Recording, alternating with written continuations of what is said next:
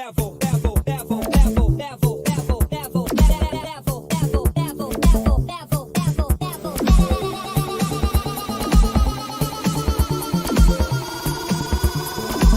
it to the next level.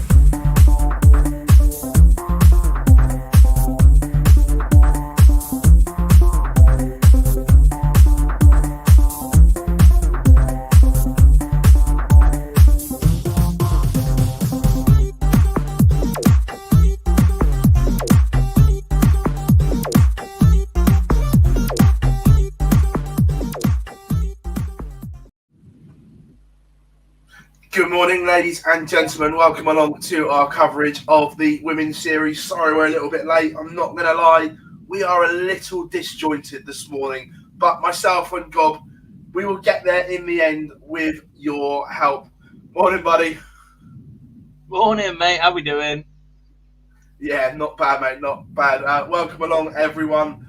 Like you say, I'm going to work on the fly a little bit. We forgot some of the bits that we set up earlier this year. We haven't done for the Women's Series. There's no we. You forgot them. I just sit here and look pretty. Yeah, and the fact that I did a remarkable round trip yesterday. Yeah. So, but we will get there with your help, everyone. Yeah. You also don't know this, but I've decided I'm having boards 1 to 8 today, so you're on 9 to 16. I don't even know who's on what board. Well, I know Fallon's on board 1 and Lisa's on board 8, so thanks for coming. You do, however, get the streaming board. That will be number 14. Yes, it was meant to be a 10 o'clock start. I don't know what the delay is. They had laptop delays. They didn't close registration until about 20 to 10. Oh, fair enough. So yeah, Connor, we're expecting it any time now. And I said this, when did we do the last Ladies Series? October? Possibly. Going into that one, I said Fallon was favourite. Going into this one, I think Lisa is favourite. Yeah, because she's just had 2 weeks in the Live League back-to-back in an incredibly competitive couple of weeks. It took her to Champions Week. Yeah, like I say, just seen a lot more of her is the thing.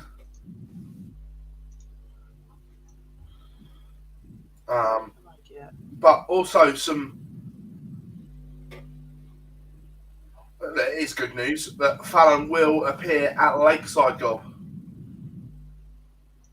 Very big news indeed. I was quite surprised when I heard it. We all thought that might be the move a couple of weeks back, but it didn't look like that was going to materialise. But yes, good move indeed. And that this hasn't been said by the WDF, but I was told by a good source. I'm not saying it's 100% reliable, but Anastasia chose not to compete under a UK flag. I mean, that's her choice, isn't it? Like, you can't force somebody. Yeah. We appreciate that. But the opinions of many and etc. is that individual Russian athletes being banned is incredibly harsh, especially ones that don't get state sponsorship or funding. But something needs to be done to stop what's going on in Ukraine. And the more pressure we try to put on with sanctions and restrictions, the more you hope that the Russian people manage to get it across that this isn't right. Yeah. Completely. What time does it start? We're expecting any time now, mate. Bruce says only Lisa can beat Lisa. I disagree, mate. There's a couple in the field that can. Well, Interestingly, one of the ones we'd normally put in that category in the field has not attended. There is no Mikuru Suzuki. No. And also, in turn, no Yuki Sakaguchi. Yes. I presume they'll travel together usually, but yeah, it's still a bit... Yeah. I appreciate the travelling was a bit difficult last time. She struggled with the jet lag, but once she adjusted through the rest of the series, we started to see a little bit of what Mikura is capable of, and a bit disappointing, especially as there's less restrictions now. It was probably harder to travel last time than it is this time.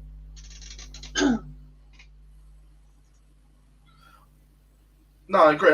I thought she'd come over and compete, but look, obviously not. We're just waiting for the games to go live, everyone. I don't think it'll be too long. It was meant to be a 10 o'clock start, but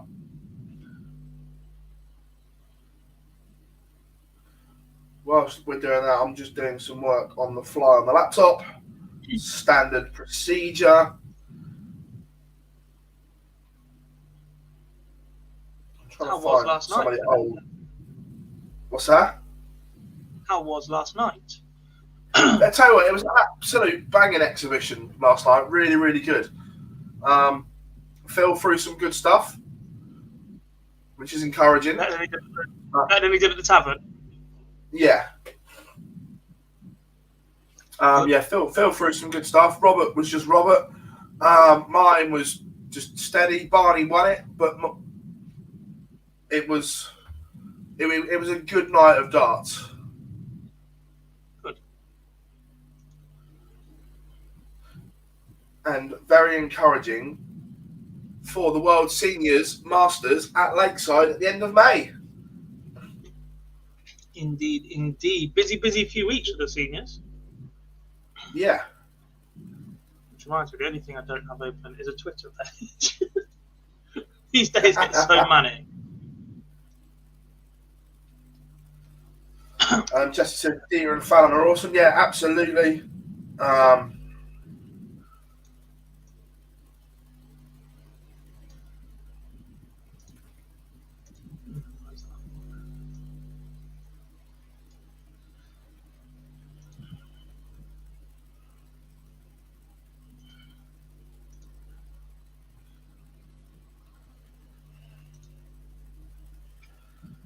Harry says, why don't you have a lady commentator on here? No particular reason, just the fact that we don't actually know anyone that can do it that isn't playing.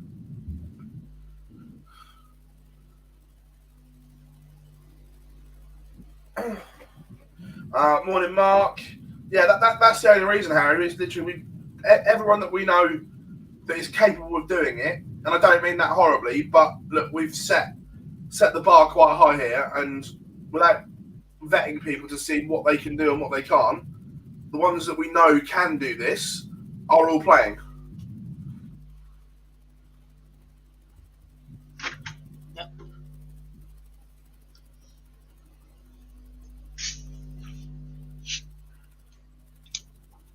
Jesse says, Great to see you Peter's cover the the women's first dart.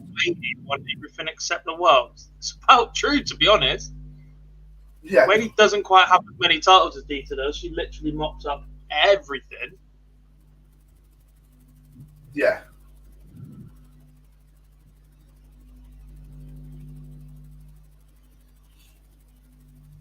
No worries, Harry. Not a problem at all.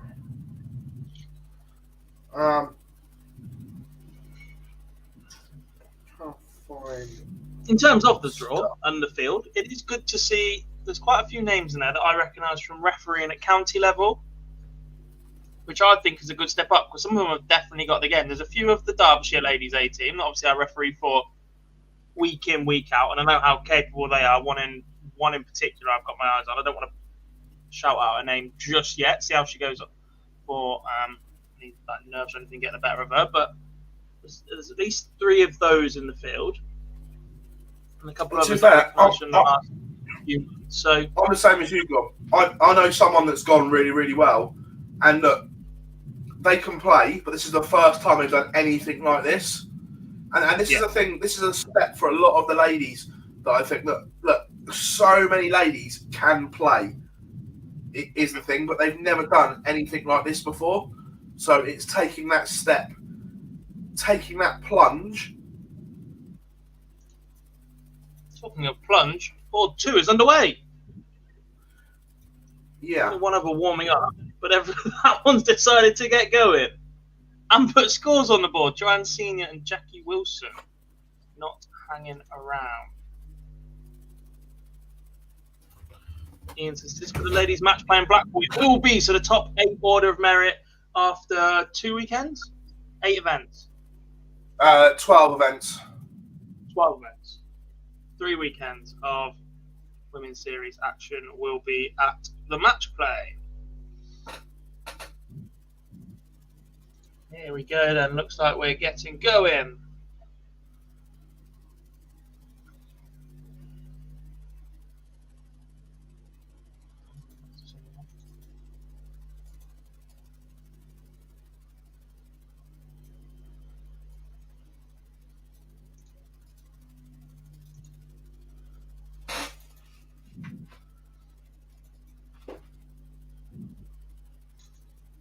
From what I understand, the streaming board will be number 14, which has got Natalie Gilbert on it. It's got Mozgan Rahmani. I forgot where she's from now. Iran. And Kirsty Hutchinson as well. That's a tough first game for her. And Chrissy Manley will be on the streaming board as well. Yeah.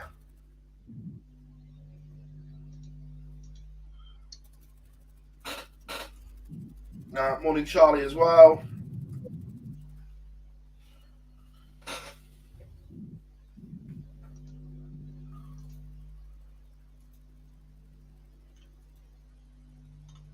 Just doing some jiggery pokery.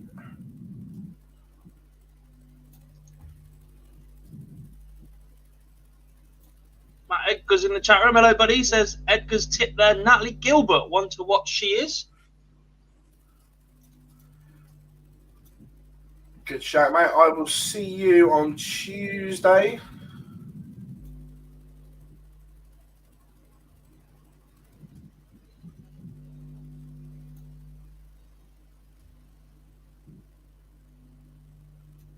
Daniel says, would either of us two ever go to Q school just for a laugh? No.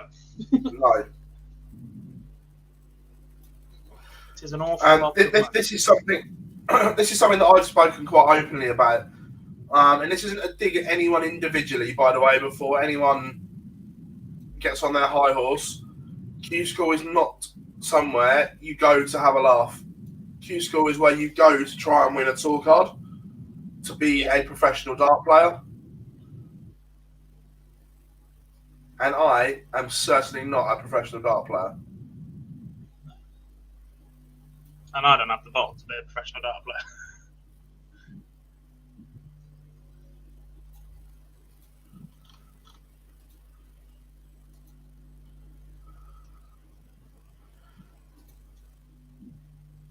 Not something I've ever really struggled with at uni level, but now that I'm trying to play local league and everything, I just feel like I've got nothing. Yeah. John is in. How we doing? Our pleasure, Ian. Like I say, I'm just trying to. As I thought, I had so much on yesterday. I forgot we changed a lot of the layups and setup. So I'm trying to find the stuff on my MacBook and make it look nice again. Here we go then, Phil. First leg of the day goes to Susanna McGimpsey from Scotland. She's taken the opener against Marianne O'Brien in 15 darts. Long may that continue. Tidy as well. Just looking as well on board 15, that Fallon's twin sister has entered as well this time, because she didn't the last block, did she? I don't think she played 2021. In 2020, I was reading Chris Murphy's. He went on Twitter and did like an information breakdown and ones to watch, etc. Felicia did not. She didn't fail to make it to the last 16 in any of the 2020 events. I think it was. No, she can play. Mm-hmm.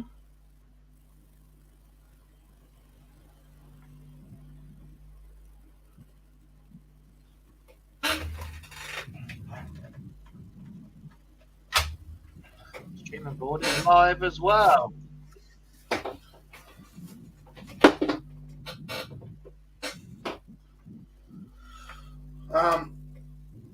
good averages being hit over on the Isle of Man as well for the ladies. Look, I think it's a risk that some of them have gone. But I've heard a reason for this. The winner will get an auto spot at Lakeside next year. Still don't agree with it. World Championship. We have this debate an awful lot, Phil. A World Championship means an awful lot to people. And look, if you get an opportunity to go and not backdoor it, but get an auto invite to the World Championship in effectively a depleted field, because Fallon, Lisa, Natalie Gilbert, Lorraine Winstanley are all here, Corinne Hammond, you go and have a crack at it. It also would seem that the issues that Bo Greaves was having with her throw seem to have been resolved. There's a couple of reasons for this, or a couple of reasons on... One, she's old enough. I was about to say, she no practices. Yeah. And the other thing, look, it's all right doing it on the floor. I want to see if it holds up on a stage when there's a camera on. Yes. Yeah, which will be tomorrow. I think that'll be the big test. Look, when she's 100%. Had issues in the past with her throw, I've got absolutely no reason, no objection with Bo not being at the PDC this weekend. There's a lot more eyes on it. The first time Bo Greaves plays the PDC, she's going to be on a streaming board straight away. Yeah. Yeah, look, I'm not disagreeing at all.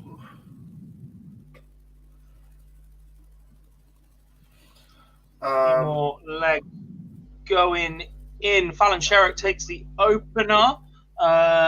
Joanne Senior takes the first against Jackie Wilkinson as well. Grace Ferrer just 1-0 up on Emma Smith. Fallon just doubled her lead, by the way. Lorraine Winstanley 1-0 up on Anne-Marie Potts. Maria O'Brien and Susanna McGimpsey are 1 apiece, and Abby Jerd has taken the first against Mem Martin on my boards. Look, everyone knows I'm a huge Fallon fan, but I am genuinely worried that she's undercooked heading in here this weekend. Well, the first leg wasn't great. It was a 68 average, but after the second leg, it's gone up to an 84. So it's a decent second leg. Yeah, no, I don't agree. That amount. So,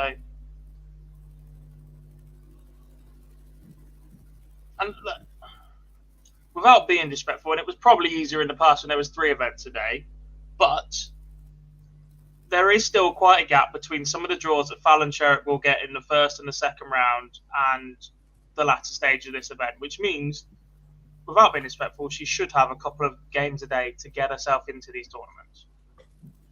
Yeah, no, agreed. And get back into the swing of things.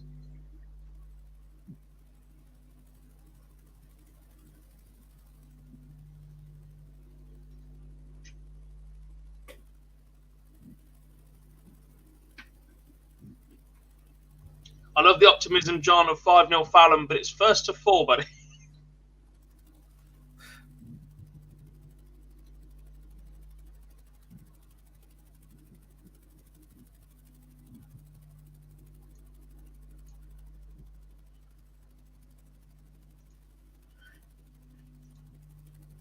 Can't fault the trying.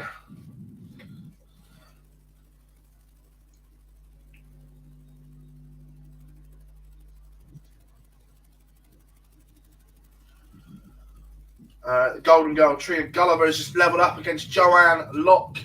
And God, I know it was a while ago. I'm not making it. Was Joanne Locke one of the rare people to beat Lisa Ashton in the women's series? Yeah. That is an absolute stinker of a first round draw. As well, I'm not going to do her the disservice of trying to butcher her surname, but on board 10, Barbara, that is Mrs. Keane Barry.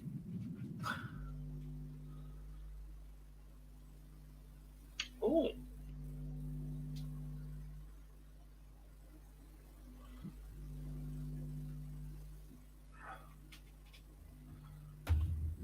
Interesting little board that as well. Yeah. A few other names you might recognise in the event: Tracy North, Rachel Brooks. Good luck on 13. Oh, so that's why you've given me. Oh, you've got all the good ones to pronounce as well. Looks like I better get me throat in gear. Gob's absolutely done me up like a kipper.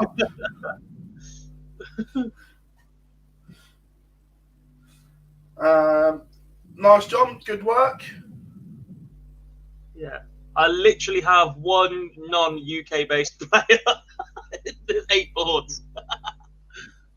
Got your number. And I'm going to struggle to pronounce that, to be honest. It's in Dutch. But...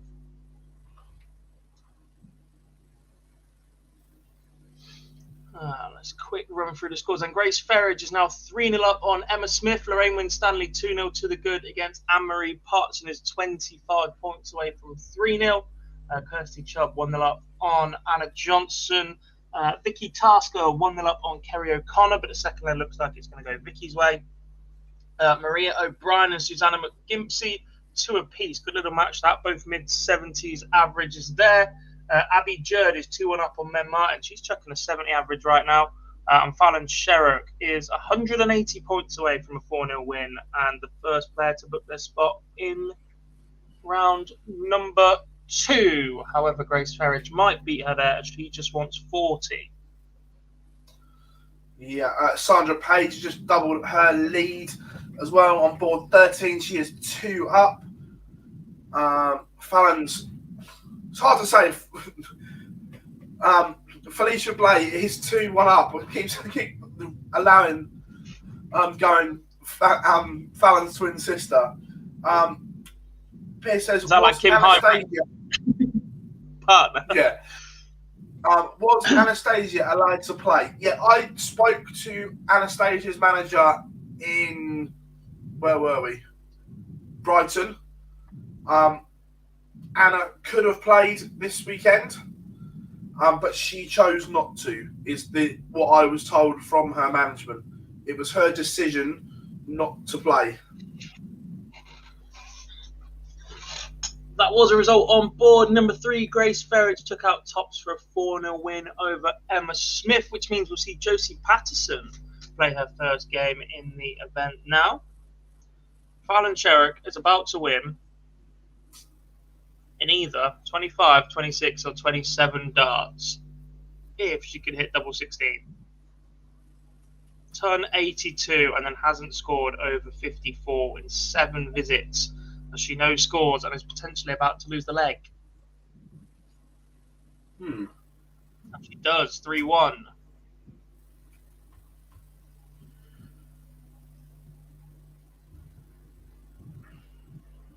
Maria O'Brien takes the lead against Susanna McGimpsey.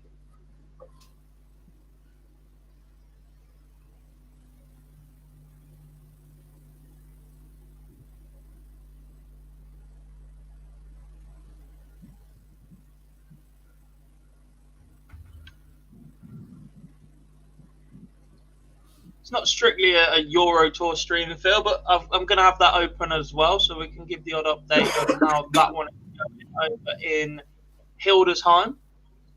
Yeah, the same. I will as well. I'm just we won't be staying on for it once the Women's Series is finished, but you guys are more than welcome to watch the evening session, obviously.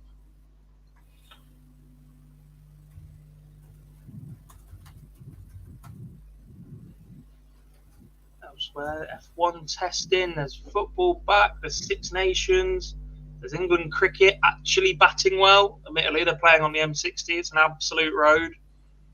I was going to say, I don't mean this disrespectfully, but even I could score runs on that.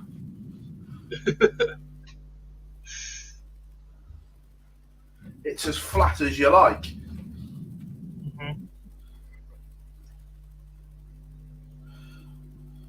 Nico says, hi guys, probably said this already, but so bigger names have decided to play on the Isle of Man instead of this. Yeah, we've spoken about it, mate. Me and Gob disagree. not disagree. I just I think the players are entitled to their choice, and look, some of them have definitely got their motives for it either way. That the standout one's Adita Hedman. She finished top 3, top 4 every time she's played on a women's series. She finished top 2 the first time. Bo Greaves, we yet to see her in a women's series. Lorraine Hyde is also on the Isle of Man. Who else is down there? Whose name haven't I seen?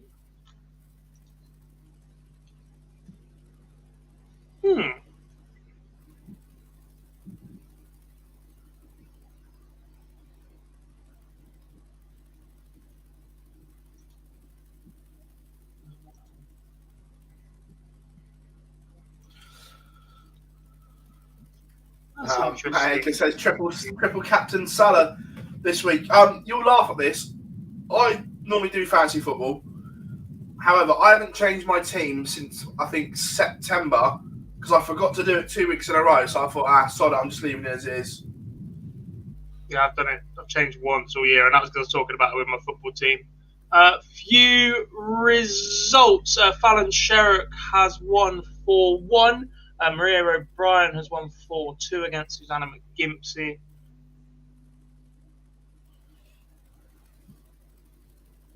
Our pleasure, Harry.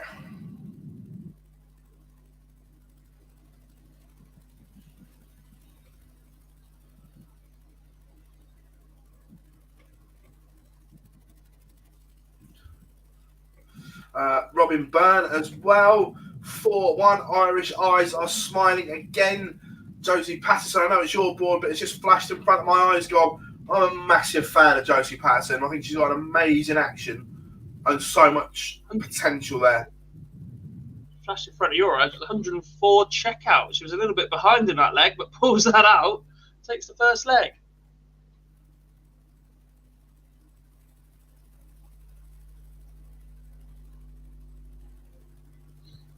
Mem Martin is currently defying an average 15 points higher than her own as she leads Abby Jurd 3-2 on board number 8.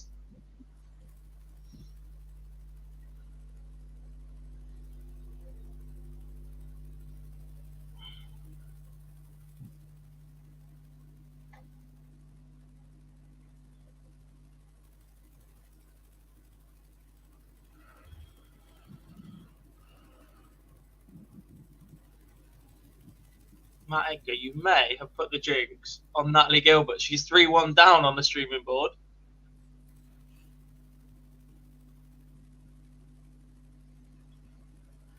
And just starting to look a little bit flustered. To be fair though, Gob, it's like we were saying though. There's a lot of these ladies that I know can play. Having seen them, they just need to get used to their surroundings, used to the settings, and it will come. Just to say that, Natalie Gilbert's gone. Her opponent wanted 107 checkout, treble 19, goes for 10 for tops, hits the double 10, and then pings double 15.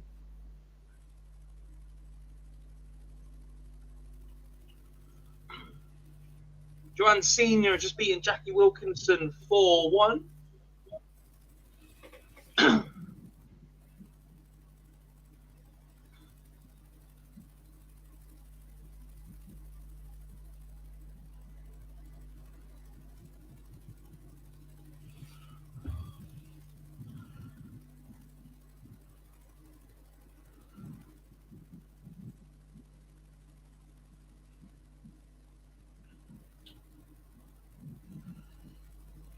You know when you know you had stuff on your computer and can't find it? Does my head in. Seen your computer, it's a mess, mate. Right. Okay, I'll put my hands up for that one. But in my last job, you know, you just wander around and see someone else's desktop, and instead of just having like 6 programs down the side, they've got every single spreadsheet and file imaginable. I'll just put this here in case I need it later. What are you doing? No. Lorraine Winstanley has beaten Anne-Marie Potts 4-1. She's now through to the second round. All of these games in the 1-2-8. There isn't 4 games in the 1 to 8. There's plenty of boards that have a bye, or at least 2 byes. And God, the other thing as well. Straight into the last 64. The numbers absolutely outstanding that have entered. Record numbers this time around. I believe it was 104, but there are a few names missing. Oh, yeah, Matt, absolutely. I think the boys counted at the seniors. I think was it 28 tabs open at one point? Yeah, I can't work like that. It's ridiculous because I use the keyboard to cycle through, so I use Alt Tab to flip between screens. Well, if you've got everything on a different tab, it can't do that. It just sees one Google Chrome open, and then I flick between something else. Just too much prattling around with a mouse.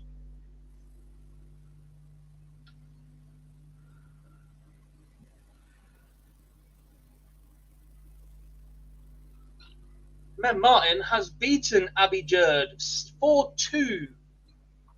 She averaged 13 points lower in the end, but gets over the line.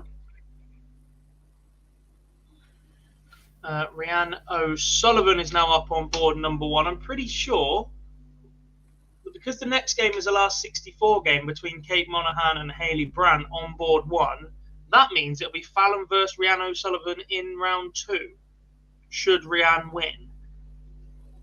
Yeah, and we have a result.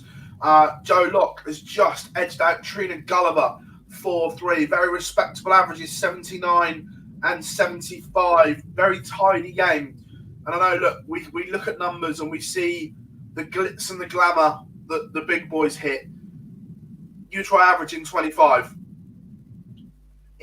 At most, in most, a 25 average will get you a county A spot, Gob, correct? Yeah.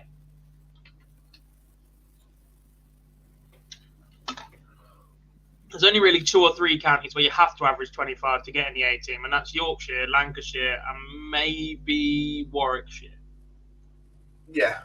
Yorkshire is ridiculous depth they've got because it's a massive place. I've just seen a couple of results on your side then, Phil. Katie Sheldon has won 4-1, joining Robin Byrne with a 4-1 win. Joe Locke has beaten Trina Gulliver 4-3, like we said, an absolute stinker of a first-round draw. Laura Turner, a 4-0 winner, as is Felicia Blay. But all eyes should be, or will be, on the streaming board for the moment as Mozgan Romani makes her PDC debut, the much-spoken about Iranian. She seems to have sped up a little bit from her first few darts. Likes to get going. It's not 100%. It almost looks like she's left eye dominant because it comes across her a little bit. But it's very Mikuru Suzuki in the release, I think. Just looking now. Take a look at her action. There's a little bit too much movement in Kirsty's throw.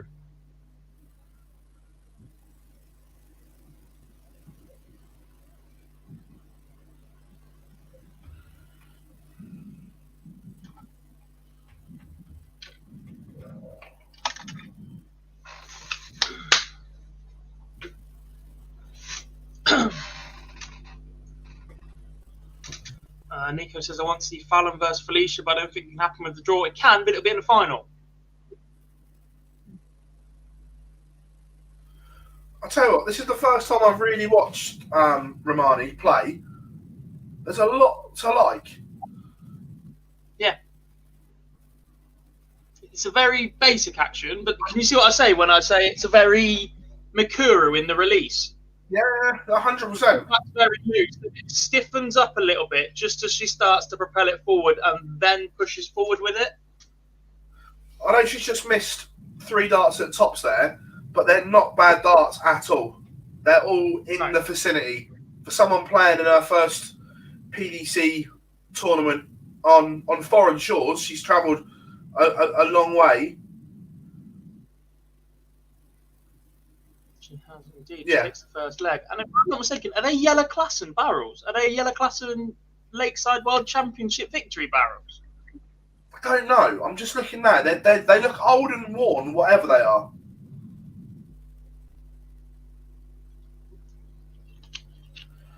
A lot to like about the release. It's a full release. It's a full follow through.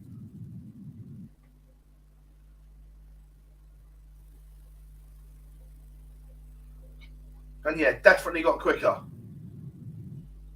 Yeah, just sped up a little bit. Let's run you through the boards then, because obviously we might have missed a couple of things in the last few moments. Ryan O'Sullivan is one apiece with Danielle Fry on board number 1. The winner of that will take on, I believe, Fallon-Cherrick. I need to check the draw 100%. On board number 2, we're underway with Lisa Hughes against Bettina Gruber. I hope I've said that right. Board 3, Sarah Brown is 2-1 down to Josie Patterson. On 4, Chris Savary has just taken the first leg against Carla Boys. Kirsty Chubb is 3-2 up on Anna Johnson. Vicky Tasker, Kerry O'Connor, they've gone to a deciding leg. Samantha Curtin has just doubled her lead against Louise Pearson. That's a 2-0 lead. And Rebecca Hoyland has just got underway against Lisa Ashton on board number 8. And I know Rebecca can play because she is the ladies' team. She's the secretary for Derbyshire. She's not the captain, sorry. But she does play for the A team. Is very, very capable indeed when she gets going.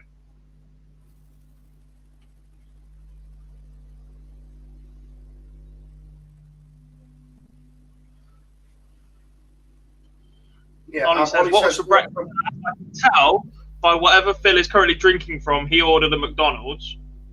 I'm not even going to lie. It was a double sausage and egg McMuffin. Not even going to hide or lie. Yeah, straight up. And I'm currently attempting to diet again, so I'm on a weight loss shake. However, I have been quite good. I've got a massive glug of water here as well. But I just need water, and I've got just to keep me going. And I've got some mini chips as a snack, just in the bag. It's very easy to just sit on my ass all day, do nothing, and watch the weight go up, especially as I can't exercise at the moment, given my back. So I've got to try and do something.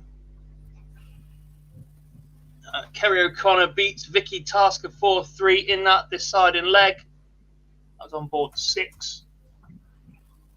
So next up, we'll see Sherry Yeomans against Sharon Godbeer.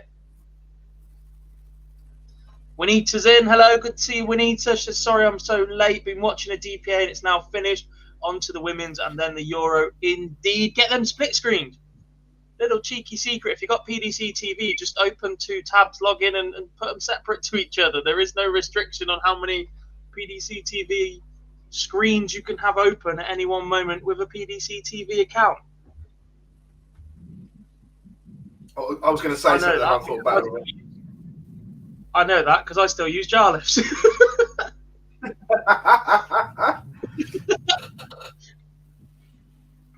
I did see about 5 minutes of the DPA yesterday. Sorry, that's me. Eurotour DJ has just kicked into live. Everyone loves Eurotour DJ. I whacked out a bit of Sam Smith, Money on My Mind, yesterday. I was like, go on, son. Where was I? I tuned into about 5 minutes of the DPA stuff. I thought the way they had the screen layout was pretty cool. It was quite futuristic in where they had everything overlaying, etc. But I thought some of the commentary comments perhaps weren't what the PDC would expect. Just out of interest, who did they have commentating on it? Because I didn't see. I don't know. I don't know their names. I wasn't watching for long enough. I'll be honest, I tuned in about 12:25, thinking that the Euro Tour started at 1, because I've seen that from somebody, but it started at 1 o'clock local time, which actually meant 12 o'clock here, so I'd already missed Scott Waits and his magnificent beard. Oh, you want to see it in the flesh. It's a work of art. It's fantastic. Kirsty Hutchin has just taken the 3rd leg against Romani, Plenty of chances missed in the second leg. Could have been 2-0 up. Oh dear.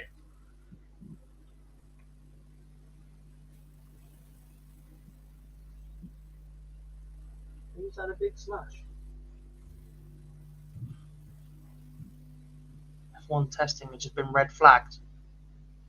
They are in it. They can red flag a testing. Couldn't red flag the final race of the season. Not that I'm still bitter. The final race of the season was fantastic. The problem is with 5 laps to go, it should have been red flag. Put everybody fresh and go for a 5-lap sprint, and they know it. Especially after Lando got a puncture. All the hesitation messed it up. This is what happens when bigwigs are allowed to speak to race controllers during races. It's not even that. It's what happens when Drive to Survive get involved, isn't it? The spectacle of the finish was more important than anything else. This has to be entertaining to decide the world champion.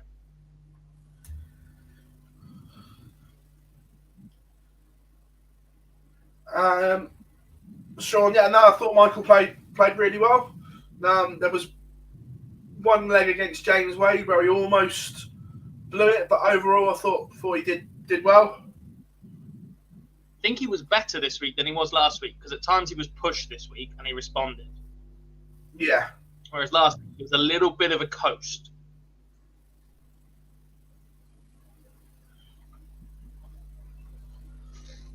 Rhiannon Sullivan, Phil, is in a bit of trouble here. She's 3-2 down to Danielle Fry. She's got the darts in leg number 6 and has opened up ton 40 ton, but Fry's gone 1-2-5. Just see how she responds. And a 21. So daylight for Rhiannon Sullivan to force a decider in that one.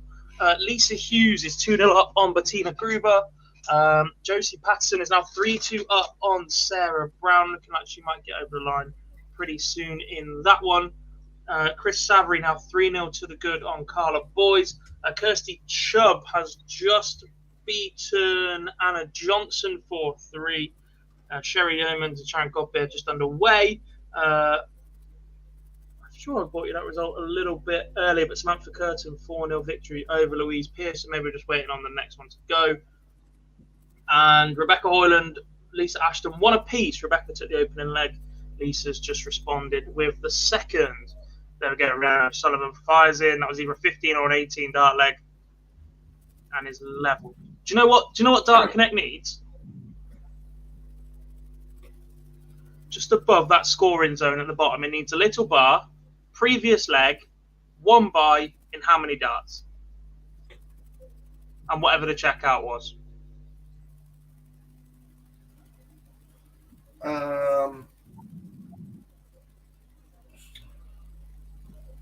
It was Declan Bailey, James Bailey's old son, called Ben Hunter.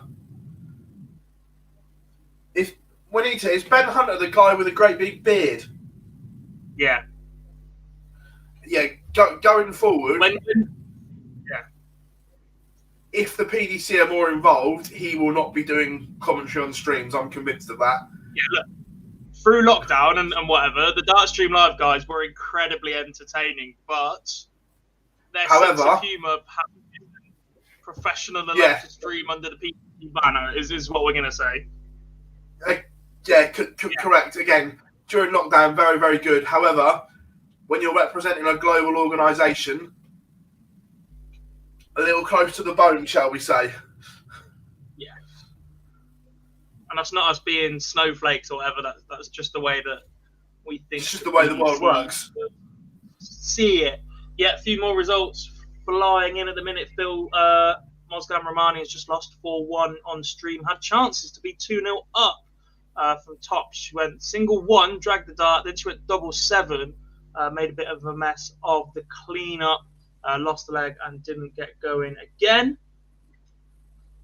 Oh, Joe Aldershaw's there, as well as 4 Derbyshire ladies here. That's a tough board as well, on board 16. It's a nice little group that have gone there as well. They can get going. Just looking where.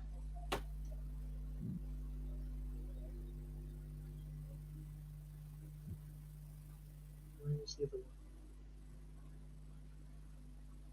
There she is. Chris Savary from 3-0 up has been pegged back to 3-2 by Carla Boys, and Carla has the darts to force a deciding leg. Josie Patterson is a winner, and Phil, big, I say big upset, big shock. I'll be honest, I've never heard of Danielle Fry, but she's just beaten Rhiannon O'Sullivan in the first round. Rhiannon, a standout performer from last year's women's series. We came into last year's women's series only really knowing about Rhiannon because she just picked up the top average in the county system on the return. She was absolutely superb last year, though. And she's out first round. We thought she was one that would definitely be pushing for those top 8 places. We'll have to come back and do it again this afternoon. Yeah. Sean says, I was disappointed to see him play bad against Heta. You say bad against Heta. Look at the stats. MVG averaged 102. That's not bad, Sean. It's just that Heta's finishing and key moments were unreal in the UK Open. Yeah, after 10 legs, Damon Heta was averaging 93 on his own throw and 110 on Michael van Gerwen's throw. That might explain why he got broken 3 times. Yeah. Woody says about the Union Jack flags. So, what it is, some of them are potentially new players to Dart Connect, where other players have already got profiles set up and they just haven't had a chance to edit them yet.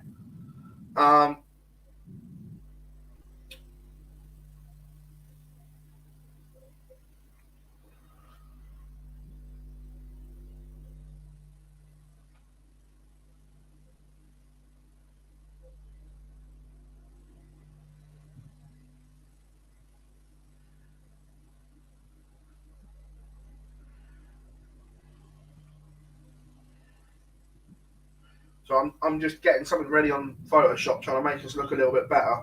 I shall be with you properly, guys, in a couple of minutes. Just hang with me. Can't polish a turd, Philip.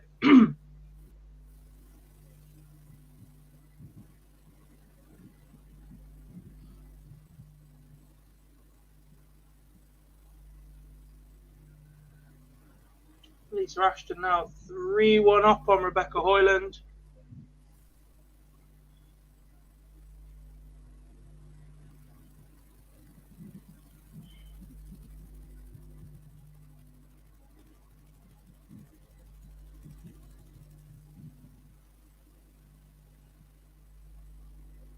Who will be next on the streaming board? That'll be the next game on board 14. That will be Chrissy Manley. And then maybe we'll... Oh, no, because that's the last 64 games. So will they wait now? Is it 1-2-8 and then they'll move? Possibly. That's an interesting decision when there's only 2 1-2-8 games to stream that one. I appreciate Romani will have been a key decision in that. Yeah.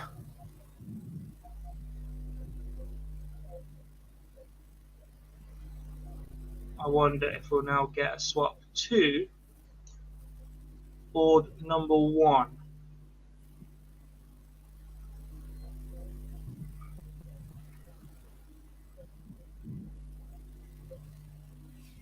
No, that's Rhiannon Griffiths against Rachel Bird. That's swapped to board number 9 then. We'll see Robin Byrne and Denise Cassidy as well. Go on then, Birdie. Pings the ball. I do not envy the referee in this one. As somebody who referees Rachel Bird quite a lot, she does love a swear word when she's at the board. And that microphone is a bit very close, Phil. Every other word that comes out of her mouth is a swear word when she's playing darts. It's absolutely hilarious. It's difficult to not laugh when you're refereeing sometimes, but she does make me laugh a little bit. Lisa Ashton had just beaten Rachel's county teammate, Rebecca Hoyland, 4-1. Rebecca stole the first leg. Didn't quite get going enough to match the scoring power of Lisa throughout the rest. Chris Savary, 4-3 winner over Carla Boys from 3-0 up, pinned back to 3 apiece. Then wins that one 4-3. Kate Monaghan, Hayley Brandt are just underway. I'm going to else have we got? Sharon Godbeer leads 2-1 on Sherry Yeomans. Amanda Harwood has won the up. Kelly Gabriel has taken the first against Joe Moore.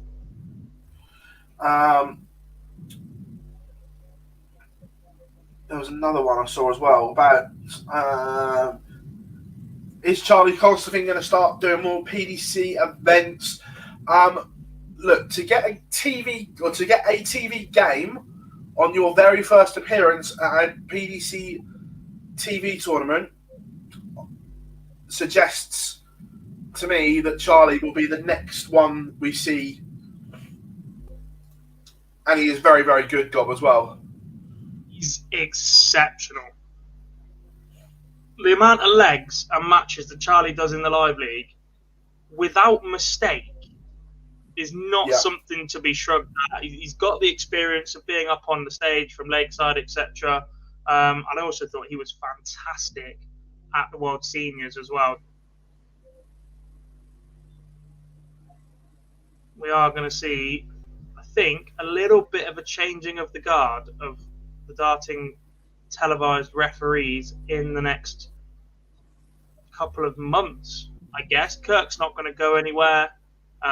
Hugh is obviously young enough to stick around and do it for a few years. I don't think Rush is getting any younger. I think we might start seeing him do a bit more travelling to the DPA, the CDC and the Asia Tour next year when that starts to open itself back up again. Georgie Noble's not about to go anywhere just yet. And who's the other one? Oh, Paul Hinks has obviously started to make his way down that list already, unfortunately. So you think Charlie's there, Kirk, Hugh.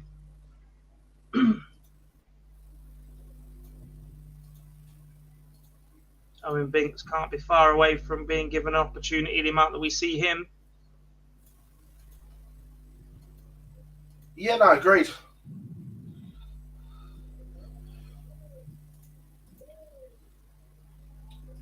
Almost. Seen a bit of an explosion with referees as well after the Indigo World Championship, shall we call them, and the ref team being dropped and a new ref team being created at that point. Quite a few out there now. Yeah.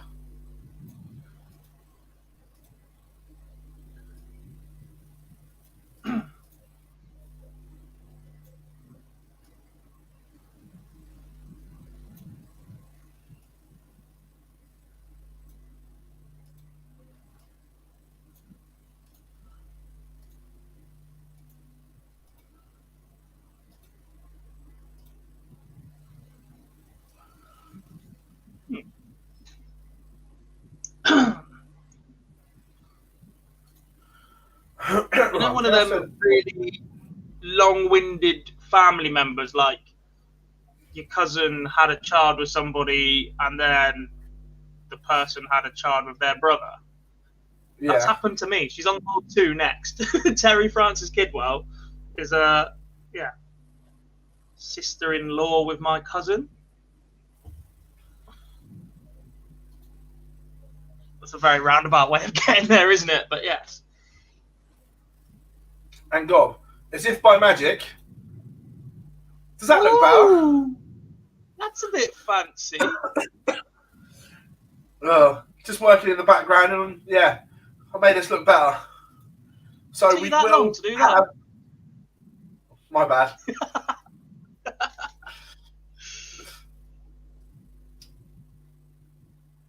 So we will have a feature game as well. Splendid.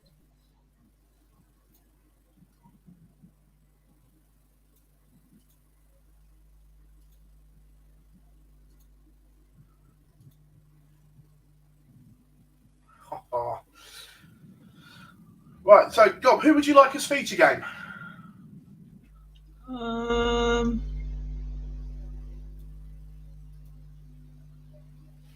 like board 15. Now it's about to start. Or 16, actually. Put 16 on.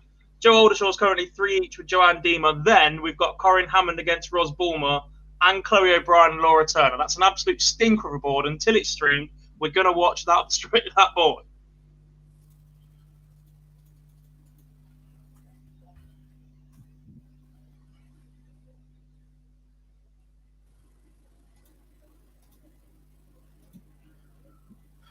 And as if by magic, we have it all up on screen now, everyone. Thanks for bearing with us.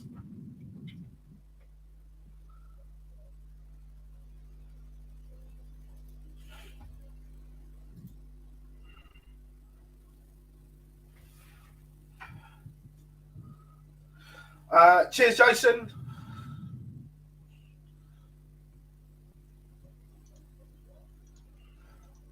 Thoughts on Richard Ashdown as a ref? I don't really think of Richard as a ref anymore.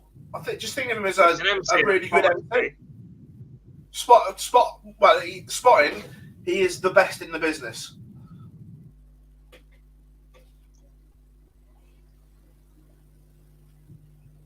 Look, he's also a very, very good MC. But I think the problem is that we see so much of Johnny Mack, you just instantly think of darts and think of John McDonald. Yes.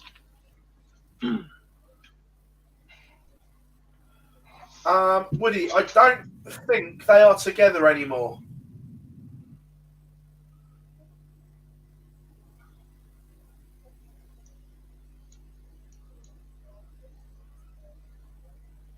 And Eileen is yet to play a PDC event.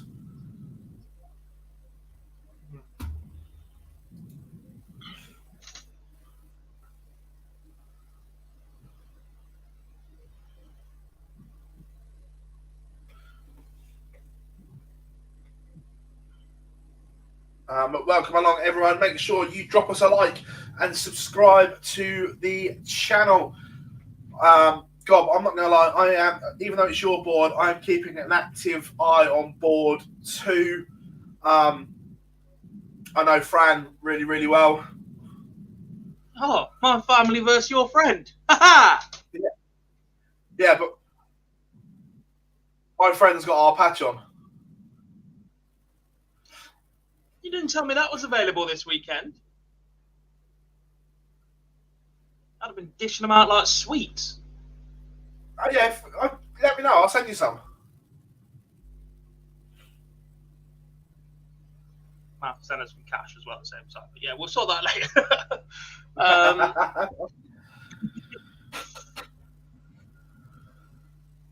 Indeed. Just check internal on streaming for me, Seth. What's that? Check the chat in Vimeo. All right, okay.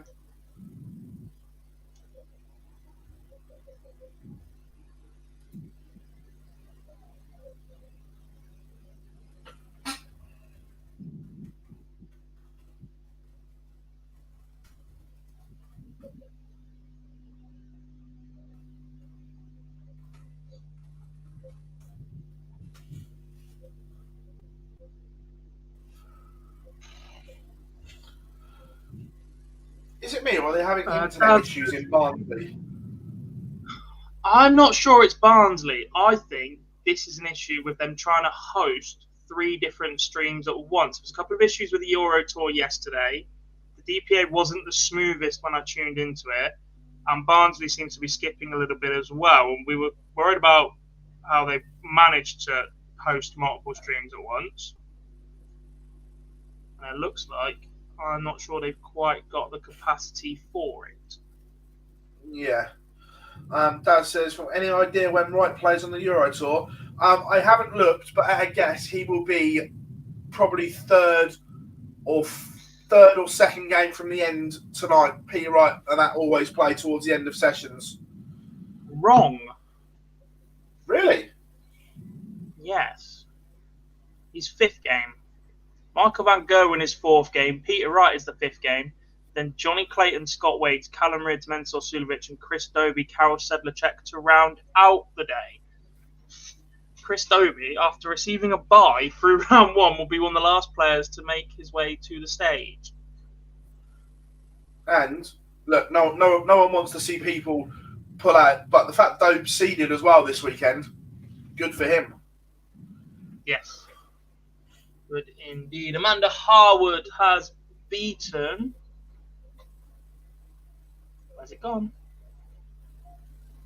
Tara Deemer 4-0.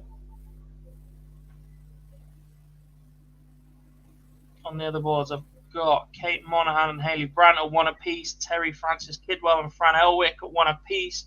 Michelle Andrews is 1-0 up on Christine Redhead. Kim Holden and Jane Monaghan at 1 apiece. Sherry Yeomans and Sharon Godbit, they're 3 apiece. They've been going a little while now. They're into a deciding leg. Kelly Gabriel 3-0 up on Joe Moore. And Louise Leahy against Tina Nailon is 1 apiece as well.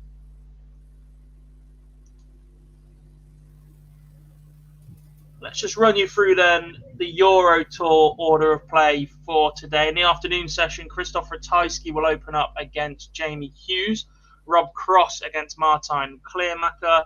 Dirk van Dijvenbode against Lucky D, Darius Lavanauskas. Damon Hetta against Martin Lukeman. Ryan Searle against Vincent van der Voort. Expect that one to be quick. Dimitri van den Berg against Alan Suter, which was interestingly the draw last weekend as well. I think Suits losing first round to Dimmy because Dimmy wasn't seeded at that point. Luke Humphreys against Daryl Gurney, and then Joe Cullen against Ricky Evans. That's your afternoon session. In your evening session, Jose de Souza opens up against Kim Huybrechts. Michael Smith will take on Devon Peterson.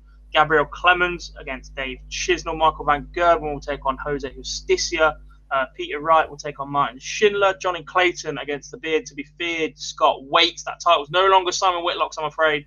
Callum Ridds against Mensur Stulovic, and then that Chris Dobie match against Karol Sedlacek to close out. Karol Sedlacek obviously beating Adrian Lewis in pretty comfortable fashion yesterday, Phil. Think it's time to be concerned about jackpot.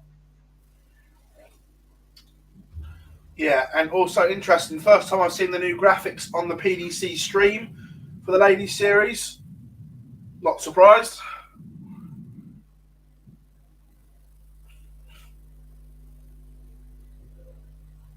Looks very clean and tidy. Mm-hmm.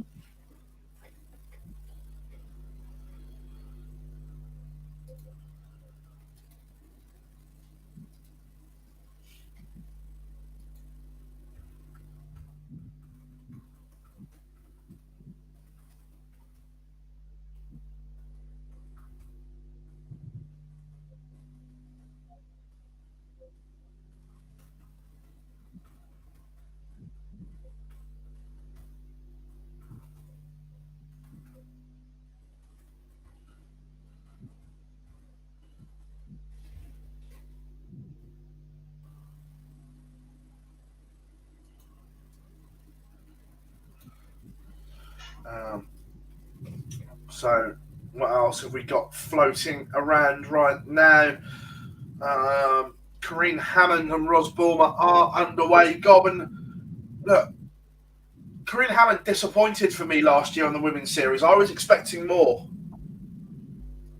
Yeah, look, she's one of the players that has the pedigree, former world finalist in her debut as well. Made quite an impact when she first came over, but didn't quite have.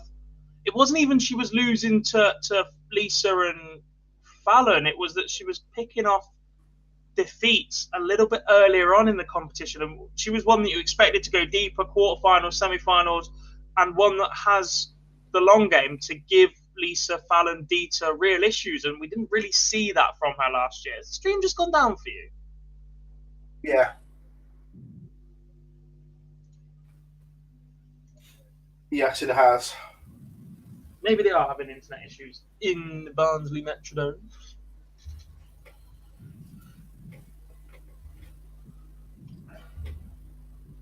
As long as Dark Connect doesn't fail, we'll be absolutely all right.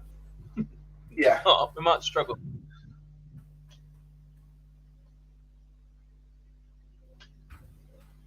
Donna Maria Rainsley and Tammy McKenzie have just got underway on board 5. we were talking about her a few moments ago. She is there. Aileen de Graaf is about to play on board number 6. She'll take on Jane Shearing. The first time we'll have seen Aileen at a PDC event. I was going to say, it's good to see her at an event as well. Yes. Because she can play.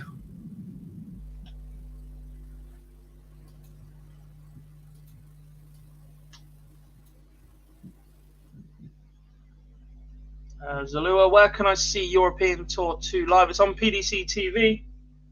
You need a subscription to watch it, but it is... I'd love to say it's worth the money, but I don't pay for it. I use somebody else's account, but that's just easy, isn't it? But yeah, you get access to Pro Tour streaming, all the Euro Tours. If you don't live in the UK, you can watch all the televised majors as well. And you get priority access to tickets for Match Play World Championships, etc. Kelly Gabriel has just won 4-0 against Joe Moore on board 7. That'll bring Maria O'Brien back against Samantha Curtin.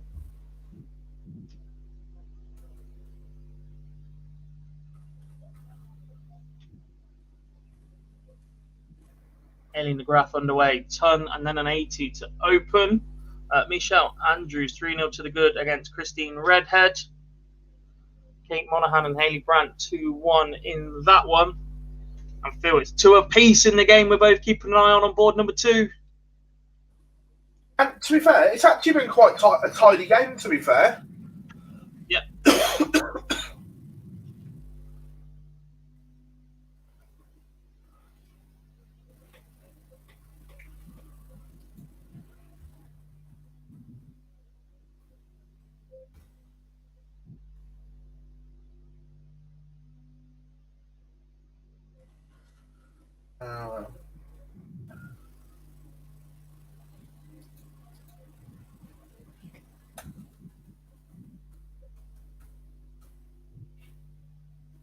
Corinne Hammond is in control on the feature game as well. And look, although this leg's been poor gob, 88 average is decent from Corinne. Very steady indeed. That's a great leg from Rod Palmer to get back in contention. Yeah, just under the 90 mark for Corinne so far. That drags Rods back up as well, actually.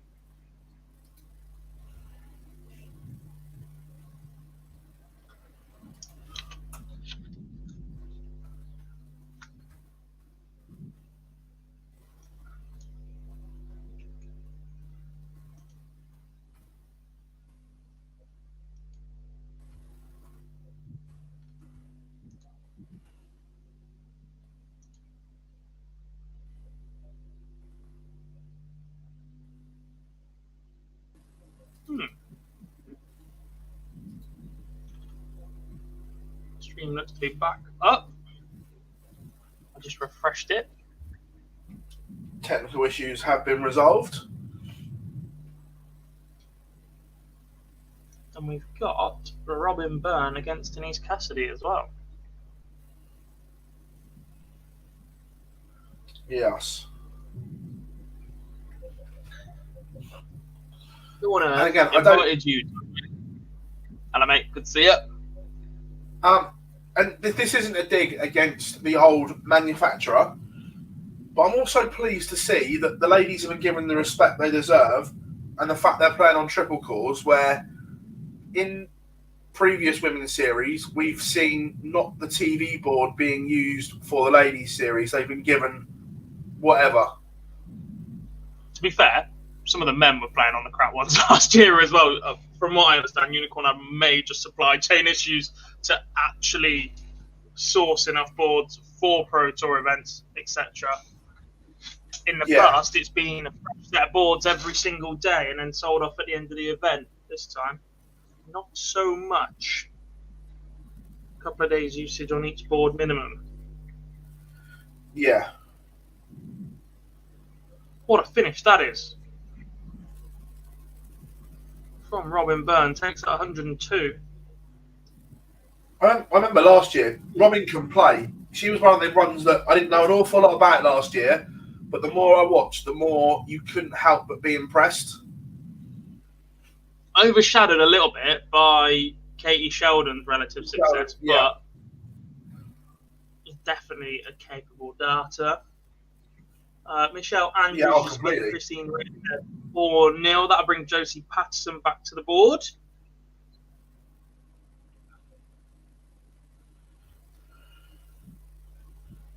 Tina Nailon has just beaten Louise Leahy 4-1.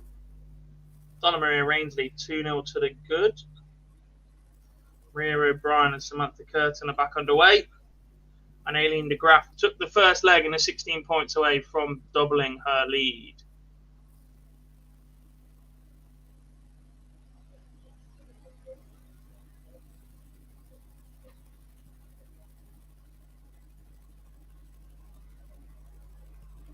What's the first thing you'd say to Robin Byrne if you were coaching her, Phil? Let's have a look. What's the first thing I'd say?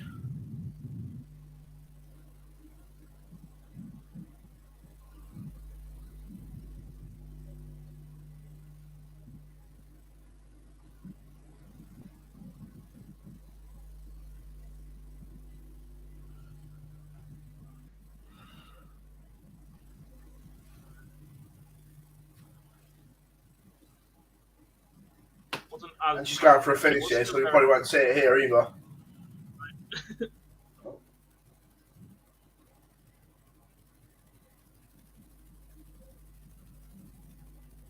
It's a good finish. Just a slight look there. Head's a little bit up for me. I'd like the head. Every time she's throwing it, it's there, and then there's just that little bit of movement on the release. Yeah. I'd like the head at eye level and not moving.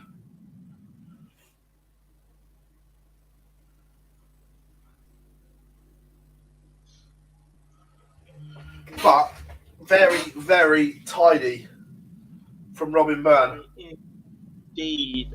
Result on board 2. Terry Kidwell has beaten Fran Elwick 4-2. Lucky Phil, 1-0. Wasn't the worst game I've ever seen either. Morning, Mike. How are we doing?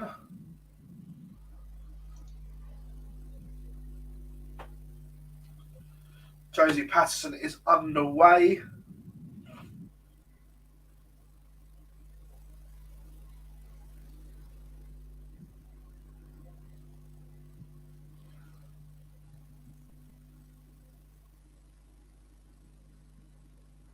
Huge 180 from Corinne Hammond with the darts, looking like she's going to wrap up victory over Ros Bulmer. Ros can't leave a finish from 3-5-3.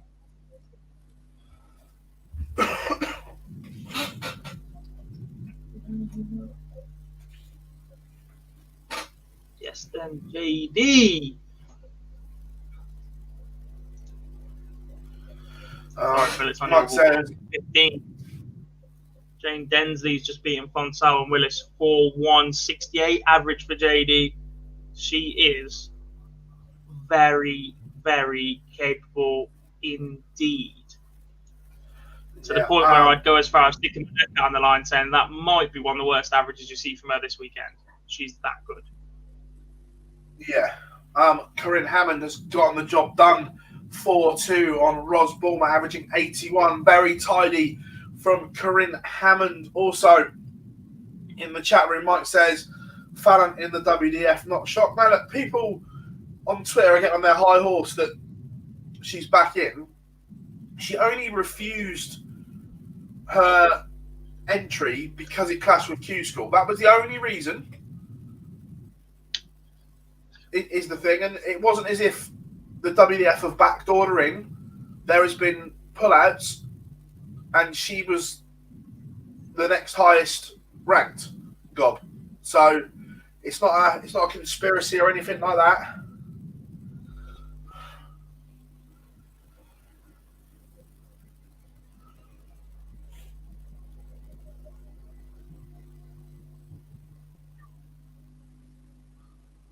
Wes says, watch out for Sarah Milkowski. She's still got work to do for me. I'm not keen on her action, if I'm being honest, Gob. The bits we see of when she plays. Yeah, there's work to be done, I think is the fairest way to put it. Great for the game. Look, she's getting an awful lot on the sport. Oh, that side of it, 100%. Her action, for me, her elbow is far, far too high.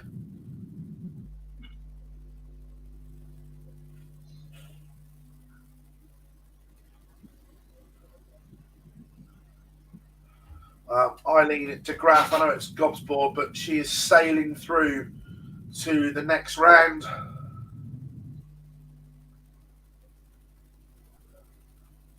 John O'Shea is in the chat room. Good morning, my friend. Hope you are good.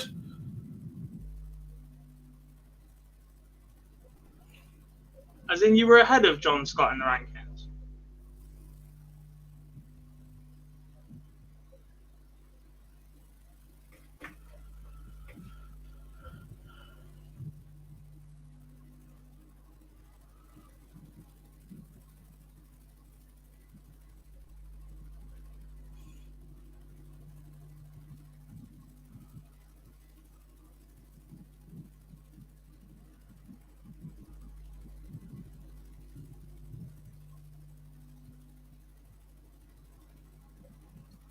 Robin Byrne does beat Denise Cassidy on the stream board. Phil 4-1 victory for her.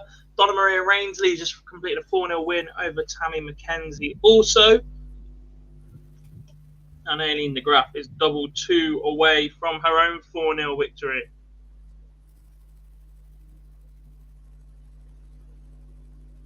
How does that work then?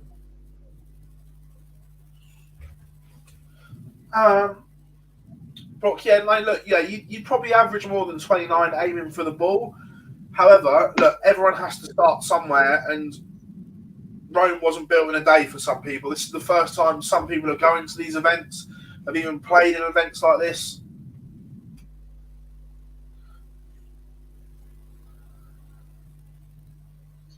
There we go. Aileen de Graaf is over the line. It took 31 darts in the deciding leg. Not deciding leg, final leg. She wins 4-0. But a win for Aileen. Sorry.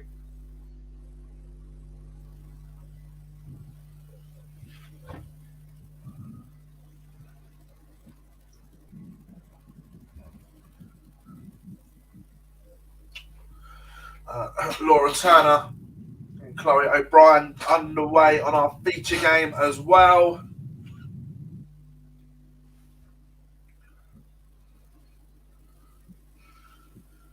Kirsty Hutchinson returns on board 14.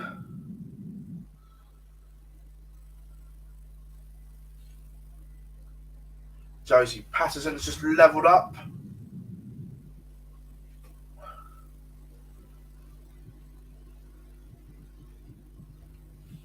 Hayley Brandt has just beaten Kate Monaghan 4-2 on board number 1.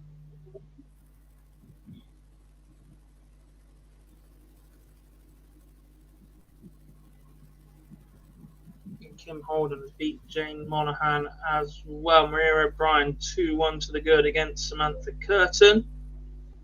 Grace Ferris, Josie Patterson 1 apiece on board number 3. Joe Locke just taken a 2-0 lead on board 12. She's currently averaging over 81.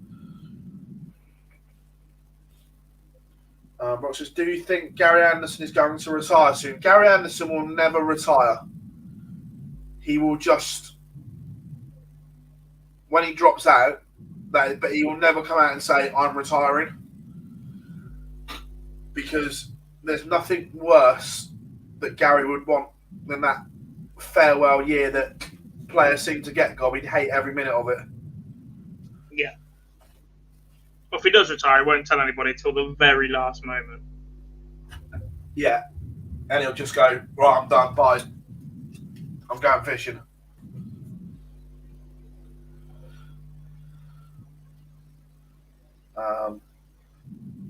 Felicia Blay is 1-0 up on board 15. Do you think this is Gary's last year in the Premier League? Unless he wins something big, potentially, yes.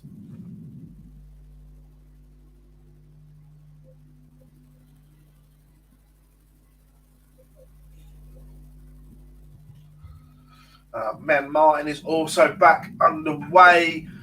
Kirsty Hutchinson takes the opening leg on board 14.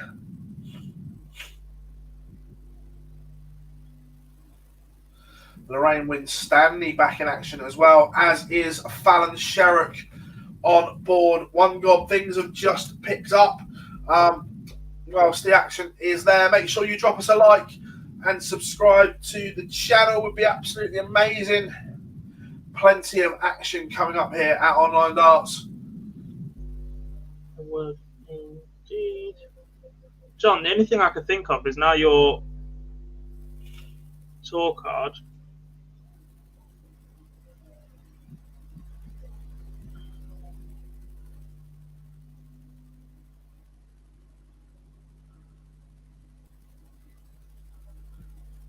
So they got permission for the players that were allowed to double up, but to then go and get more permission. Be a bit of a mess, especially as Jim Williams would then be in the same position as well. Technically. That's why moving it caused all sorts of issues. Women's Darts is in the chat room. Trina played decent. Yes, she did. That was a very good game. And a shocker of an opening tie for both players. But some of the big hitters in Ladies Darts are in action right now. Lorraine Winstanley, Fallon Sherrock, Katie Sheldon looks as if she's strolling to victory. Laura Turner is one behind.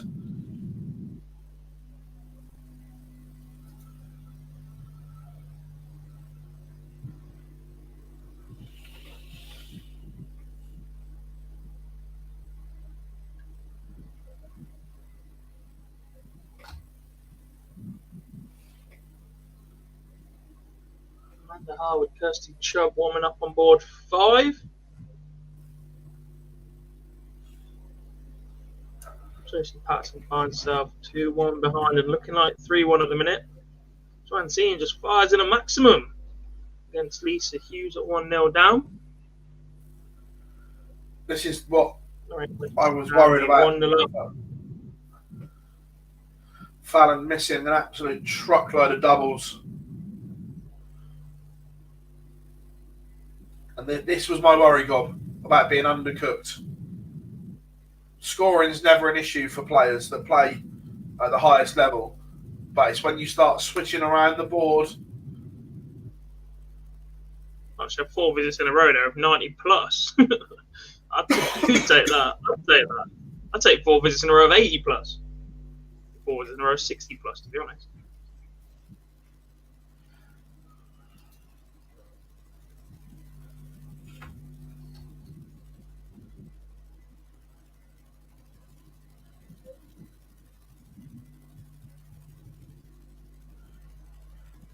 However, board 15, Felicia Blade 2-0 to the good.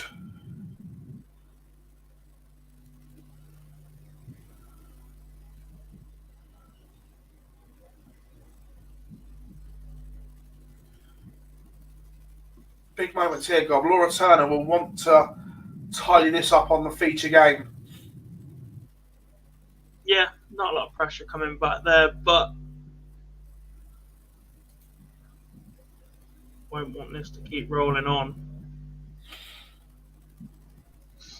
Does level up at 1 apiece. Fallon finally gets over the line in the first leg. That will not do the average any good at all.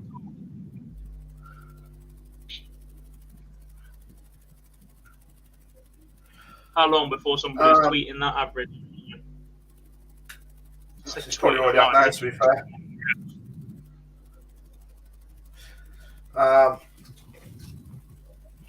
Maria was in good form before her last match. Nice to see her. She hasn't been in great form since COVID.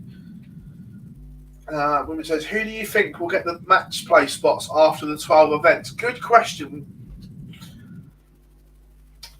I think a lot will depend on whether Anastasia plays in any of them.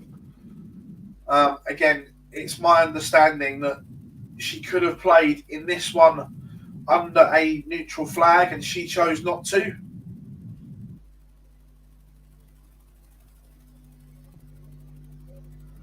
So if that were to carry on, Gob, that would tend to suggest that she wouldn't make the match play.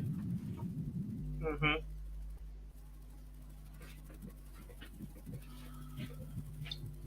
Fallon, Lisa, Corin. I'm expecting a return from her this time. I think Laura Turner. I think Dieter might sneak in. It won't be top 4, and depending on how they then do the draw for the match, but I'm not sure if it will be seed 1 plays seed 8, etc. She'll leave herself a lot of work to do, but expect her to sneak in even through 8 events. I think I'm an outsider. I think one that if she produces the kind of stuff she did in 2020 when she played, Felicia's not going to be a million miles away. Mm-hmm. She was tough to beat. I think Robin Byrne, what we saw last year, along with Katie Sheldon, won't be a million miles. It depends, because we don't know who's going to play in the next blocks. Joe Locke's got a sneak, yeah, agreed. Look, if Bo Greaves rocks up to the final 8 of these and plays the way she is in the Isle of Man, very, very good chance. You don't average 103 for fun, do you? Yeah. Of course, you'd expect Lorraine Winstanley to be there or thereabouts. Mm-hmm. And of course, the other one, will Makuru come over and play in the other 2 blocks?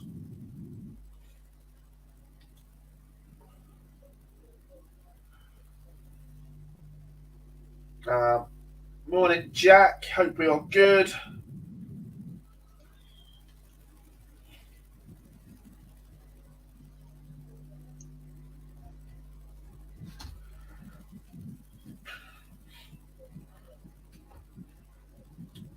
So yeah, look, great time for women's darts though, has to be said. But it's don't think it's ever been as rosy, Gob. No.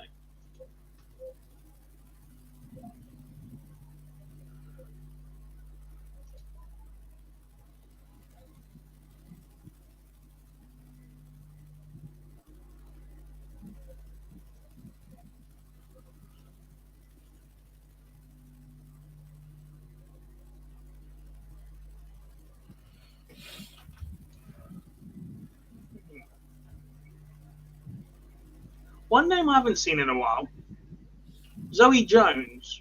I say haven't seen in a while. I've refereed her game for the last county game. There were moments where she was absolutely brilliant and moments where it was a little bit ropey. She played in 2020. Relative success, pretty young. Yeah. Surprised to have not seen her give this another crack. She's still pretty good in the division averages in the county game. I'll just have a look at a few of those now. Yeah, Mike. Yeah, she played.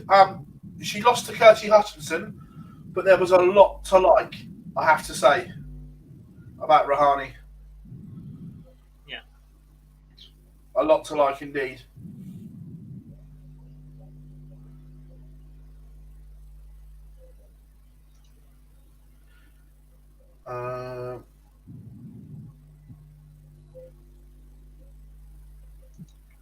Does anyone know Bo suffering with a dart? Look, at the moment it looks okay. She averaged over a ton yesterday, so fingers crossed for her because no one wants to see anyone go through that.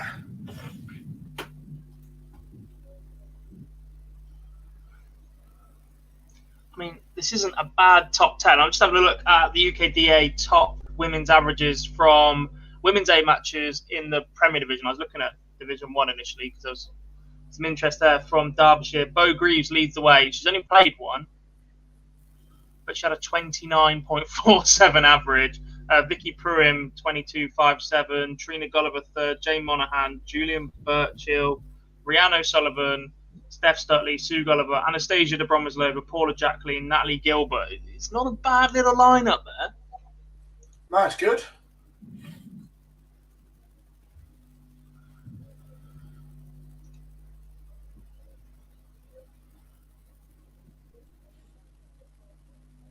See if we see any more in the women's. Kirsty Gibbs, Rhiannon Griffiths, we've just seen her beat Rachel Bird.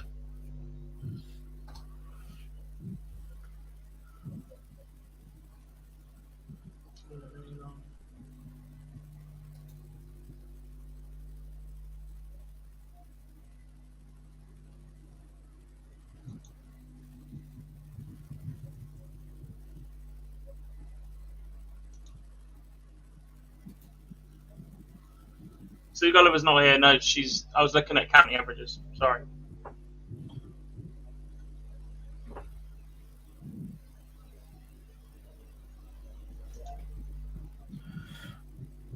Fallon Sherrick wraps up a 4-0 win. Look, the leg one killed any chance of a good average.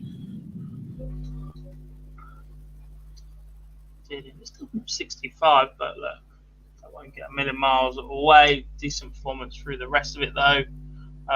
Joanne Senior, Lisa Hughes, 2 apiece. Josie Patterson, 3-2 down to Grace Ferridge.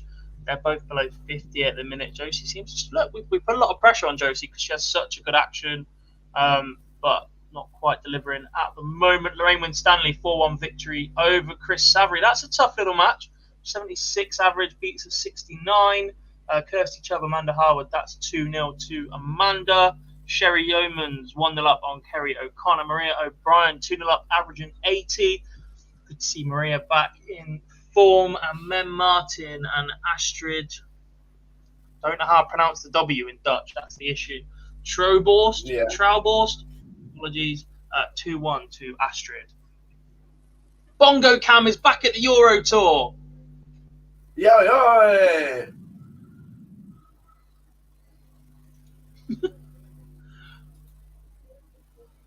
I just went back to that division, that Premiership division.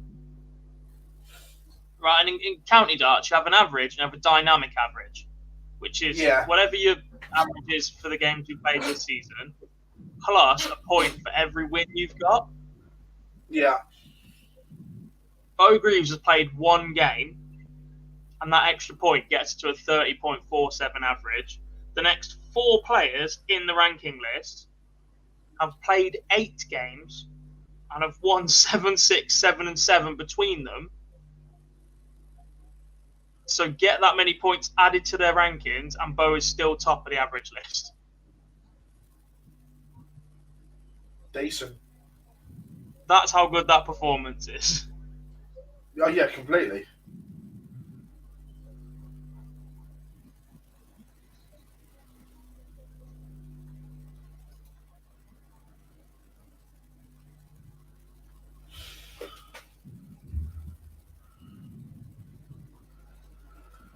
Bit of a delay on the streaming board at the moment. Not sure what's going on. That board, 64 games will have finished. They'll be looking for 32 games to finish or start, so they can pick one and put them on.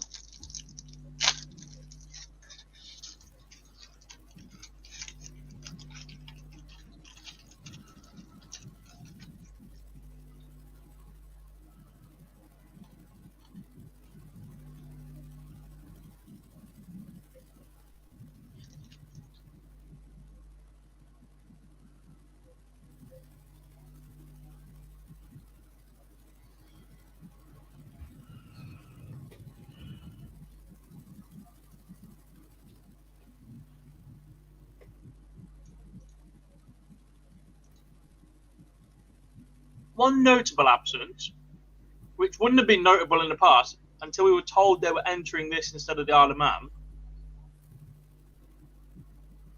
Paula Jacqueline.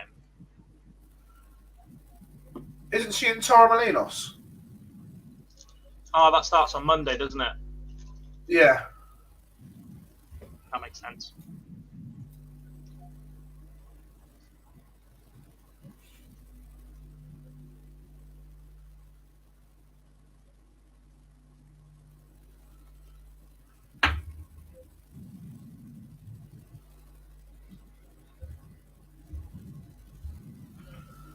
I've just seen a full-grown man dressed as a slice of pizza drumming to invisible bongo drums. The Euro Tour is undefeated. That's why we love the Euro Tour.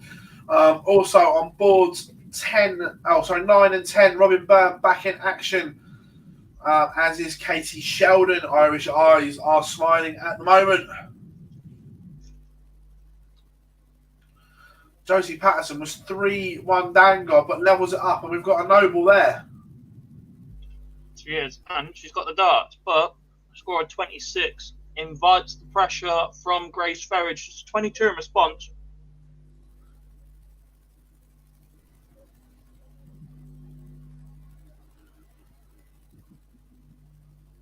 Maria O'Brien gets over the line 4-1 against Kelly Gabriel. That's an 85 average for Maria.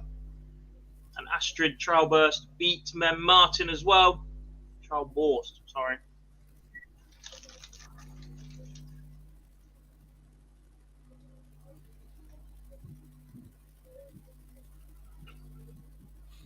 Oh my!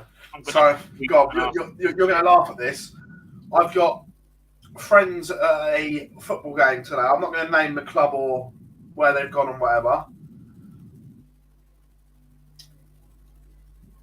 They've managed to use a barcode from a ticket on a phone to get an extra person in the ground.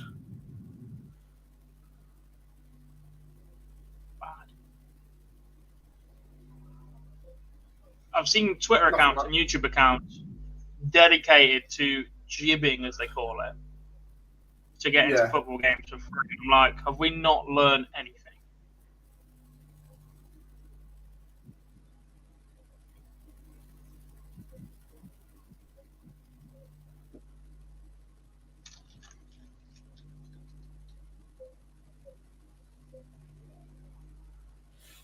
Wow.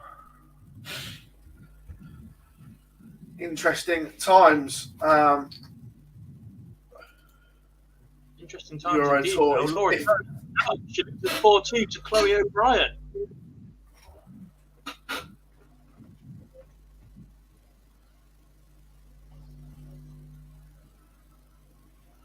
Amanda Harwood 3-0 to the good.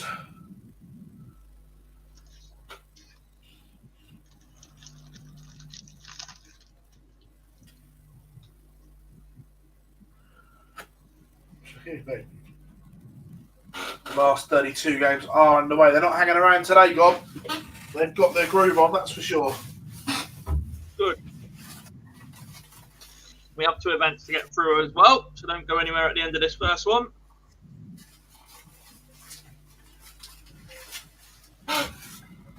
Go anywhere at all, because I'm pretty sure what Phil's going to do in a few minutes is take us to a quick ad break. Am I? I will. Let me make sure I've got some stuff teed up. Find the button now. He's got to find the button now. Josie Patterson takes out 93 for a 4-3 win. Grace Ferridge was sat on 82. That's a good win for Josie. That puts her into the last 32 as well.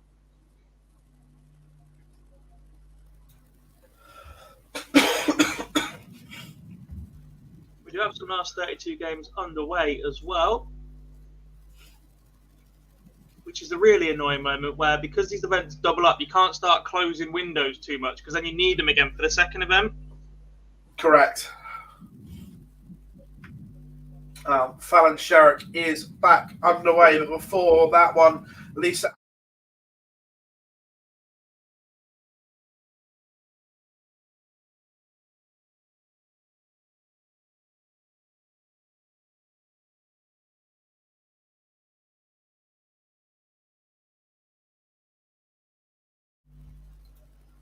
I've got no idea what happened there. Someone pressed the wrong button. No, didn't press anything. Yeah. Like, Lisa Ashton is back underway, is what Phil was saying. She is taking on Tina Nailon on board number 8. Yeah, just the 2 events today. Right. There was 3 in the last block, so to cancel the German leg of the women's series last year. Are we worried that are they going to have to cancel the German leg again? Because I'm not convinced you get 104 to enter in Germany. I don't know.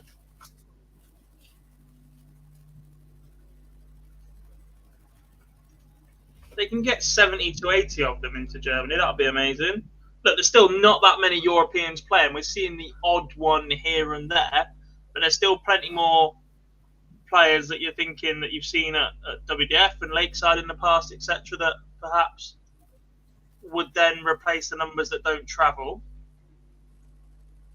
Oh my God. That was always happening, wasn't it?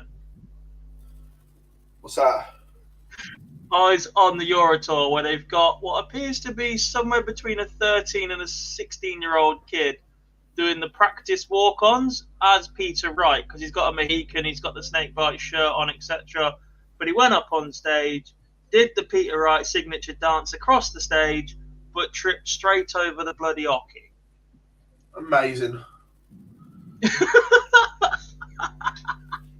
Only on the Euro Tour. Corin Hammond takes the first leg against Joanne Aldershaw on our featured game up on the board. Lorraine Winstanley is on the streaming board. She is. I'm just watching it now, and look, Lorraine is a fabulous player, but I hate that action. Yeah, because there's no extension to it. Correct.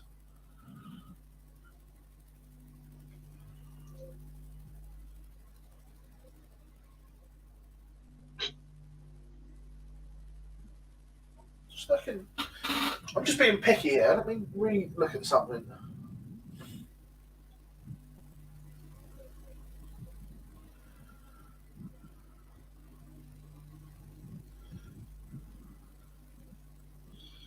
Astrid.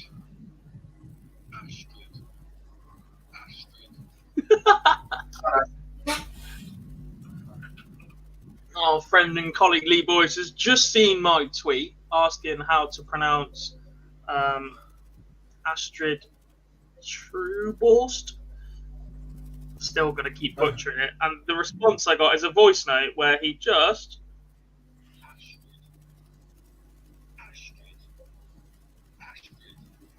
No attempt at the surname. Big help, Lee. Thanks a lot, mate.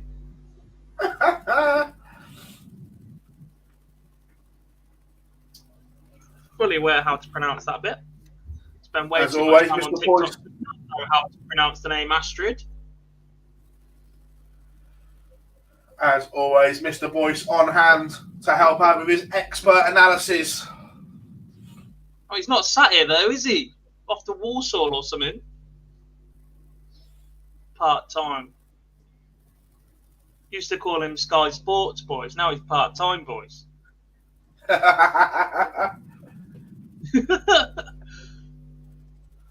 Good finish from Lorraine Winstanley. Checks out 98 in 2. Fallon wins the opening leg, but again, Phil, it's not quite pretty enough that we're used to seeing from the Queen of the Palace. Sherry Yeomans has beaten Kerry O'Connor 4-1. Like I said, I had the same reservations about Lisa last time.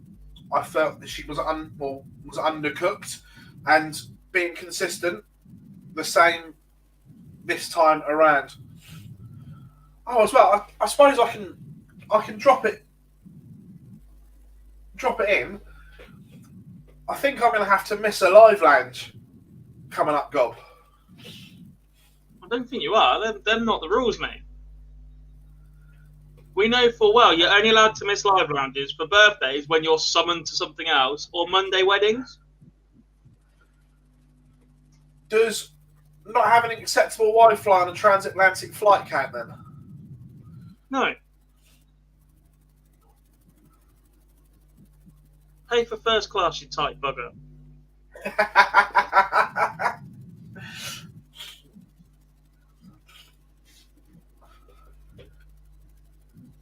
It's not till May, so...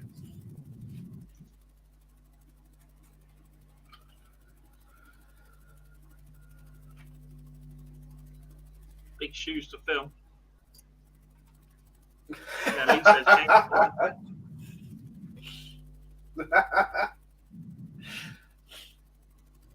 It had been a Monday wedding, mate. You'd been absolutely fine.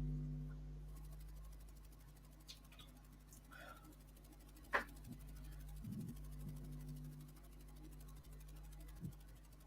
seen one of the PDC lorries on the motorway yesterday near Sheffield. Yeah, they're in Barnsley this weekend, so that makes complete sense. Where's the PL at next week? It's Thursday night. It will be here in Nottingham. And then I have the joy of bringing God back to the south of the country. Hopefully. I'll tell you what, if it happens, should we do an Insta Live, God, coming back?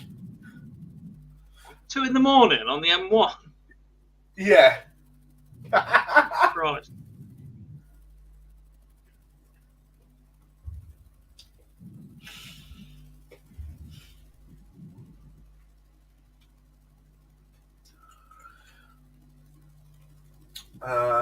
What else have we got flowing around here at the moment? It's disappeared, so I'm guessing she made ridiculously... Oh, no, there it is. Lisa Ashton, 3-0 to the good, averaging a very, very steady 86 from the Lancashire Rose. She is indeed. And she gets the job done. 7. 6, Aileen de Graaf and Sherry Yeomans. Michelle Andrews 1-0 up on Josie Patterson. No messing around for Josie. She's straight back on. So is Felicia Blay as well. I wanted to keep an eye on that game.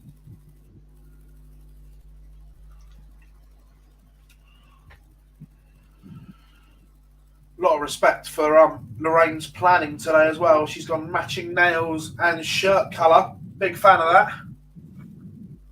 Yeah, they can't quite. It's a bit Peter Wright, isn't it? You can't quite see Gerwyn Price having matching nails of his shirt, but you know.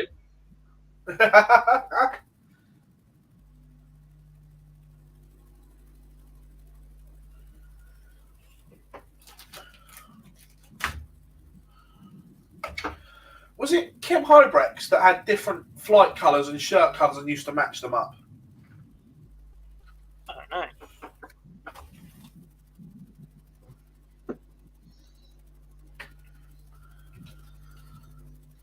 This is the one to watch, Phil. That Felicia Blay game, look at the scoring power of Jane Densley. She can do that all day. Yeah.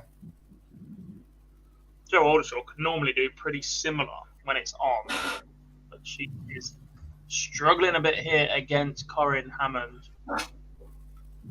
2-1 behind. Not found a treble in the entire leg.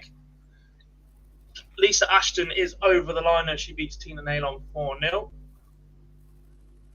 Josie Patterson's levelled up at 1 apiece.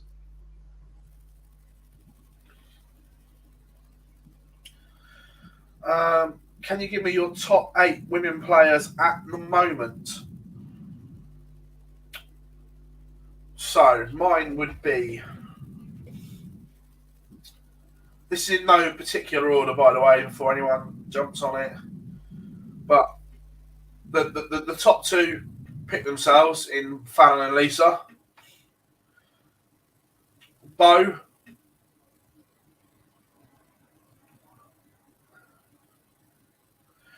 She's going to be in Sorry, there. I just muted my mic. I realised 180 songs playing on the Euro Tour.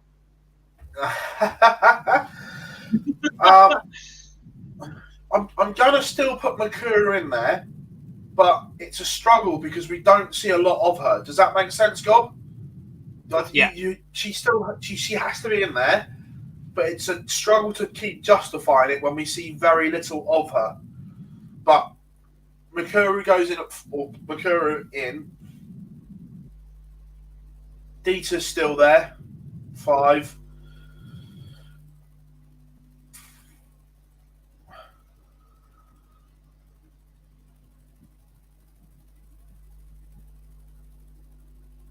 I would put myself, Katie Sheldon, in there. Not sure to shout on Katie.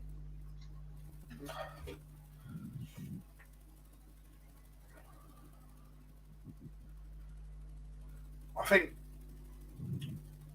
just think that those positions 6, 7, and 8 are all very interchangeable because they all beat each other in and around that area.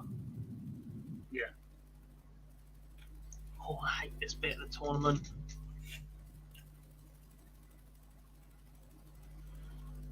Again, so warming up on 5 of your games. It's Katie Sheldon against Rhiannon Griffiths because it's the last 16, so it's jumped into my board section. I don't like it. Look, I'm just watching the Fallon game, Gob. Normally, one of her best part of her games is her doubling. And her doubling has been nothing short of horrific today. Mm-hmm. My top 8 in the game right now.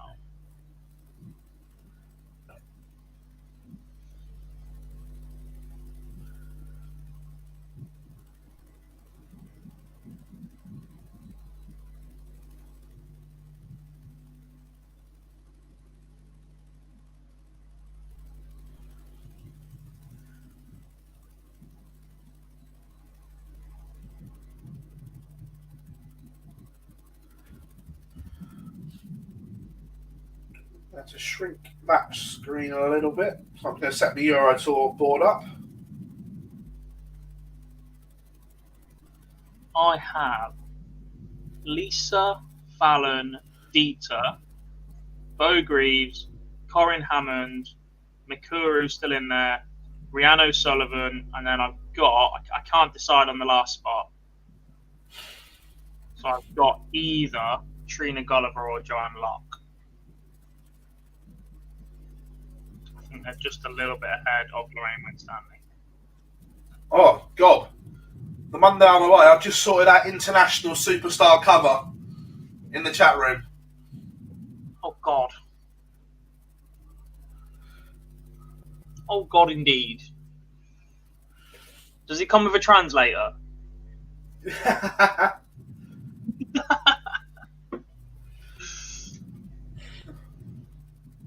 I mean, I've just left Lorraine Winstanley out of my top 8 ladies, but she just averaged 88 to win 4-0 against Kim Holden.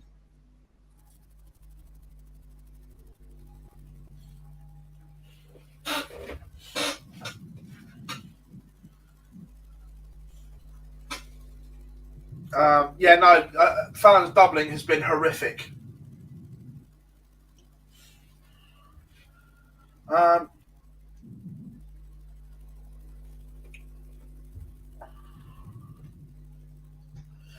I'm interested to see the Ratajski throw today as well, because last time the first dart looked horrific.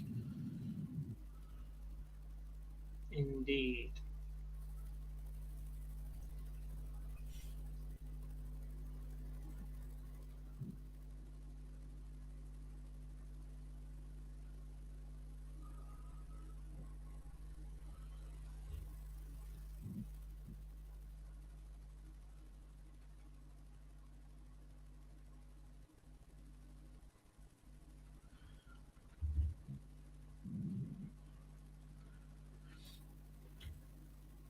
And Hayley Brandt has one back, but Fallon has the darts here in leg 5. And look.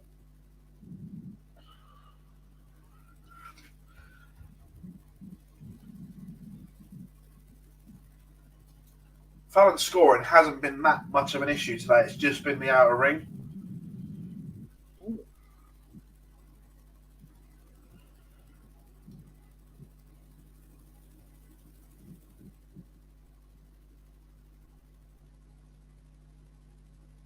some early Isle of Man men's open scores.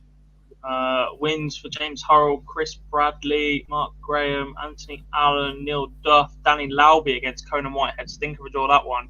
And Joshua Riding has beaten Richard Veenstra 4-0. Flyers having a bit of a stinker.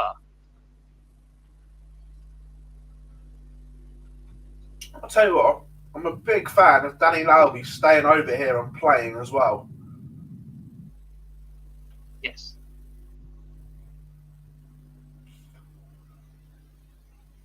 I can't think of another reason he wants to stay over here and play. Can you, Gob?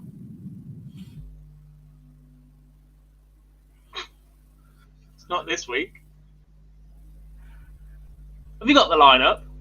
It's already been released by Sporty Stuff TV, but have you got the lineup to let everybody know watching what's to come in the live league next week? Give me a second, I am, yeah. Let me find me. Come. We should have this ready and prepared. We're professionals, don't you know?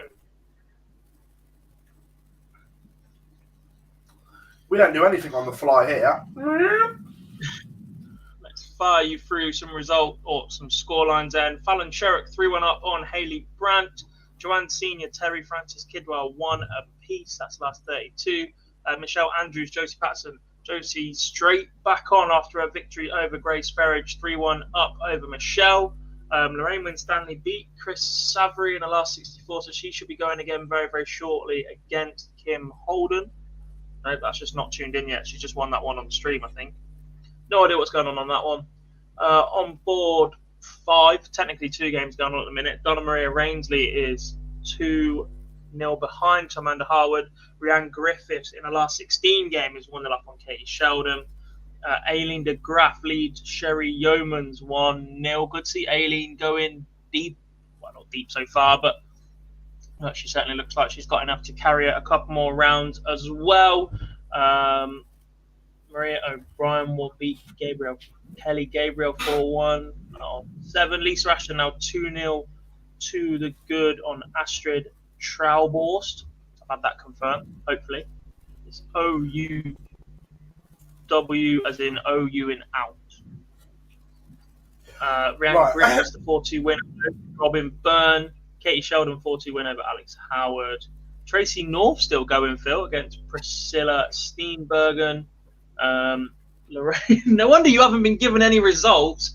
Lorena Rietbergen, 4-3 winner over Joanne Locke. Joe Locke is out.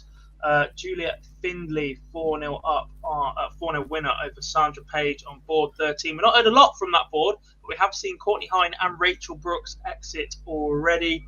On 14, Kirsty Hutchinson beat Steph Stutley, so we're waiting on that game. It'll be Kirsty against Leanne Topper. Jane Densley, Felicia Blade, currently 3 apiece, Phil. Really, really good game. This one, 70 average for Jane, who's opened up 180, then 60 in the decider, just a 60, and then another 60 from Felicia. So daylight at the minute in that one. And then on 16, what are we waiting for on 16? Results, I guess. The last one on this screen at the minute was Chloe O'Brien beating Laura Turner. We've already seen Corinne play Joe Aldershaw as well. Does that mean waiting on Corinne versus Chloe? I think we may well be. Fallon Sherrick wins 4-1. She gets over the line, 60 average again from Fallon. Terry Kidwell now 2-1 up after playing through them. Josie Patterson wants tops for a 4-1 win, but Michelle Andrews will get darts at 8 to start. So, Rob, this week's live league will be Connor Heenahan, Gary Blades, Tony Elsonas, Jared Cole, Yella Klassen in Group A. Group B, James Richardson, Dan Reed, Paul Hogan. Group C, Justin Smith, Aaron Beanie, and Kurt Parry. Kurt's had some stinker draws, by the way. That last group he found himself in was very, very tough. I think it was week 3 of the last phase. Also, coming up, Jesus Nogueira will play in this phase? I presume a certain American will as well, after you just dropped that hint. Correct. We will see Danny Lauby again. Also, I'm going to tease you one. I'm not going to give the name. We have an international superstar playing in this phase. Is it Pauline? No. Oh. That's not fair. Felicia Blayfield is out. Jane Densley has beaten her 4-3. Very, very good victory for JD. Keep an eye out for her.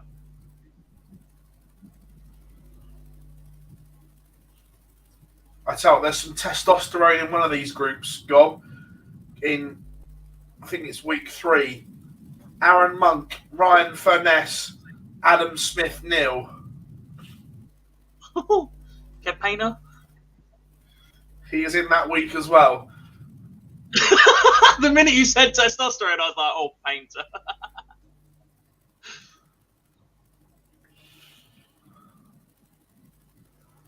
Women's darts, yeah, that's me. Jack Carpenter. Hello. It is, no, it's not Phil. The clue was in the international bit. Oh.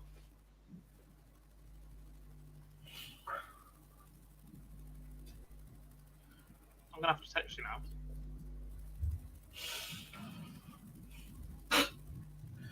Eileen de Graaf is sailed through.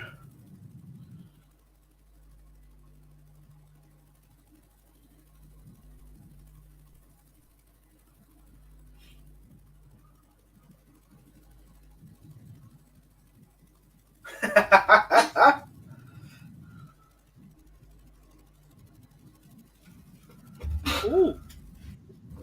Kylian Mbappe playing darts. Well, he's got more time to focus on it because PSV are. Josie Patterson wins 2 against Michelle Andrews.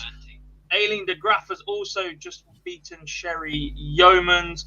Terry Kidwell now 2 apiece with Joanne Senior. So about this time we start muddling around the boards. I'm going to have to just close them and get 4 boards up for myself in a minute. By the way, Rob, I've not underplayed that, have I, with international superstar?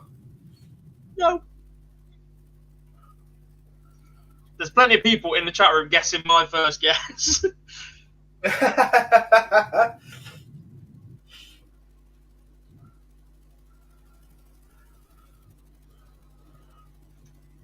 Also, I don't think it's until June time, but there is a member of the World Seniors Party confirmed to play as well.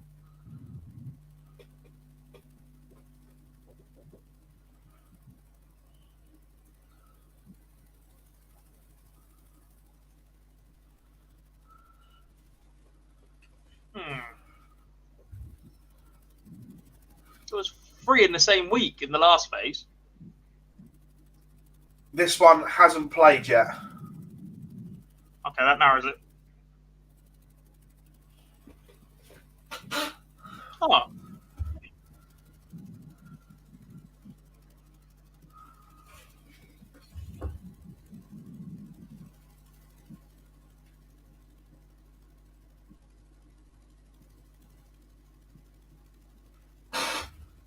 Really? Woo-hoo! Promise. No way. Oh, Promise. quite excited for that one. Right, enough of that. It's Women's Series week, Phil. Shall we actually nip to a quick ad break now? Because I've given you like an hour to get that ready. Yeah. And we haven't had one yet today. And then we'll be back and give you a little bit of a roundup as to where we are.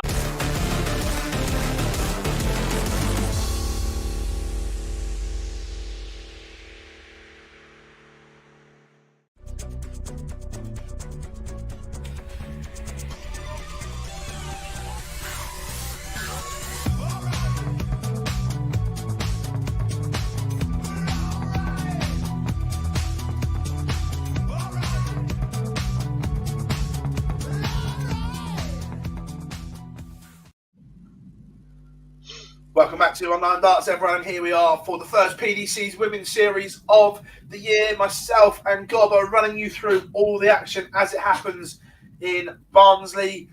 Look, all the big hitters are still there today, Gob. They are indeed. There's only 2 games in play right now. That's Terry Frances Kidwell. She's 3-2 behind to Joanne Senior. And Amanda Harwood is 3-2 up on Donna Maria Rainsley, despite averaging 4 points less. And that could be 4-2 very, very shortly as well. Warming up, we've got Chloe O'Brien against Corinne Hammond. Tracy North still in. She's got Lorena Rietbergen. Rhiannon Griffiths is the first player into the last 8. She beat Katie Sheldon 4-1 with an 84 average as well. Rhiannon started the day on stream, actually, victory. When we've seen her, she's going about her business quite nicely. Fallon Sherrick, Josie Patterson, they're both still in, as is Lorraine Winstanley, Aileen de Graaf, Maria O'Brien, Lisa Ashton, Tracy North, we just said that, Lorena Rietbergen, Juliette Findlay, she averaged 77 in a victory over Steph Clark in the last 32. Not a name we've mentioned a lot before. Kirsty Hutchinson, she's still going. She beat Leanne Topper, and Jane Densley of Derbyshire beat Felicia Blay 4-3 in the last round. The first time, I believe, in PDC Women's Series that Felicia Blay has not made at least the last 16 of an event, Phil. I believe so, yes.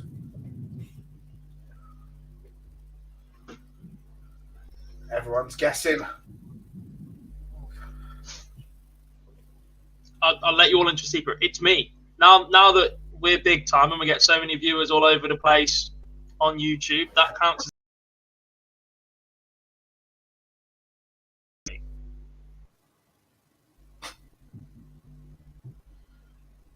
Gob smashing it.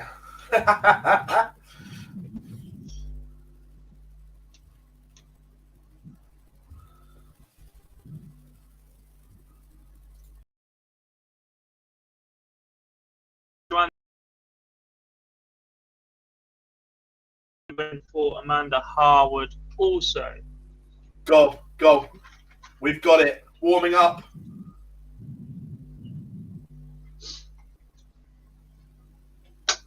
Which one? Lorraine Winstanley, Josie Patterson. We haven't had it yet, and there it is. Maria versus Lisa. No. Mum versus daughter. Yours is showing different to mine. What? Josie versus Lorraine, of course.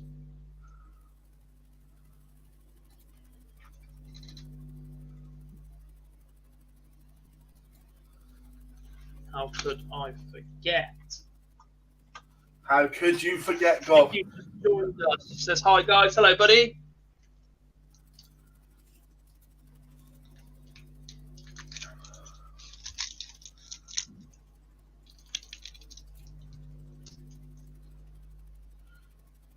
Surely they've got to put that on the stream. We've already seen Lorraine on stream, though. We haven't seen Lisa Ashton yet today, and we haven't seen Fallon Sherrick yet today. No.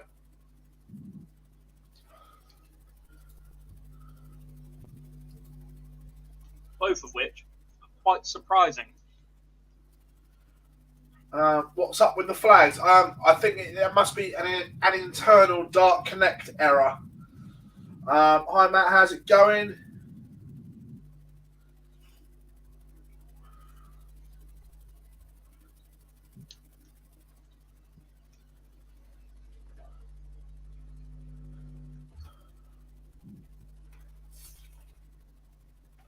Lee says, is Zoe Jones not nicknamed the Pink Panther because of the colour of her hair? She was. She no longer has pink hair.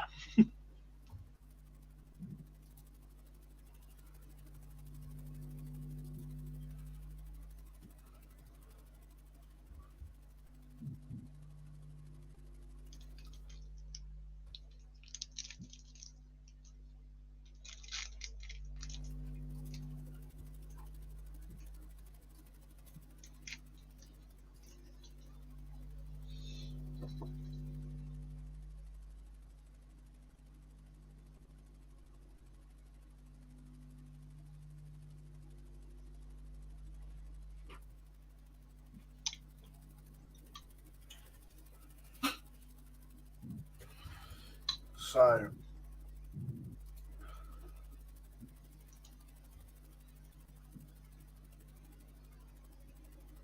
Not only have the flags I've got disappeared, the Phil, Euro.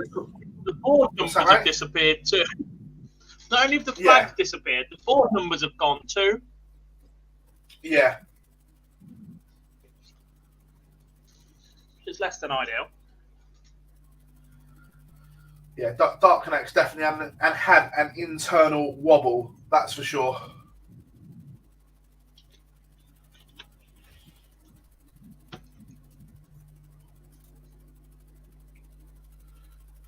Some absolute belting games warming up right now.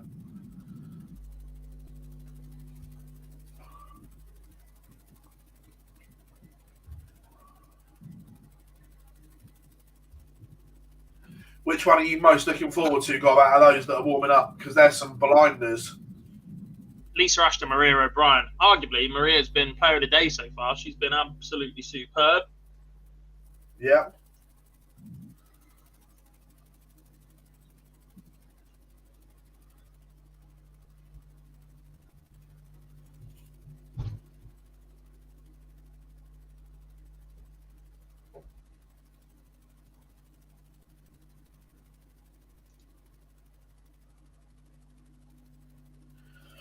Lee, she's still the Pink Panther.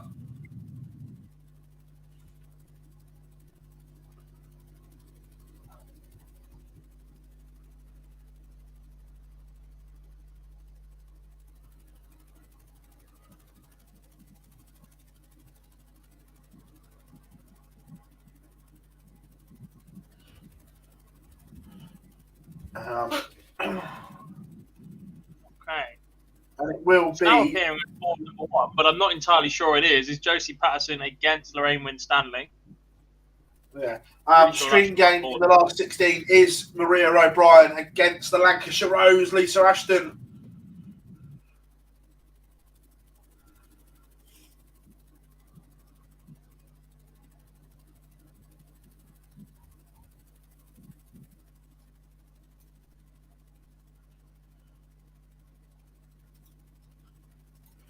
And I've been waiting for it. And this is going as the feature game.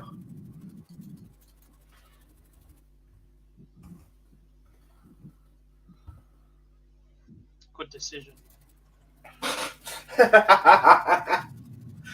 You knew it was coming. In a weird way, this might be the game that allowed Josie to relax the most out of any game we've seen her play in the PDC.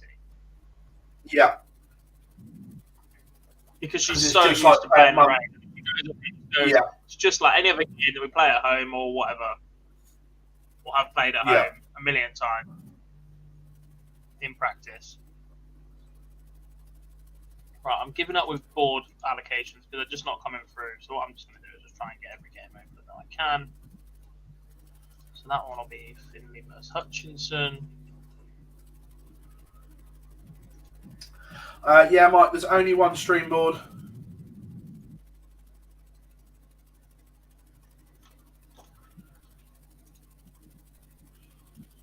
Talking of nicknames, chat room, who has the best? Which woman player has the best nickname?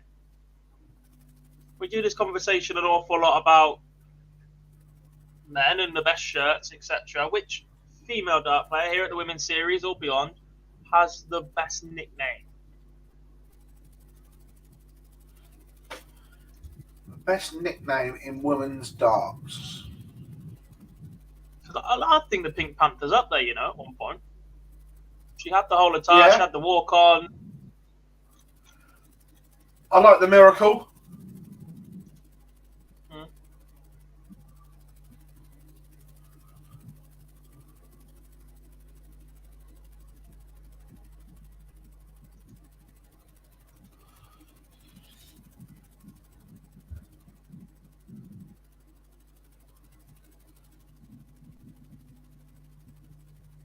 We'll get onto that in a minute, Lee, because that's a good. We have that debate a little bit at a minute with two other players as well.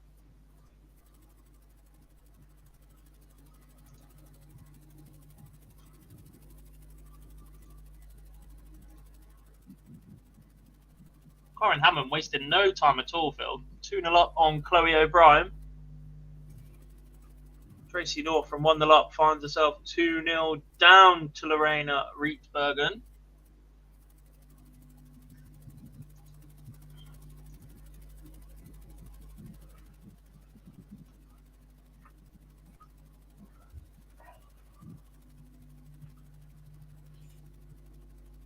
And the stream is now underway. Oh, board 16's miles behind. So Corin versus Chloe, I did think that is a little bit back. They're playing now, and the winner of that will play Jane Densley. Christ.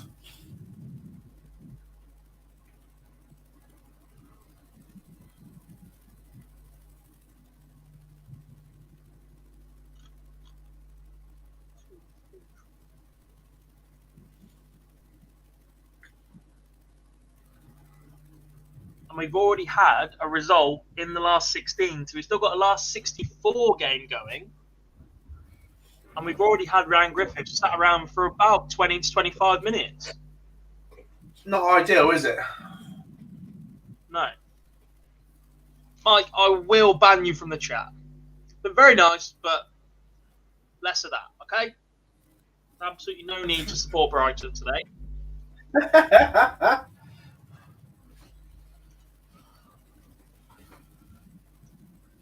Can't lie, Phil. I actually wanted you lot to win a game the other day. And you did. We're either very good or very, very, very ordinary. If it was after 9 o'clock, I'd have said very good. Very good. Have you got Leeds to play yet? I'd love you to be very good against them. You've just been very good against Everton. And I'd love you to be very, very bad if you still got them about Watford and us, because we still got to play you.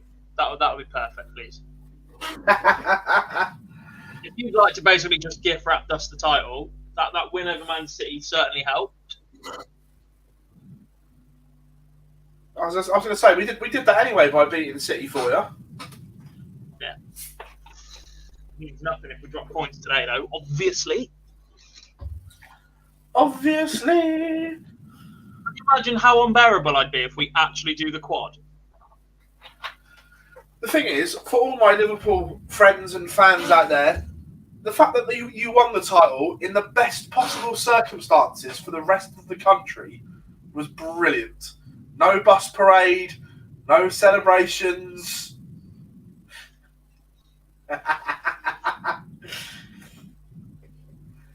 least we lifted a trophy. Isn't yours a decade now? 12 years. 12 years? Something Do you want to know how long yeah. ago that was? I was still at secondary school.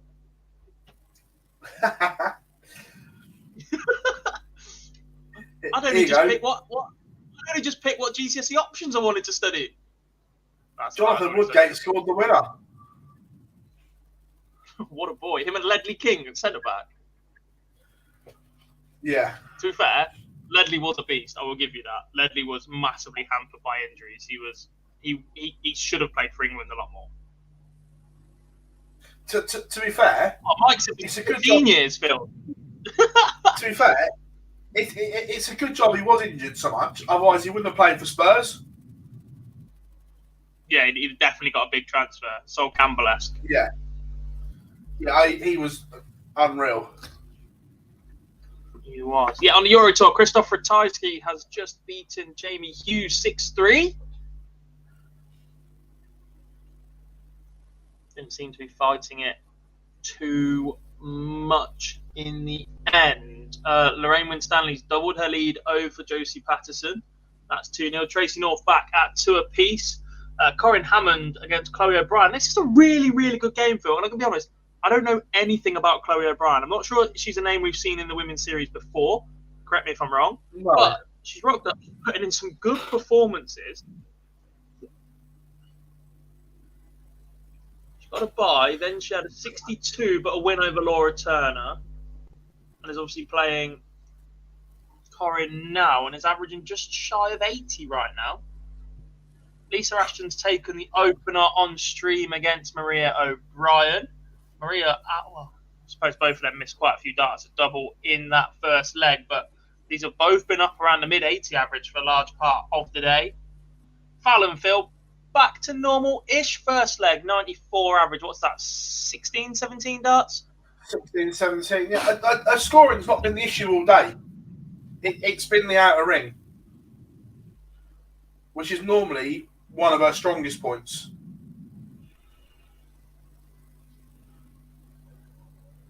Tracy North still going as well.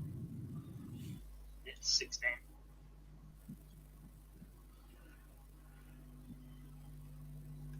God, would it give 3 apiece now?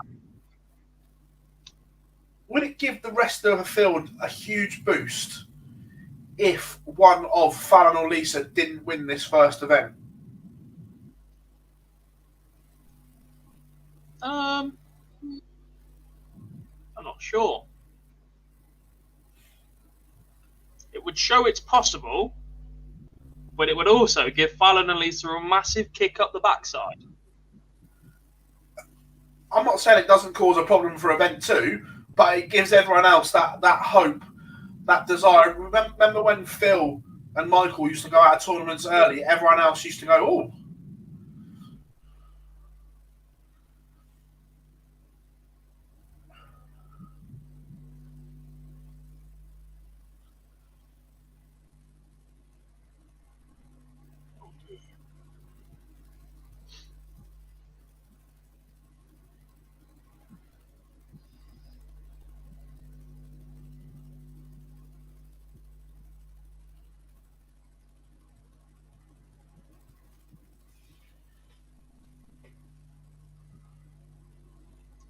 Juanita, the Euro Tour DJ is elite. I'd love to say I'm joining you, but because we're streaming, I can't listen to the songs in between. Although he definitely does have competition from Darts DJ Lee, Phil. He was very good at the World Seniors. Yeah, completely.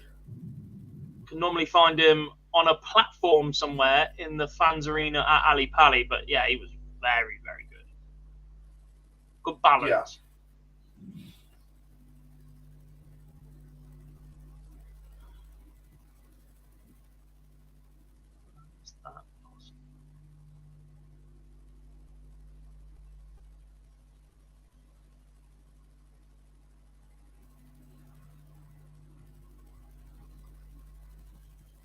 Tracy North has beaten Lorena Rietbergen 4-3.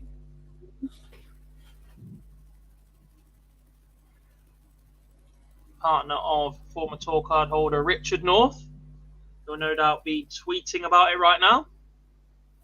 Probably spell her name wrong, but he'll be tweeting about it right now. Is it a ginger thing, Phil, that you just can't tweet without mistakes, or? Yeah, 100%. Okay. Remind me never to dye my hair.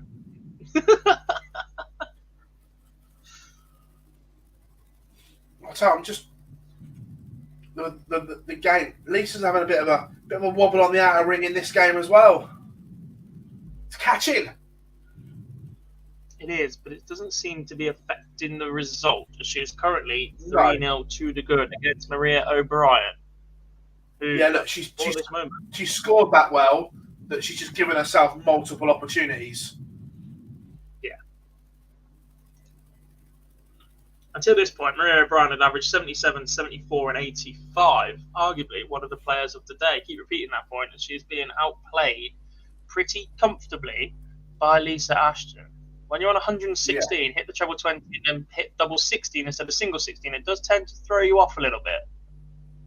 And then miscounted and went for double 17 instead of double 12. Lorraine Winstanley is over the line. From there,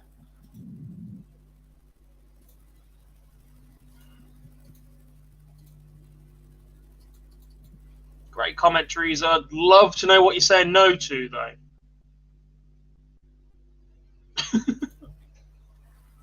just no. Just no. Just no. Not having it today. No. No.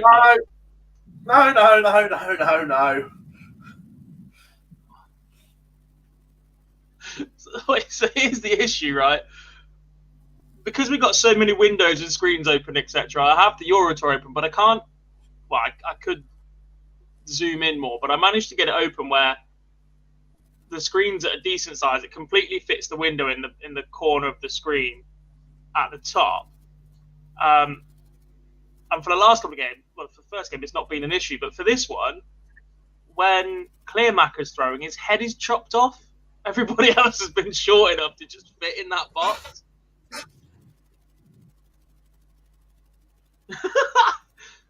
Oh, Phil, what have you done to us?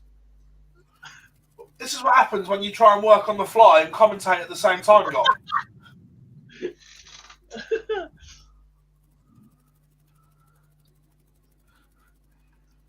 This is what happens when I was watching games and doing graphics at the same time. Bang, bang, bang. Results all over the place. Rainwind Stanley beats Josie Patterson 4-0. Juliet Findlay beats Kirsty Hutchinson 4-1. And Fallon Sherrick wins 4-0 against Joanne Senior. It is Joanne Senior.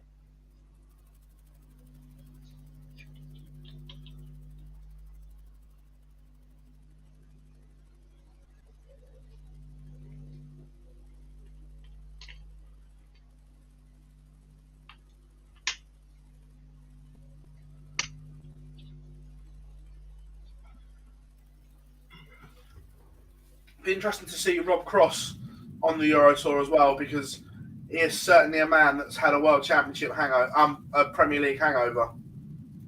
Yes.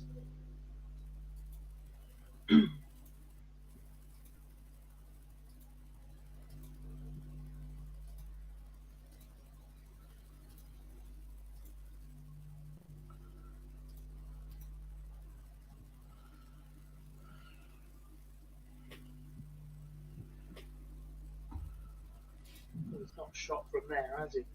Silly boy.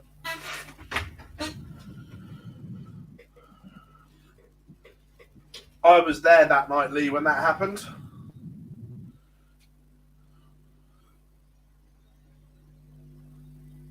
You weren't a Man City fan 18 years ago. They didn't have any money. You'd have been a Man United fan, then a Chelsea fan for a bit, and then a Man City fan. That's how it works, isn't it?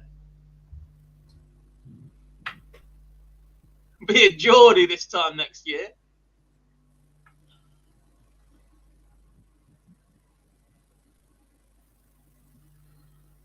Lisa Ashton has beaten Maria O'Brien 4-1. It's not the brilliant free-flowing best from the Lancashire Rose so far.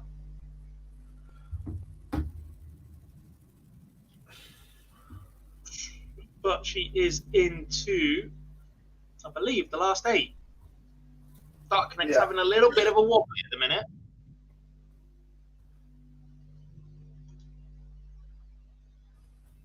Talking of wobbly, Liverpool look terrible. Well, that's not good. Have you seen the next bit that's been posted on Dark Connect, Phil?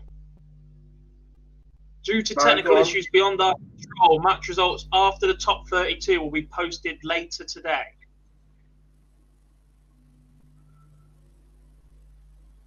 That might explain why there's no board allocations or flags for these players right now.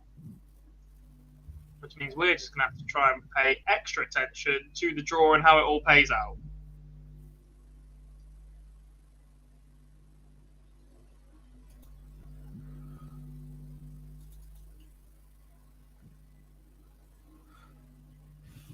Have they tried to put too much on Dark Connect at once? I don't think so. What else on Dark Connect? Well, the Eurotour stuff don't go on there, does it? No, Eurotour's on Live Darts and Sport Radar. Isle of Man is not on Dark Connect as far as I know. And Hungarian Open definitely isn't.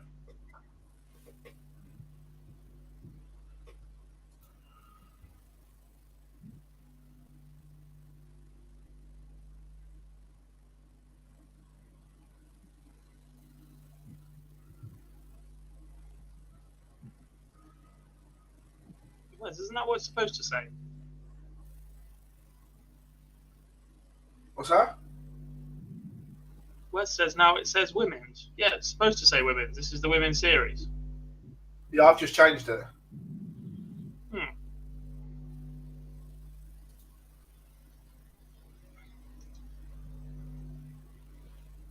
That's what happens when we try and knock stuff up on the fly whilst commentating on games.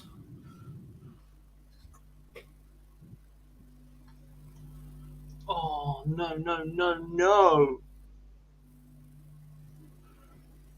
Brighton just scored. No, even worse. Not only is that message bad news, Dark Connect has died completely. The markers are now manually scoring games. Really? Yes.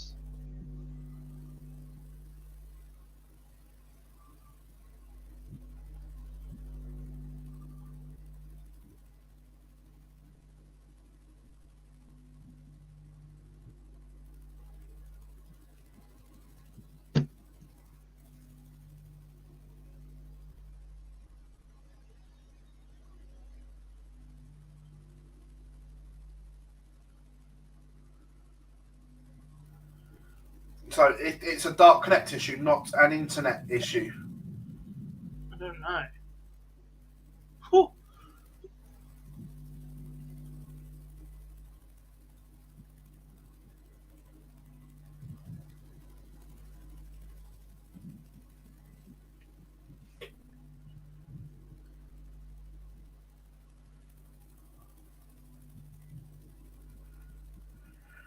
If there's no Dark Connect, I'm not sure how we keep up with play.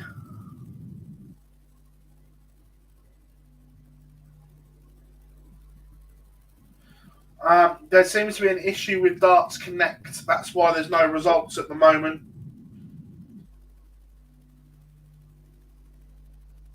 I'm starting to get hungry.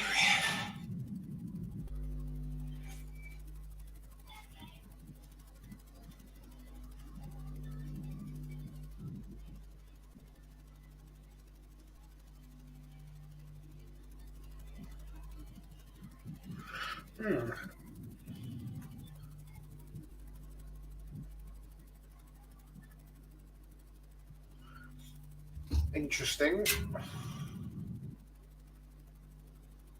I'm guessing some of them are still working. Don't know. So the message I've had is, okay, that's fine. It looks like we're okay for now. The message I got was, you've been blind for the last 20 minutes. We're on the quarterfinals, but Rhiannon Griffiths, Tracy North, Jane Densley, Chloe O'Brien is at both quarterfinals, I think. They're entering games manually into the iPads. That's not good. The other issue this causes is if they can't get Dark Connect up and running, Phil, they can't do a draw for the second event. Well, they can. On paper or with balls. Yeah.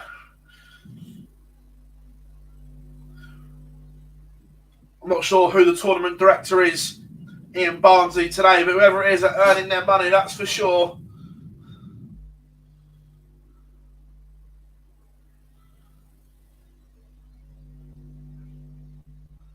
Warming up. Surely that'll be the stream game. Fallon Sherrick against Lorraine Winstanley, Gob. You'd expect so.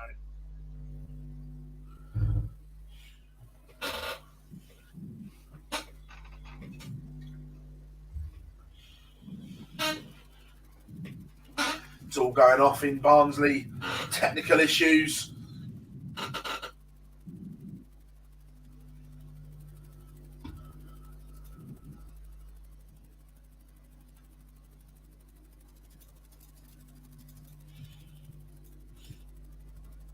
Alan and Lorraine are going on the stream.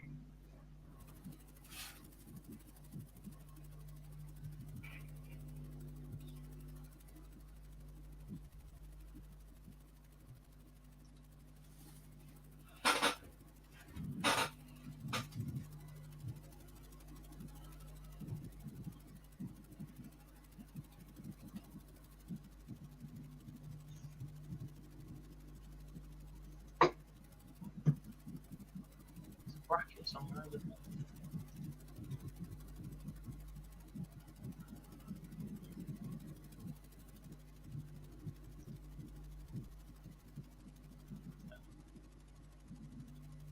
The bracket feature's broken down. It's not good. No.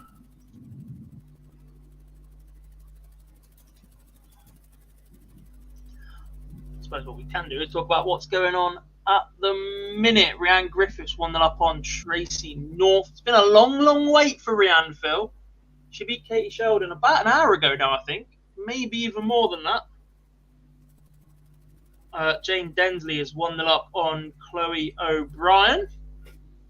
And that was a break of throw as well, but opened with a maximum to Chloe in leg 2, so she might steal that break straight back. Amanda Harwood 3-2 down to Aileen de Graaf. The winner of this will play Lisa Ashton. The winner of that Densley O'Brien game will play Juliet Findlay as well in the last 8. So a decent opportunity for a semi-final for a name that, well, if you'd offer people one of those 3 in a semi-final at the start of the day, Phil. God, when you get a chance, look at Rob Cross's points. Is it me or they look longer and thinner?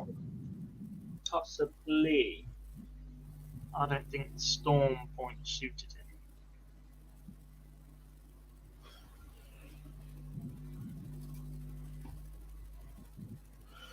Lorraine has been great today so far from Craig. Yes, she has. On the form we've seen, I make her favourite for this game. Would you agree, Gob? On the form we've seen today, I would make her favourite. Women's Darts says, what did Maria average against Lisa? I think it was around 62.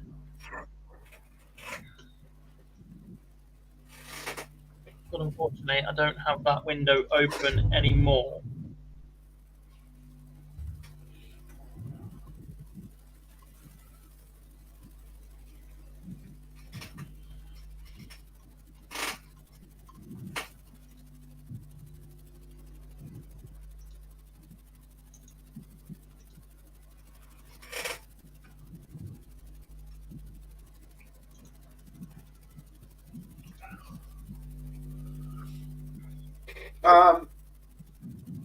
Yeah, Craig, look, yeah, Fallon's got time to get ready for the WDF Worlds.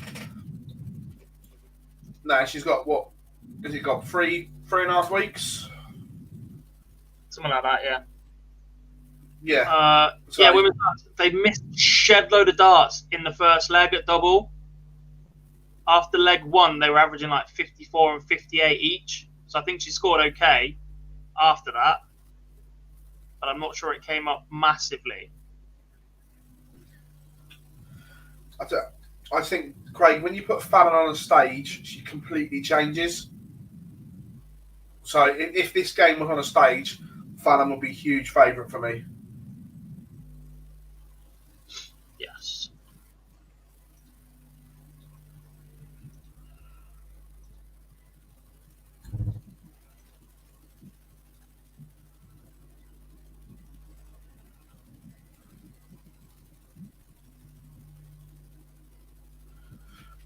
Disappointed Fallon is in the Worlds now. It makes it harder for Dita to win it.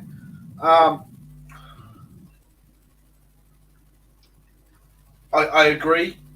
I said the same for Anastasia before she was ruled out, and Dita Gob. If neither of them won it this year, they'd arguably never ever get a better chance to win it. Anastasia again and Dita for the first time.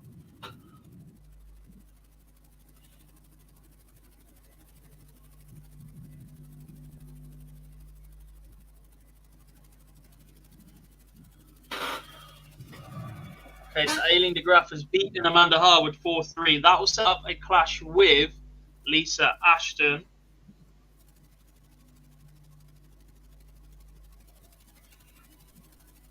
Oh dear, oh dear, oh dear, oh dear, oh dear. What are you daring about now? So it's not a Dart Connect issue. It's the company that Dart Connect use for data storage has gone down worldwide. entire afternoon comp will run manually. It may have live scores, it may not, but no results will show once the game's finished. So we're going to need a lot of tabs in.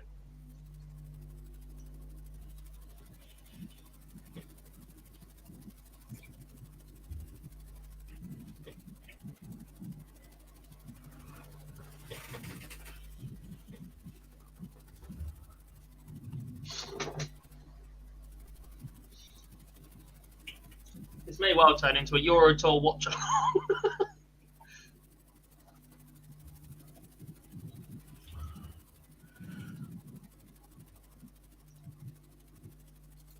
Have they put that on Twitter, or have you got that from the venue? From the venue.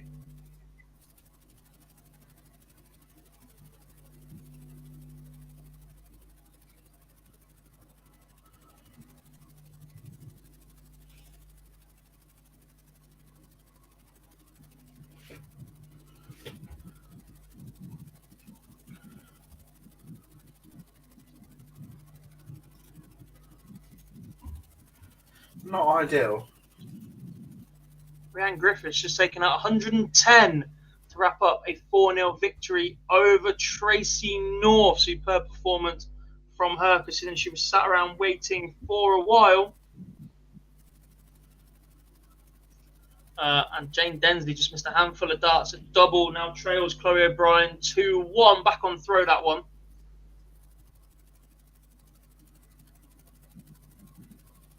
Joel Matip, that's lovely. Ref!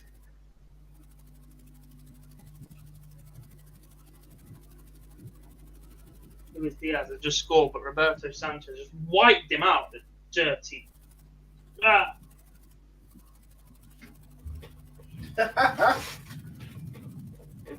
Can he be red carded even if we've scored a goal?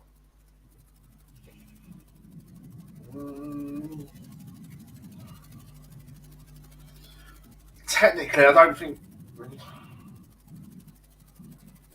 Great run. Fullback's playing him on. Rob Cross, 6-2 winner on the Euro Tour.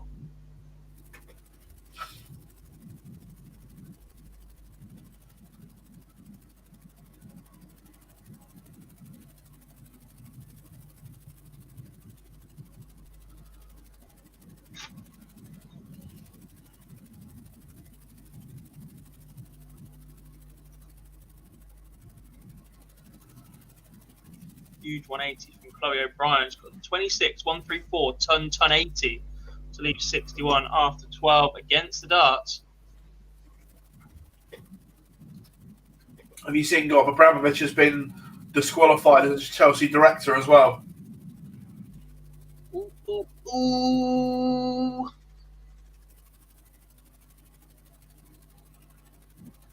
Mike, no, O'Brien lost to Lisa, mate.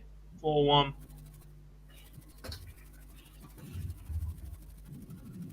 Just the one game in play that we can see. That does feel like the sort of time to have a break. Jane Densley now trails Chloe O'Brien 3-1.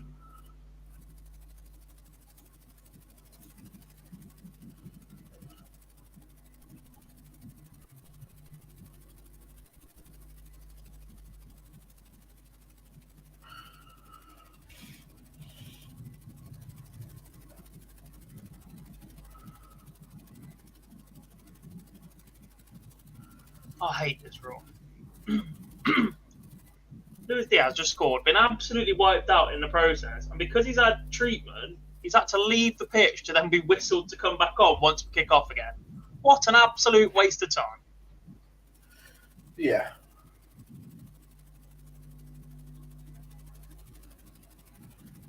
Surely the referees can use their discretion as to when to enforce that bit.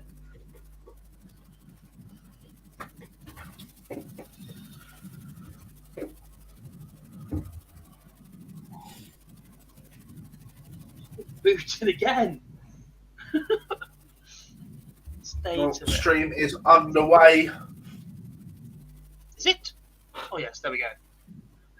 Looking like this one's going one way, and Chloe O'Brien 3-1 to the good against Jane Densley 140, 82, 96 has found a scoring boots here in leg number 5. Lorraine Stanley wins the bull against Fallon. Try myself now, I've opened twice.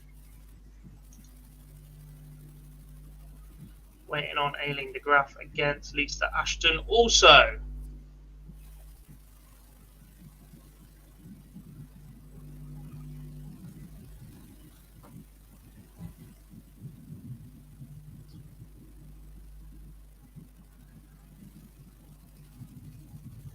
Next up on the Euro Tour, Dirk van Duivenbode against Darius Labanauskas.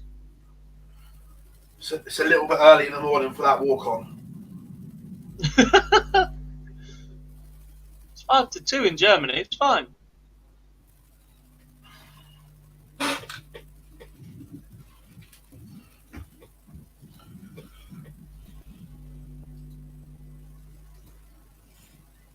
Are they new glasses for Fallon? I was just thinking that, yeah.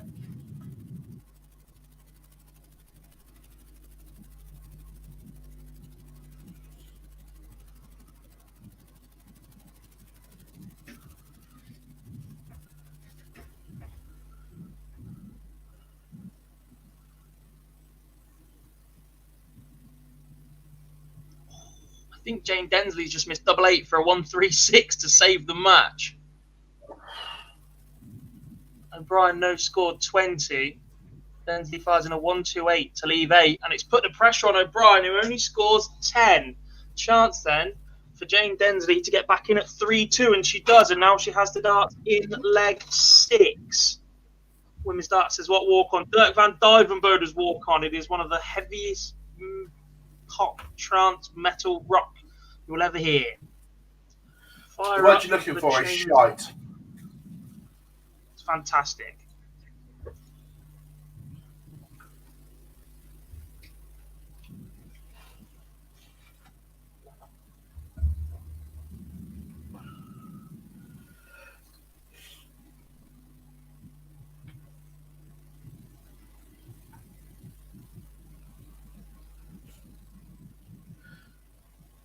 Although it's only early, Gob, I think Fallon Sherrock is in a world of trouble this weekend.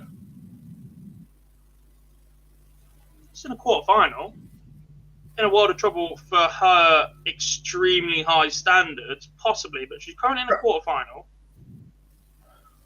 1-0 down, granted, but that was a holder throw.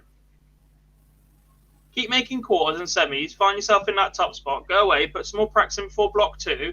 She's got the WDF Women's World Championship as well coming up. If anybody knows how to get ready, it's Fallon. Oh yeah, I mean for this weekend she's in a world of trouble. She just looks so undercooked. It's unreal.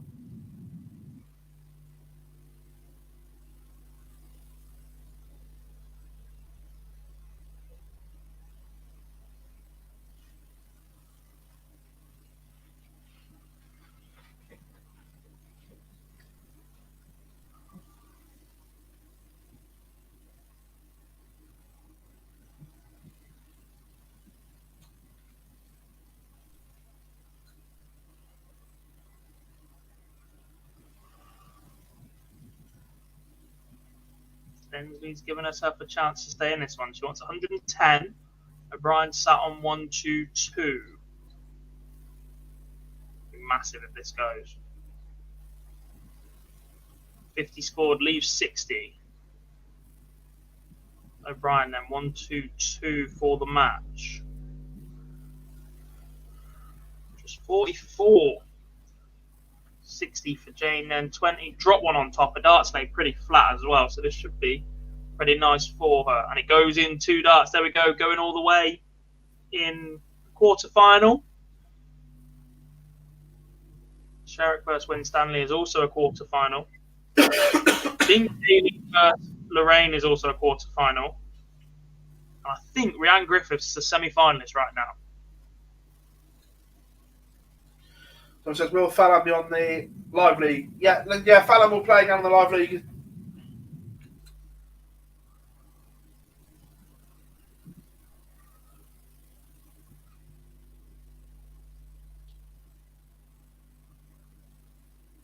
Oh, Lorraine. 25 goes for a 9 and hits treble 9.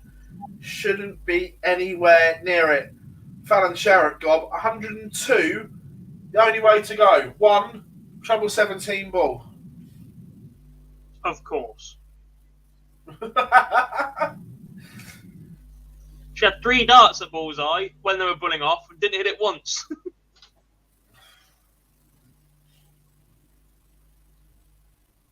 Lisa Ashton, Aileen de Graaf underway. It's 180, 125, 93 from Lisa to leave 103 after 9.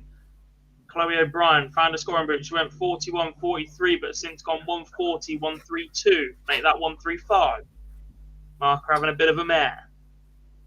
Jason, can you see the Sherrick scores if you click on it? Yeah, I've got the Fallon scores up. Just a 30 from Jane Densley. 107 behind, plus these. 56 from Chloe O'Brien. Leaves 86.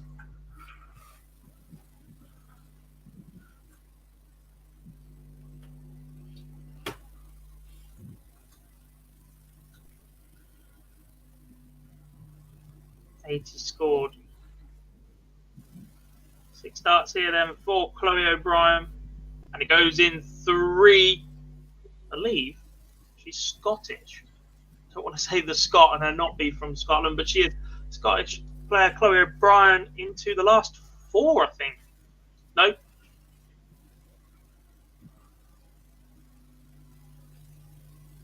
Into the last 8 to play Juliet Findlay, I believe.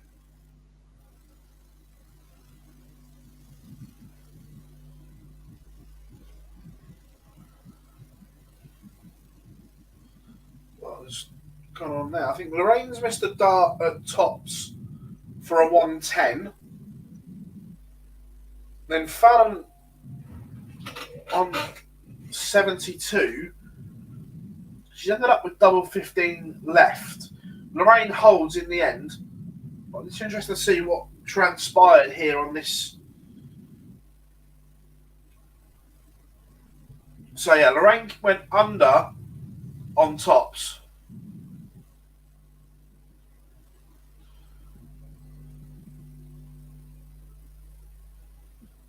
Well, Fallon's gone into double 5 going for tops.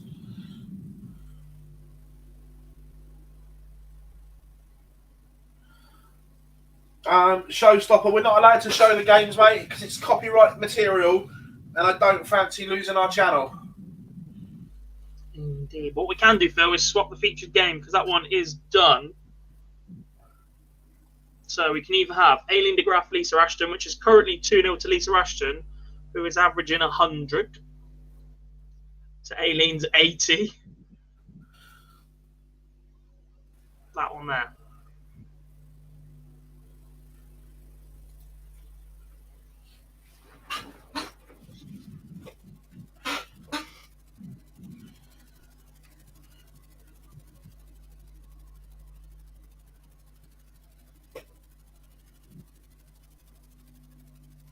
It's a nice run from Lorraine today as well, God, because out of all the big guns, shall we say, she was arguably the one that disappointed most last year. Yeah. Yeah, at times just faltered. Her and Corin were probably the 2 disappointers. Look, they did enough, but you thought they might pinch the odd event or go deep and find themselves in finals. And the amount of time it was just Lisa versus Fallon perhaps underwhelmed a little bit.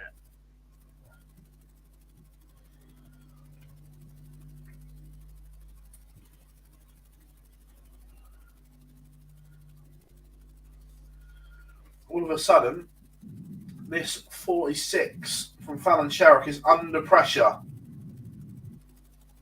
And she misses. There is a huge, huge opportunity here for Lorraine Winstanley. 56 to break the Sherrick throw.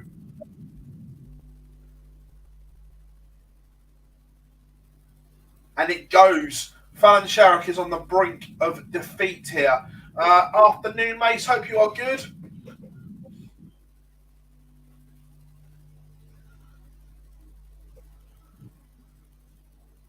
Just looking at it now. Fallon Sherrick.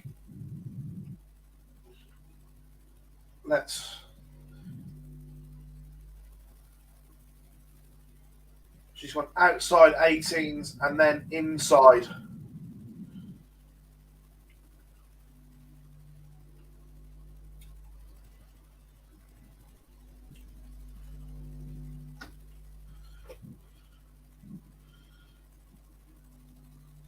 Lorraine pins double 10, last dart in hand. Sherrick now has to win 3 on the spin.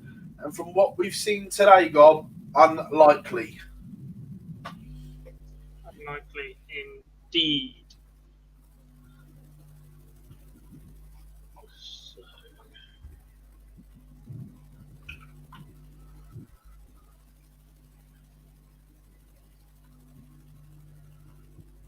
Griffiths and North was the last 8 games. So that puts Rhiannon Griffiths in the semi-finals. Pretty sure Lisa versus Aileen is a quarter-final and Fowler versus Lorraine is a quarter-final, which means Juliet Finley and Chloe O'Brien is also a quarter-final. They're warming up at the minute. So we're not a million miles away from the last 4. Couldn't disagree more, women's darts. Even as a beginner, the first thing you need to tell somebody is to fully extend their arm, follow through. Any sport. Yeah. Every sport. Yeah. If you were teaching someone to throw a dart, you would not base it on Lorraine's action because there is absolutely no follow through at all. Chris says Fallon a bit of rust. Sport, you can point and shoot and extend. Yeah. Fallon a bit of rust maybe. Yeah, mate. She looks massively undercooked, if I'm being brutally honest. Should, though, get it back to 3-2 with a break here. Unless Lorraine Winstanley takes out 1-3-6. She doesn't. 78 scored, leaves 58, which means Fallon 3 in hand from 18 for 3-2. She'll have the darts to force it to 3-3. Goes in 3. She's now got the darts in leg 6. Needs to win back-to-back, though. Said it was unlikely that she wins 3 straight, Phil. There's one of them. Yep.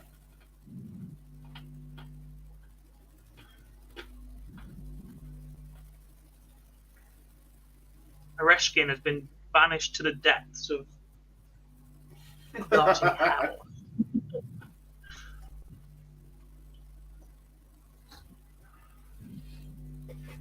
Is Lorraine just starting to think about what she's doing?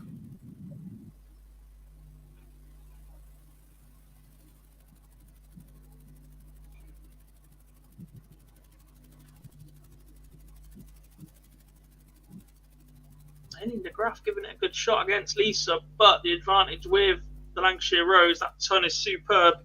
And you think de Graaf might have to take out this 1-4-1 if she's going to survive. What a check out that was from Dirk van Duivenbode, by the way. Single 18, double 18, double 18 for 90, and he leads 3-0 over Darius Labanauskas. Lisa slip. And Aileen has a chance to force it to 3-2, very much like the Fallon Sherrick game. And it goes. Great finish from Aileen de Graaf. Back to 3-2 against Lisa Ashton. The averages are starting to get that little bit closer to each other.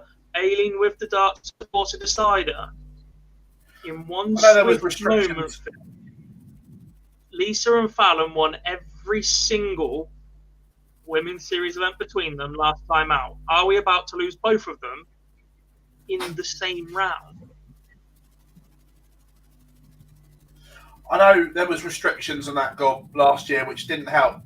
But it's so good to see Aileen de Graaf playing in the women's series. Very capable. Seen her at the Lakeside more than enough times. You just feel you want that one next level performance from her. You want that one little breakthrough from her because she's just been simmering along nicely. But you always... I don't think we've ever really put Aileen in that top bracket with Lisa, Fallon, Dieter. She's always been in that next little bit, Corinne, Lorraine, etc. And she's definitely got the game to go and step up. She was WDF World number 1 for a while, I think. Yeah. But I think that was more of an accumulation of everything, as some rankings can be. Obviously, Colin Lloyd went to World number 1 by not really winning a great deal, just being everywhere. Yeah. Fallon levels us up at 3 apiece on the stream. We're a little bit further ahead than that on Dark Connect, so that is 3 apiece. But Lisa Ashton has just taken out 160 for the match. We're certainly not about to lose one of them, Phil, and the other one is staying alive. Yeah.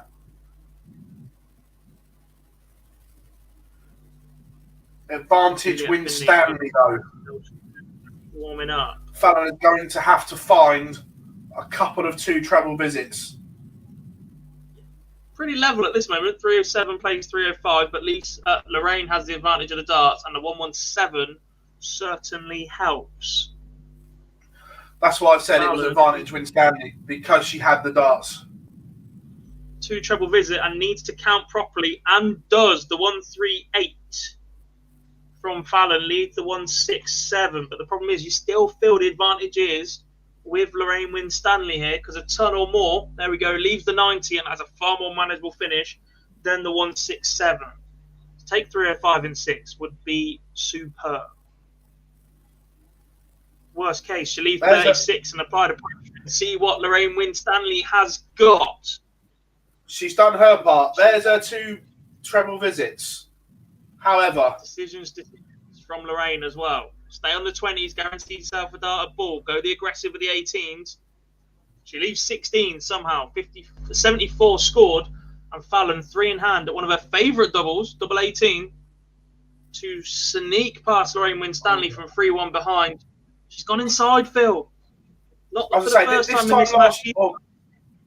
This time last year, that would not have missed. I wouldn't have had any doubt whatsoever. That does not miss. Double 18 does not look like it's been her friend so far today, but Lorraine Winstanley leaves 4. She goes inside on 16s and 8. No, just 8 and 4s. Close enough. We've seen this save Fallon once already, but it doesn't this time. She slips inside as well. I was about to say, I wasn't convinced that went. And this has been the story of Fallon Sherrick's day. Fallon Sherrick has departed, and God, that has been the story. In spells, the scoring has been all right. The doubling and being undercooked is what has cost her. Her doubling, for Fallon Sherrick standards, has been woeful. A little bit ropey, yeah. Well, look, it's first event in a long time for Fallon, so...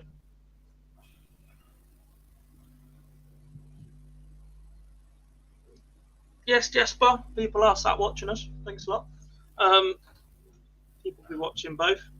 We've gone from absolutely nothing to the first leg already being completed in the Chloe O'Brien-Juliet Finley game. Chloe O'Brien 1-0 up, averaging 72. Finley, another one who's been sat there for a long time now. Chloe O'Brien, let's not forget, was miles behind us. Ryan Griffiths had already beaten Kate Sheldon in the top 16. She was still playing a top 32 game, not even starting a top 32 game against Corinne Hammond. A very, very good run from Chloe O'Brien today. And I'll be honest, Phil, again, not someone we know an awful lot about. Yeah.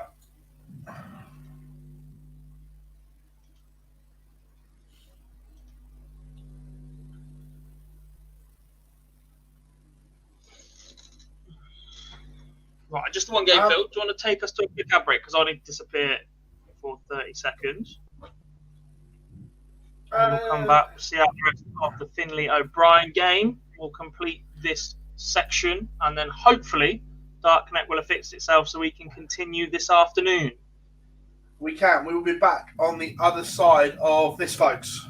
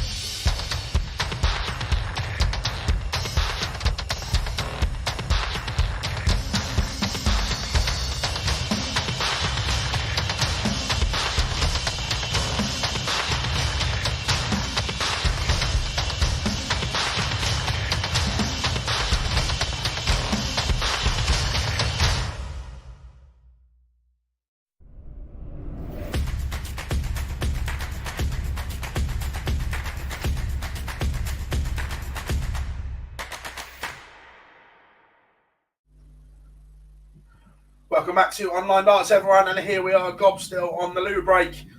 So I will bring you through what is going on. Chloe O'Brien is 1-0 to the good at the moment.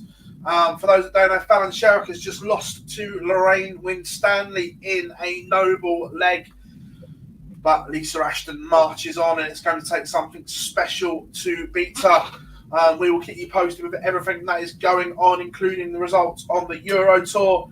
Jasper says, so people are actually watching this with the Euro Tour playing? Correct, mate, because not everyone likes just men's darts. A lot of people, especially in the UK, there's a lot of love for ladies' darts. So who's your favourite players? There's a lot I like to watch. I like watching quick players when they're in the groove. Look, all the top boys can play to a ridiculously good level. But there's just something about watching the likes of Michael Van Gerwen Price, Michael Smith when they're in full flow. Just that pace of a game. You could have MVG averaging 106 or Justin Pipe averaging 106, and one will look distinctively better than the other one. Don't pick on Justin Pipe. Mark Webster did that yesterday. Did you not hear? Yeah, but I'm right what I'm saying, aren't Yeah. I? Did you hear that line? Did you hear the line in commentary? No, I didn't. We didn't have the comment. Nico was talking about this venue in Hildesheim being the first time they balled off the stage because Mervyn King against Justin Pipe took about 20 minutes to complete a bull off. And Webby went, yeah, but Pipe only threw 6 darts in that time. If anyone ever gets chance or they see Mark Webster at an exhibition or whatever, ask him to tell the story about the squash court in Gibraltar. Did you actually win a game, Phil? What's that? Did you actually win a game? No, I'm not. Is this you clinging I'm on? not on about. I'm not on about us playing squash. Just ask him about the squash court in Gibraltar. Chloe O'Brien is a leg away from joining the semi-final lineup. Back then, God, they used to have 2 boards on the Euro Tours, and in Gibraltar, board 2 was in the squash court. Makes sense. Bit of an echo, but One of Mark's best finds he ever got from the DRA. He tells the story so well. so when Dan Dawson commentates from a kitchen in Barnsley, Wigan's not that bad because it's got the viewing area that just becomes the PDC production area, but Yeah. above the bar. We all know where the bar is. Jason, the PDC Euro Tour is on PDC TV. Phil, what do you Tells make you how of the much Jack? PDC are invested in Wigan, by the way. When the bar used to be in like a back room that was technically a separate room, like the main bit is the tennis centre, which is 4 tennis courts wide, big building. Behind that, there's like a badminton court size room that you can play 5-a-side football in or whatever. It's got like all the old primary school style gym equipment around the side of the wall. Well, the bar used to be temporary set up in there, but now there's actually a walk-through bit in between the two that is properly a bar. Yeah. Phil says, what do you make of the Jack Catterall, Josh Taylor investigation? Absolute nonsense. Mate, you can't put in the statement we're downgrading a referee basically because he was awful and then say, yeah, but his scorecard didn't affect the outcome of the fight when it was won on a split decision. Juliet Finley gets a leg back against... Well, you can against Chloe O'Brien. They said they were upset about his margin, so even if they give a couple of rounds back the other way, they're still not disappointed with the way he scored some of the rounds to say it would have changed the result the other way. Farcical.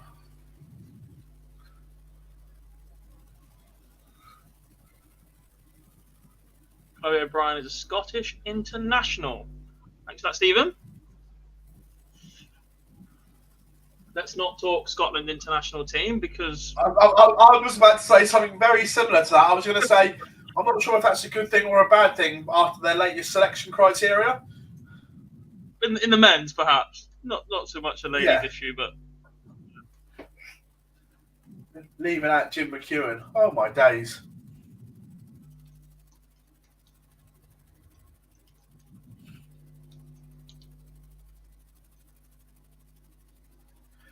Here's one for you, Gob. This year, does Gary Anderson play the World Cup? Because it may be the only way he gets into the Grand Slam. oh, I think he'll play anyway because of that part of the calendar may be sequential. Lorraine Lisa is warming up, so that is one of 2 semi-finals. That one will be streamed, from what I understand, which means the winner of this one, Chloe O'Brien and Juliet Finley, will take on Rhianne Griffiths, if I'm correct, in the other semi-final. So a chance for one of these 3 players to make the final.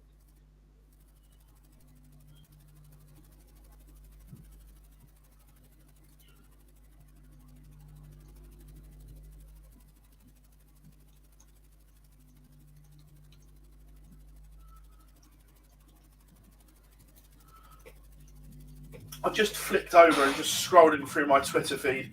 Nice to see everyone's playing nicely again. Are they? No.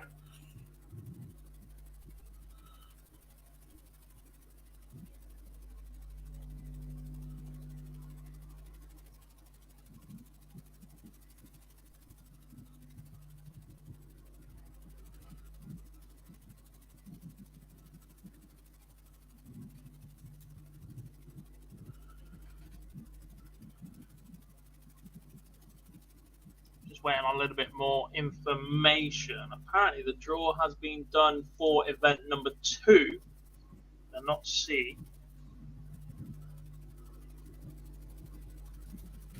If we can see it. So let's have a quick look.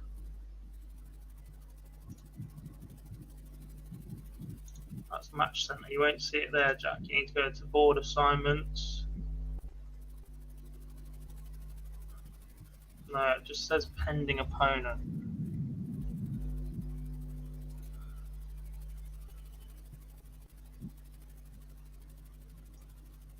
It's not good.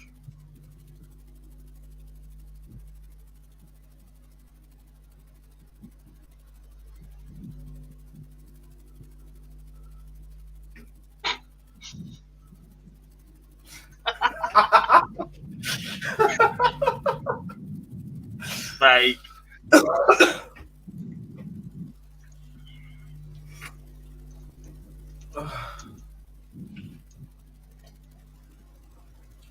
Being told both semi-finals are going to be streamed, possibly one after the other. Well, it'll have to be one after the other. As Chloe O'Brien does defeat Juliet Finley 4-2, setting up a semi-final matchup with Rhianne Griffiths. So, I'm not a fan of that. I'm not a fan of that. I get one player gets longer to sit around, but actually in terms of logistics for us on the day, Phil, if it gives them more time to fix Dark Connect for the second event, I'm all for get it. that part of it I get. I just don't like the fact that someone is going to be cold and someone is going to come off warm. Yeah.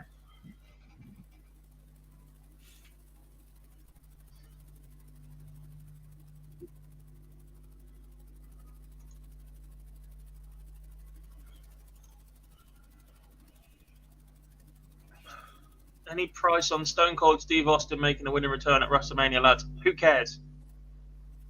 Whoa! That should be on Netflix. That should be on Netflix. That should never be on a sports channel. Should never have been on Sky Sports. Shouldn't be on BT Sports. AEW shouldn't be on whatever.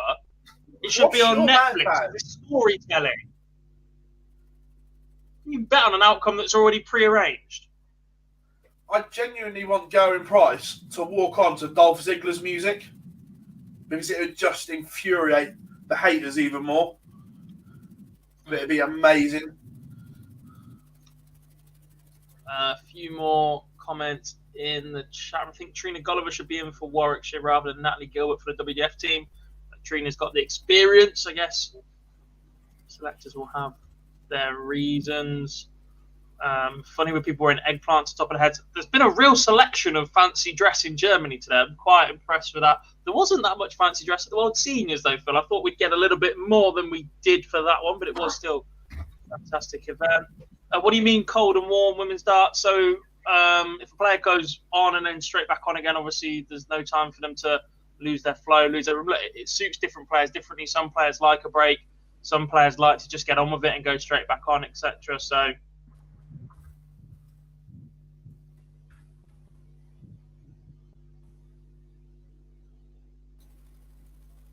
Hey, we'll have a laugh about anything here. Or we'll try to.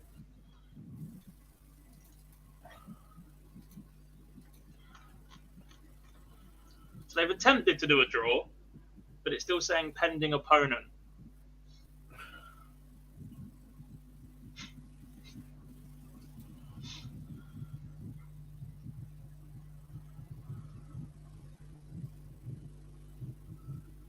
Matthew Edgar, where's he today? He dropped into our chat a little bit earlier. He put a video up about the WDF replacements on his own channel as well. Pretty sure he might be on the practice board, Phil, because is he not one of the names involved in the live league next week? He is. You will see prime time Tuesday morning, 9:30 at the Online Darts Live League.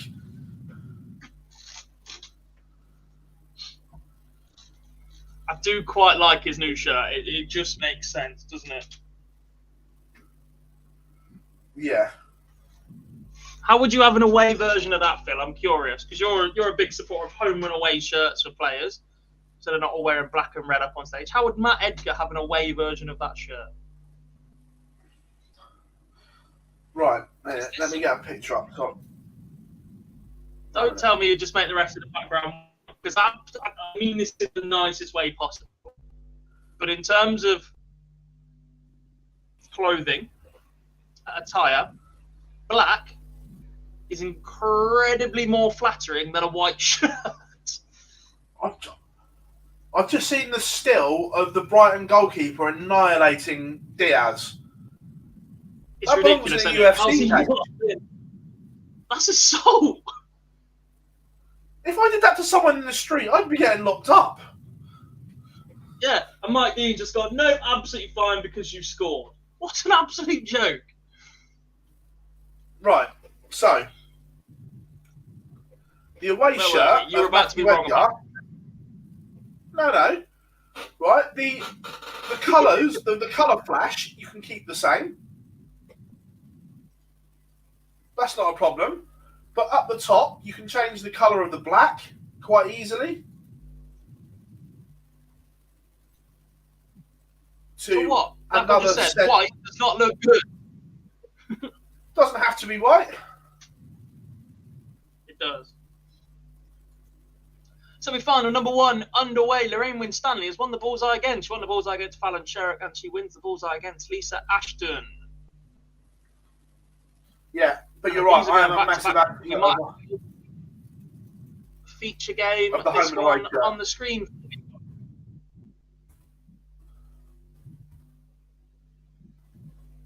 Yes. Yeah, I like the home and away shirt. A few more questions coming in then while we watch this semi-final. Who's doing commentary next week on the live league? Is it more Murph? No. Mace in the chat room? Correct. Put your hand up. Mace is back in the hot seat next week, and I will be doing a sit down with him for the channel. Mace, does that mean you're not coming to Newbury? Yeah.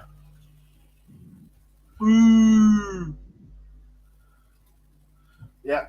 Mace and I will be doing a sit down next week.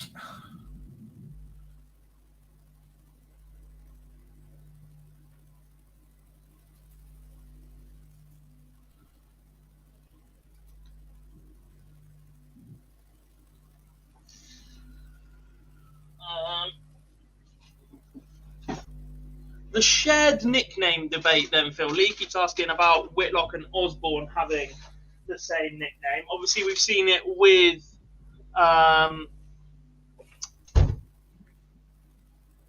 Louis Williams and Richmond as well. Devin Peterson and Christo Reyes used to have the same one as well. Mm-hmm.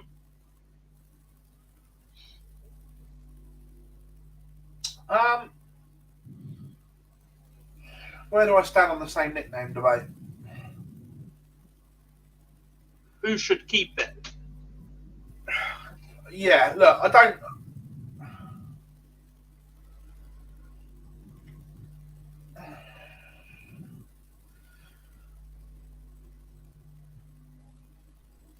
The highest ranked player or. Hang on. We'll get there in a second. Yeah, Ashton. She's on the 9. She's on the 9, Phil. We are 141 points the 9 in Series 9. Already 1-0 up against Lorraine Winstanley. Oh, wait a minute. The customary boo.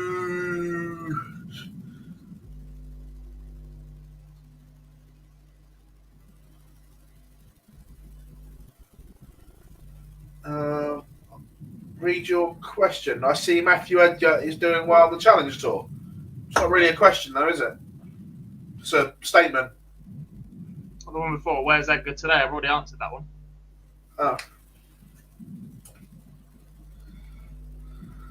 Oh. Fallon lost to Lorraine 4-3.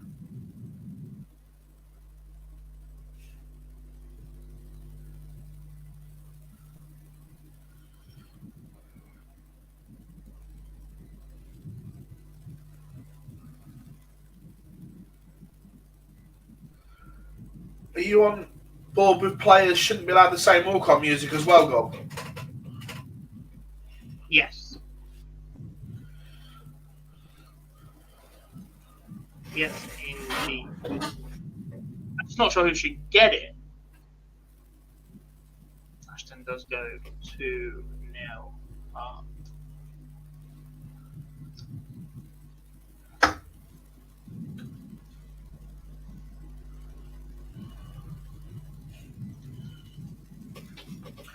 Do you know why the home and away shirt rule partly got scrapped as well? Why? Phil Taylor. Because Peter Wright tried playing mind games with Chizzy, knowing that Chizzy didn't have a change of shirt and deliberately wore a yellow shirt once.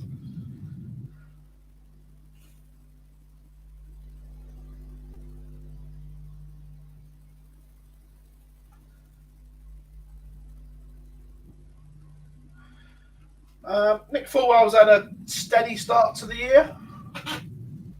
He's picked up. Didn't get a talk did he? He's on challenge tour. No, Nick Fulwell won his card.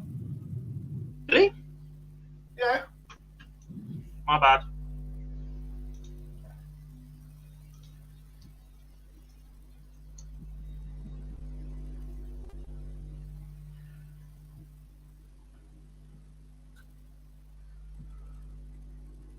Lisa is running through the gears here in the first semi-final. As the format goes to best of 9 as well. It does. Nearly forgot that bit.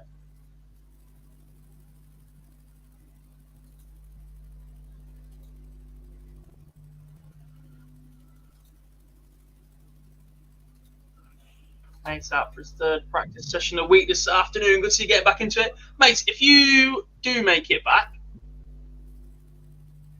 probably more when, knowing how determined you are, to a seniors televised event, are you sticking with Ace of Spades or are we going with something else?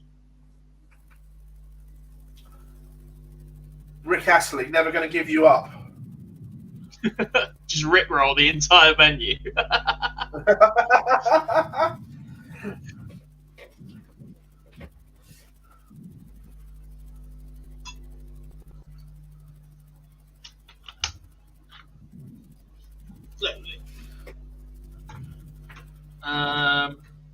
Lee says, I was pleased for him and Kevin Vaness getting back on tour. I was, apart from the fact that then meant that Vaness couldn't play in the seniors event.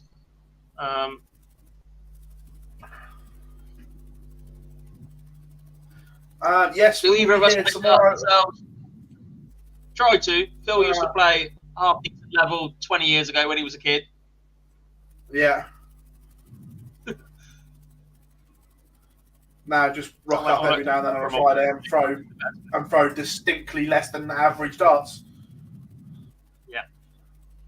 My actions all over the place. But I have swapped to L-Star flights at the minute. Copied a bit of the Nico after I saw them at the World Seniors. Picked up Dave Evans' version and one as well. I keep flitting between darts at the moment. I can't make my mind up which darts I like to throw.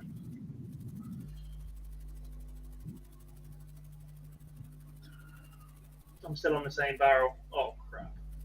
How's he missed from there? Anyway.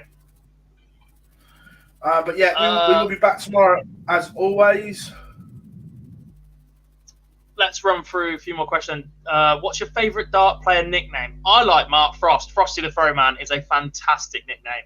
Great shirt to go with it. Are we talking publicised nicknames or? Less of that. Adam Warner, to be fair, he made the UK Open. I played him at uni level. His nickname was the Bastard in the Black because he's a referee as well. Not quite sure he's allowed to use that up on stage. Did you see his trousers as well? The man loves a cream/beige pant if he was an American. Yeah. Right now, what's my favourite darting nickname?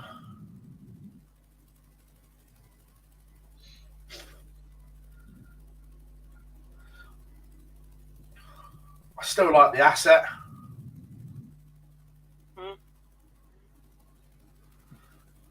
Snakebite's decent.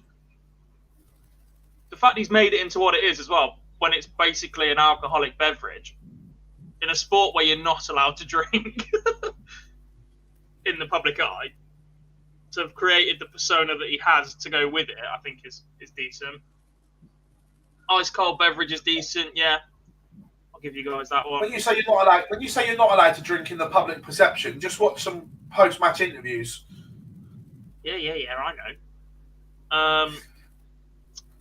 Lisa Ashton now 4-0 to the good against Lorraine Winstanley. Absolutely motoring along is Lisa. Looking like that record may just stay in touch at the minute of Lisa and Fallon winning every event last year. And we're about to see it start off the same way this year. Lisa looked really good on the online league. Hopefully we see her there again. Wouldn't put it past her. Lisa may have another release point off Liquor yet. Mace says he's not sure yet. He might try and reinvent himself. I can't quite see you as an Aqua Barbie Man girl, but somewhere in between, perhaps. See, Mace walked on to Baby Shark. Please, him and Makuru dancing along. Are we doing this tomorrow? We are indeed, as long as Dart Connect is working. Obviously, we need Dart Connect to be able to do what we do. We're hoping the draw is going to be okay for event number 2. If not, we'll just do what we can. Women's darts also says it's got dart. It's more and more common as people believe that they should be throwing better, etc. John O'Shea says 2 jokers. Who's the second? What? As in, there's a second one with your nickname?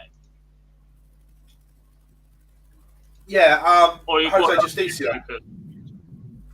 Jose Justicia is the Joker as well.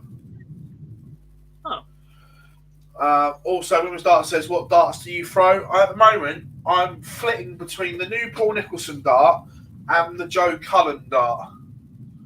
I don't like the Cullen. The scalp's in the wrong place. I want your Peter Wrights, please. If you could send them with that Blade 6, Raby, that'd be perfect. To be fair, I'll bring them to Nottingham, but they've got 42 mil points in at the moment. Yeah, I've got a point. Changer. I'll have a chuck in Newbury with them.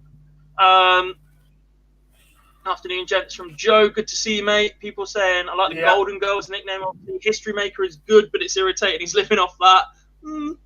Maybe. When he was the only one to have done it, perhaps. Didn't Suzuki win a women's series event last year? Did she win one? No, she didn't win one. She got to a final, was it? I'm Did sure you get Lisa ironed out in the final by Fallon?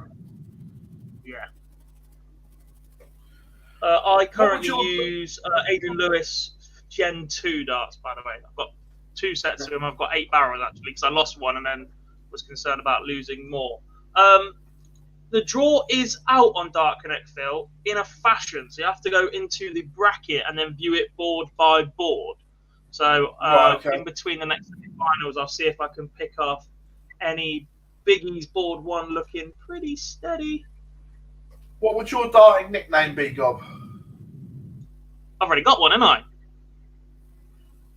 It's the Godfather. Yeah.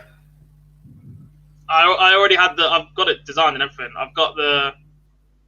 It's a long time ago. But I have the Godfather logo with the D and the B swapped around. Faz.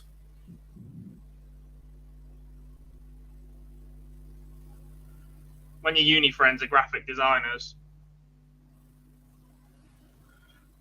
it's a bit bright because of the lights, but.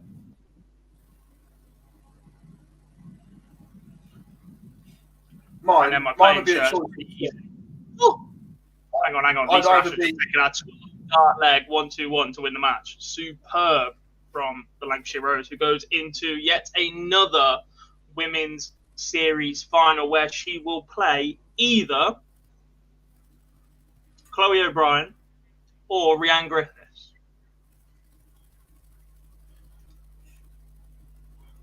Mine would either be Maverick, because I play with Top Gun flights and have done for ages,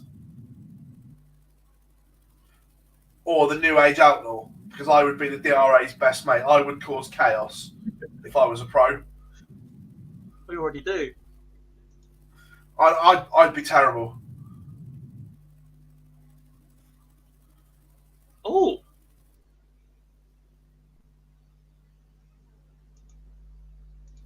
What are you owing about?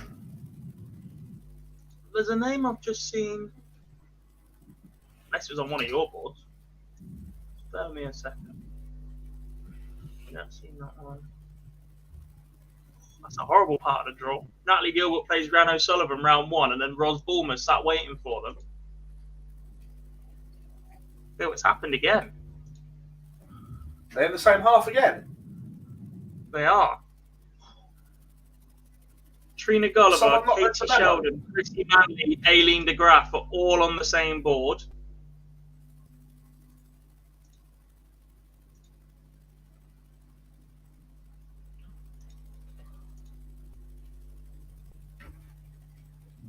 Lisa Ashton awaits the winner of Josie Patterson or Rachel Bird. Joanne Locke, Corinne Hammond and Tina Nailon are also all on the same board.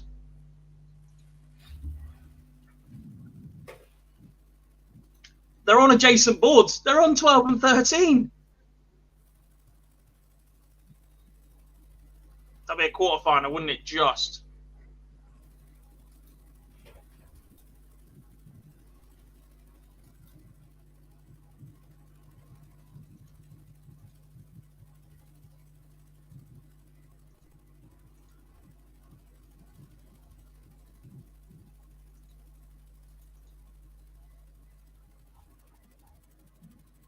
Rainwind Stanley awaits the winner of Mozgan Romani and Annika Koiter.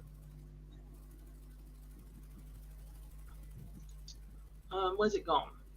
Where's it gone? Apologies. Where's...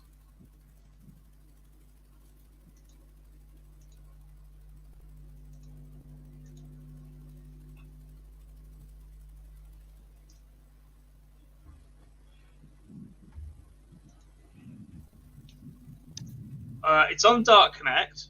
It's not event 2 now, so there's one more semi-final to go. That is Rhiannon Griffiths against Chloe O'Brien. Then the winner of that will play Lisa Ashton in the final of today's event. But the draw for event number 2 has been completed. Dark Connect is just being a little bit difficult to be able to try and see it. So instead of being able to go into board assignments and seeing it that way, that's showing as pending opponent. You need to go into brackets from the event menu, and then you can see it board by board. There's a few more tasty ones in there. I'm just looking for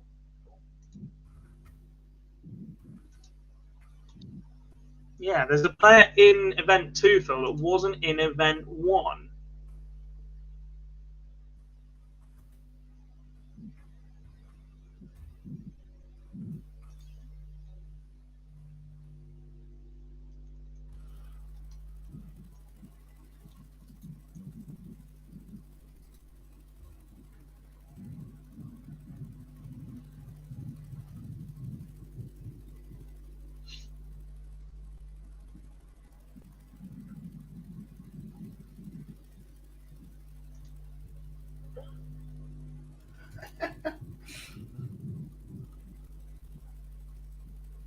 And I'll be honest, I don't know an awful lot about her. It is Qinxing Zhao.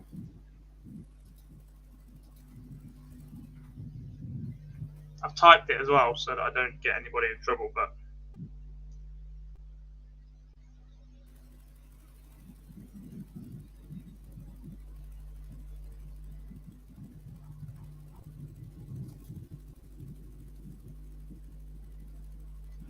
okay, game on then between Rhiannon Griffiths and Chloe O'Brien.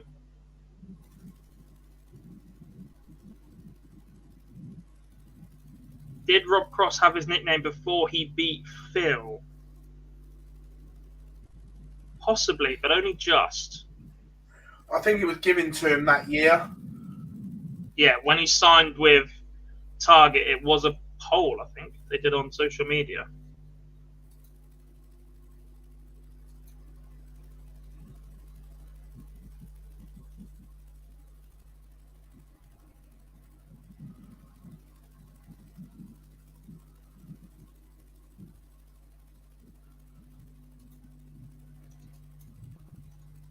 Concern is because we're only seeing this through brackets for the draw for event number 2.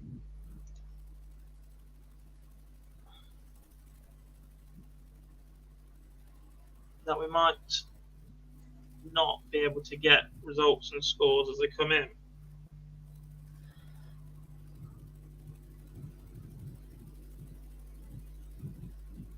Rob Cross, old or new walk on. What was it before? Danger, danger, high voltage. I prefer that. It fits. Yeah.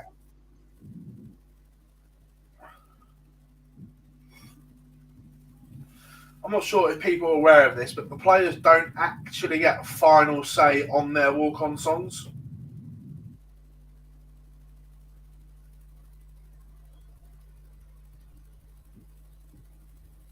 John says, my son Jake, his nickname is the Animal the Drummer from the Muppet Show. Dart's shirt is deadly. Oh my god, I bet that's an absolute mess.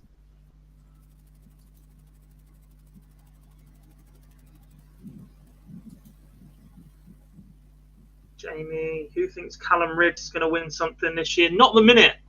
I thought he was in a really good position last year, but his performances at the UK Open, he got a couple of wins, but they weren't the best performance level in terms of averages. I need to find a few points on that at the minute.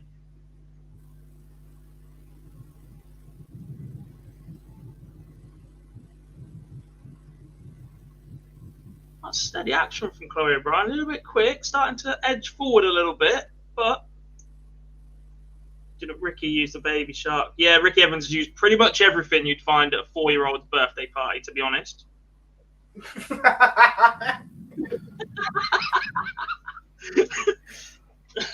Still quite amusing though, isn't it? Nonetheless. Yeah, Chloe just starting to reach a little bit. She goes 1-0 behind to Rhiannon Griffiths. Sorry, I'm still not sure. Some of them have been terrible anyway, Mike. But yeah, look, Sky, the TV company, will have some sort of influence and say on it.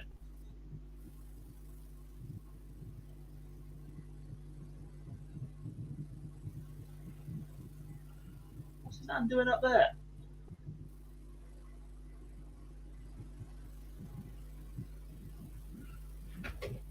Yes, then the penalty to the Reds.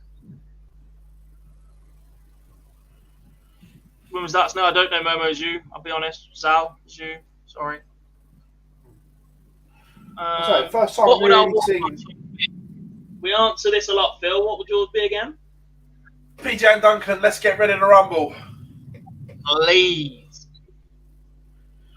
Big fan of that decision. Seeing Damon Hatt trying it 25. Good counting.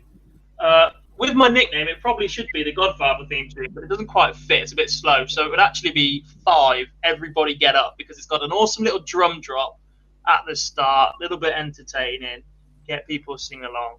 I've used DJ Otzi Hey Baby in the past as well, and the crowd sing Hey Gobby instead, and it's fantastic. But I don't want to copy Tony O'Shea. Someone else uses that now, don't they? Yeah, just watching this one got a lot to like about Chloe O'Brien's action. Yeah, I was just seeing that. She does start.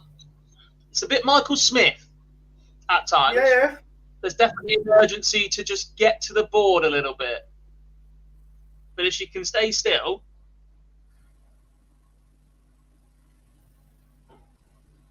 that's a good point. Joe Cullen didn't get his walk on Thursday because of the bye received. They don't get it in the semi-final stage. Correct. So it's a bit harsh. They stood waiting on stage and then Cullen to just have his walk on so he gets one.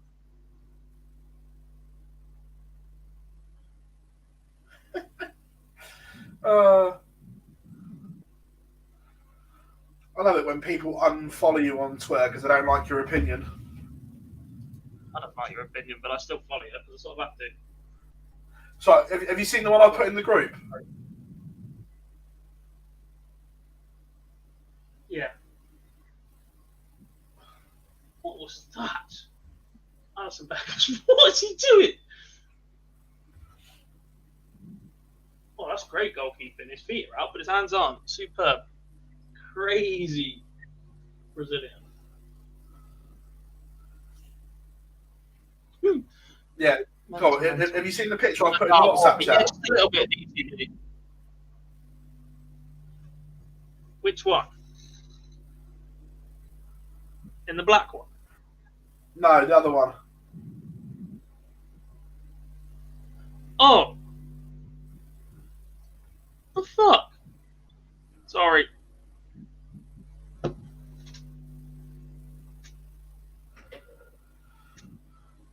Just a little bit, Patty, hey?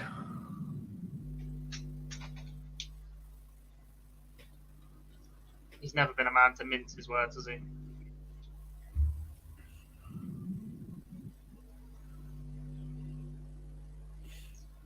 Damon Hatter, what have you done? What have you done, sir?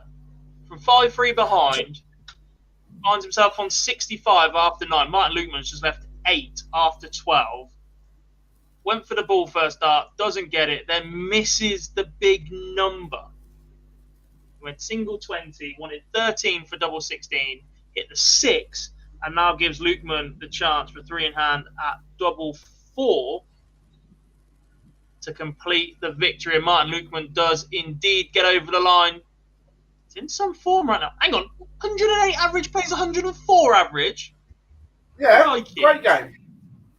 Absolute because you don't belter listen of a to game. commentary, you just see the numbers adding up a little bit when we've got so many screens. I go looking at the chat, looking at how the Griffiths O'Brien game's going, and it's looking like it's going Rhiannon Griffiths' way an awful lot at the minute. She's left 36 after 15 in leg number 3 on the throw as well. Goes in 1 to take that 3-0 lead.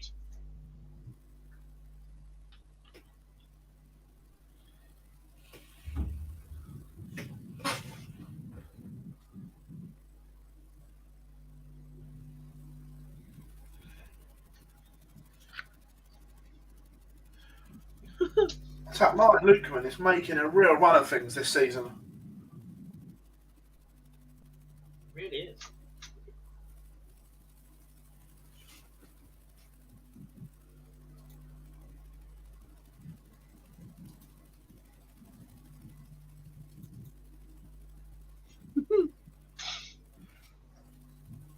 Sorry. I know I should have focused on my doubts. We do only have one game going. You guys can see the scores coming in. We'll talk over a little bit, but we're 2-0 up, Phil, against Brighton. At Brighton, 25 minutes to go. And what do? Send Thiago and Diogo Jota on. That just must be so deflating for an opposing team.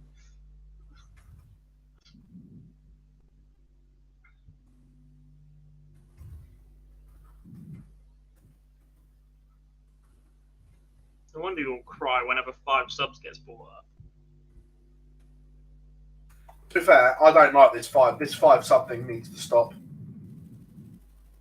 Because you haven't got 5 decent players to sub on.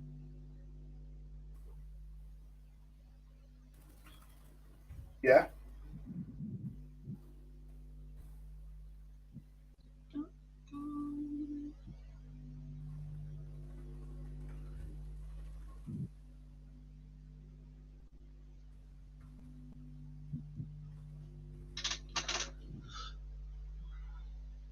O'Brien then should get 6 darts from 139, but it needs to go in 6 field to get a leg on the board and just find a way into this semi-final. Because if not, you feel like Ryan Griffin might just steal this one. Yeah, and if she does, just looking at it now. 4-0 to go.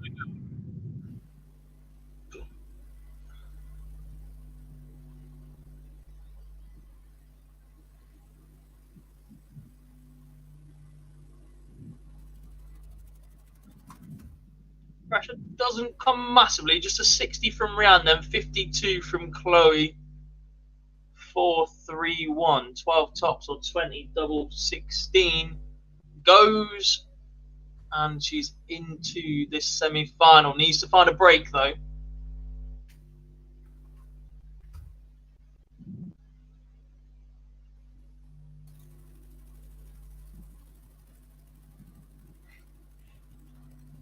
I like that as well. When the string catches up, she wasn't sure what she had left, and literally stepped back, asked, "What have I got left?" Where you see some just chucking. Yeah.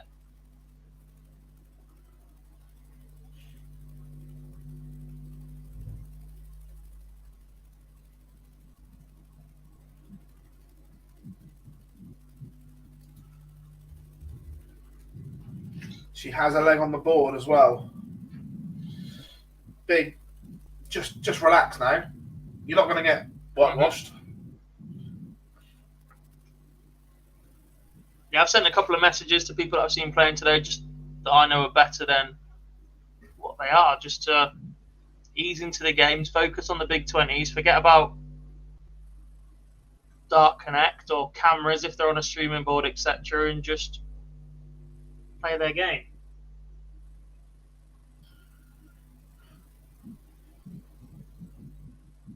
Yeah, absolutely.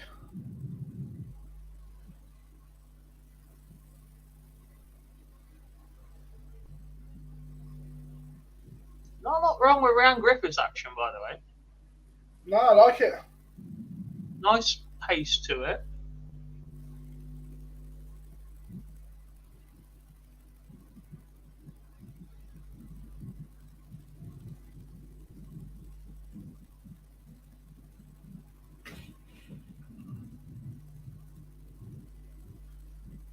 Say that as the next score I see on Dark Connect is a 7.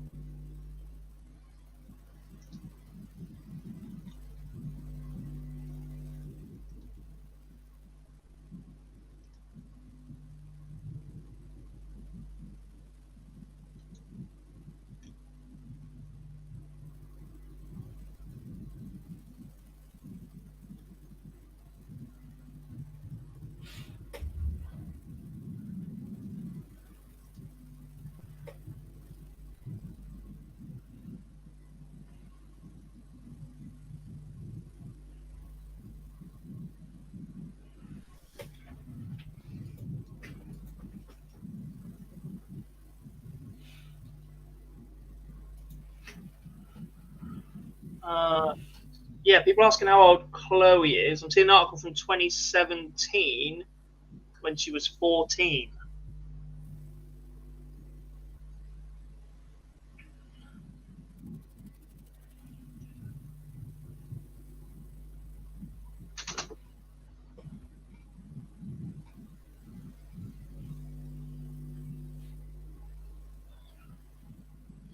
Yeah, she's impressing me.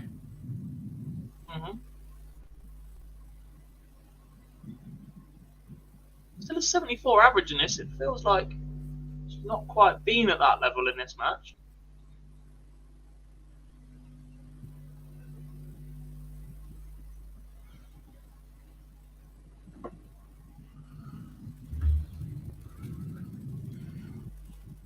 Tell you what, belter of the game on the Euro Tour. Get ready for Vincent's walk on. Please.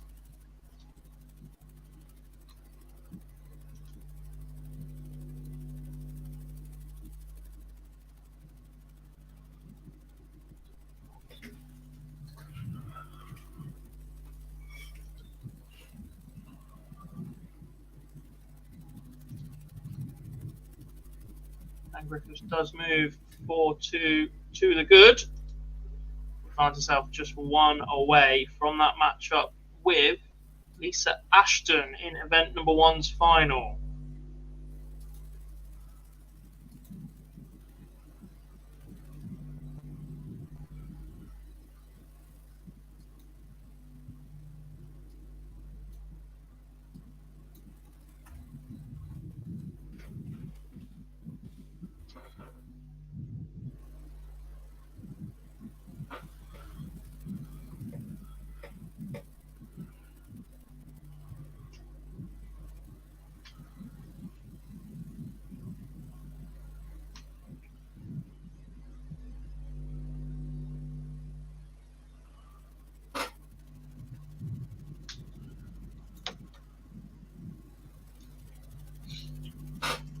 Looks as if the writing is on the wall, but a fabulous run for Chloe O'Brien in event number 1.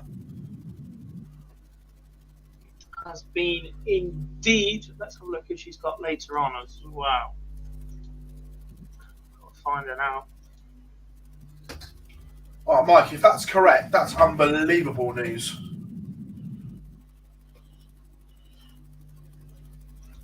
For you, maybe. Chloe O'Brien will play the winner of Hayley Brandt and Alex Howard. She's on board number 5 for event number 2.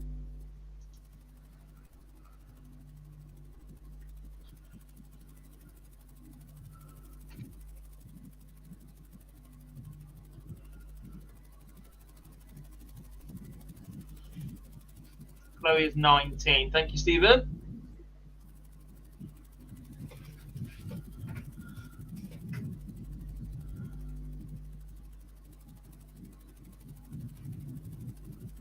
Change that username, or we'll just ban you.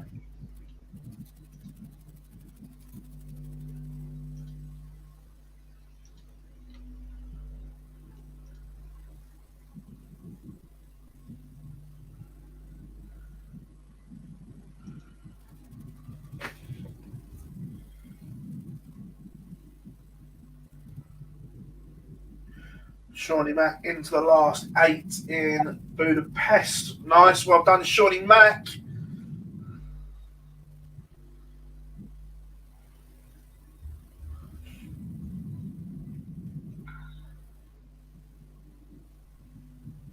Getting shot then from Rhiann Griffiths as she takes out 80 in 3.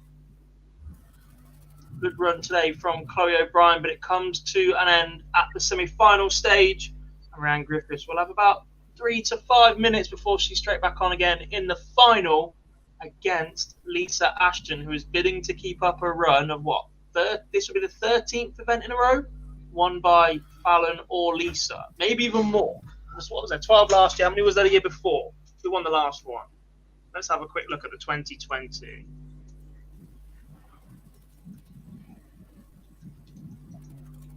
I don't think Dieter didn't win one. She played well in them, but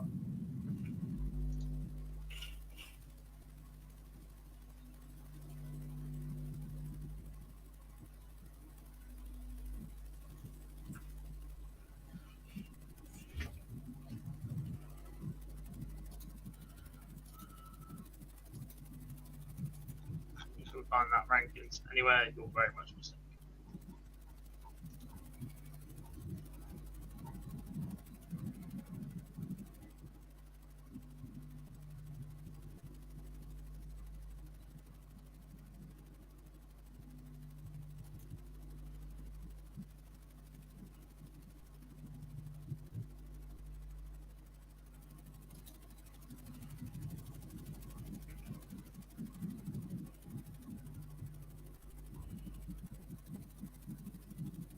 So there we have it, ladies and gents. We have a final.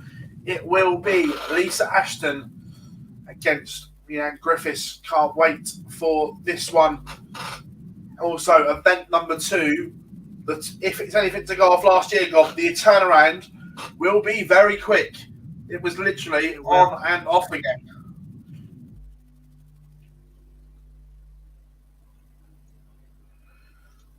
Don't get double time in Barnsley.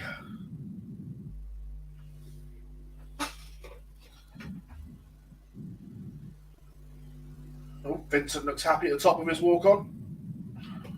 He always looks happy.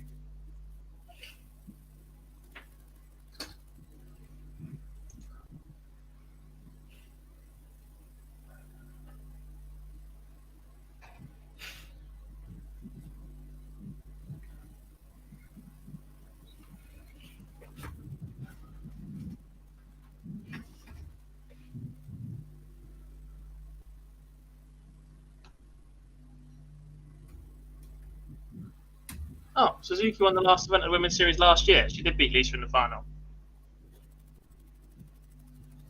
Oh, yeah, because Fallon pulled out, didn't she? Quite possibly. Job done, yeah. We only sat and watched it and commentated on it. You know. It's been a lot of darts since then, God. My brain's been fried. Indeed.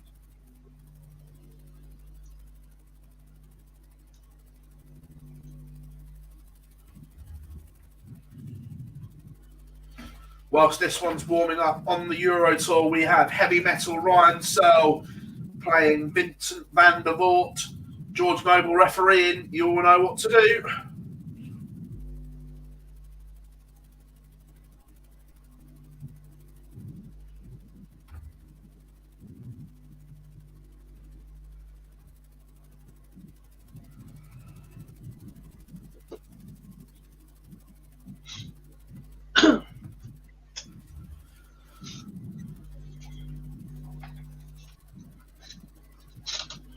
Vincent's another who doesn't quite fit into my screen, the view I've got it at the minute.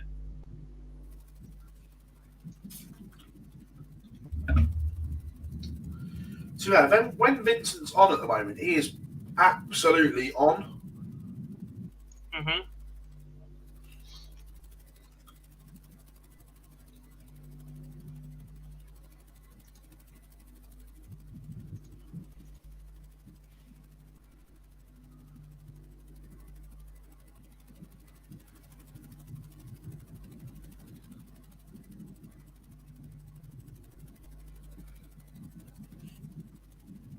I imagine this final will be a quick turnaround as well.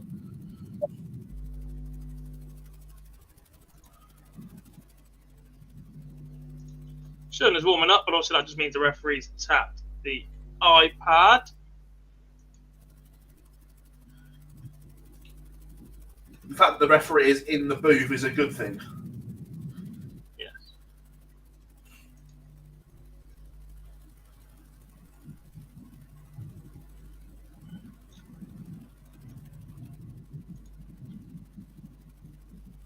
From what I can gather for event 2, Phil, we will get live scores, but they won't data store any results. Right, okay. Which also might mean, what nightmare.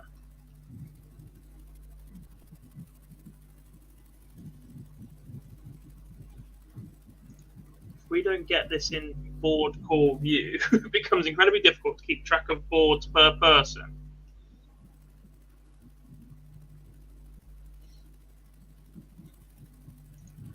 Yeah.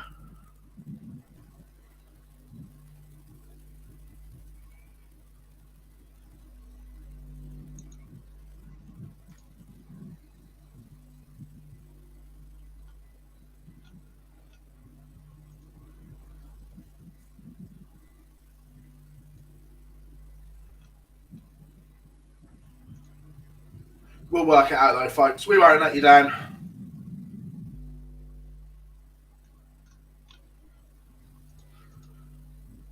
Remember, any questions while we're waiting for the game to go live, we will try and answer them, stick them in. Will Price be fit for the Premier League this week? They're hoping so.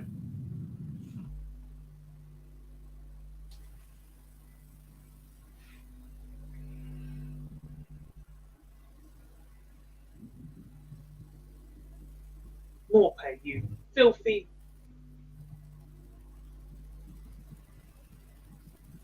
Nothing. You body charged him after he's kicked the ball, you. No more football, Jack. No more football. That's why I don't play anymore.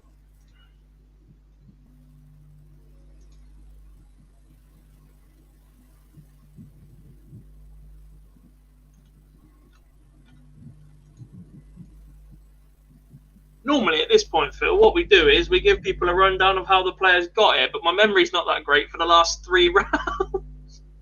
No, as I say, with no Dark Connect not working properly, we can't. So we're just going to waffle and talk darting nonsense until we can actually tell you what's going on. Best player from America. America on its own or North America?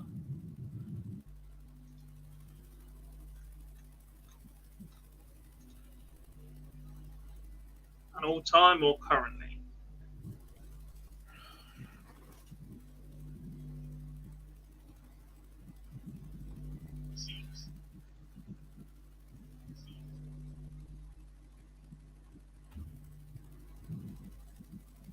Just the USA. Currently, for me, Danny Lowby. Just surprising because he's not on the tour, whereas Van Dongen and Danny Baggish are. But I just think there's a higher ceiling to Danny Lowby than any of the other American players we've seen so far. As for Italy,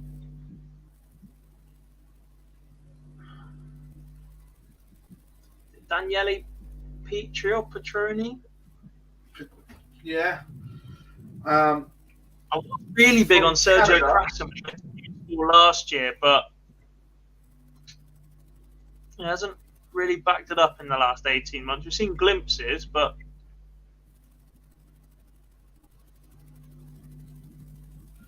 From Canada, sorry, Jeff Smith, but I'm going Matt Campbell.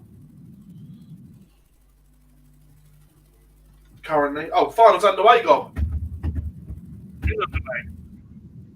Ashton opens up with the ton.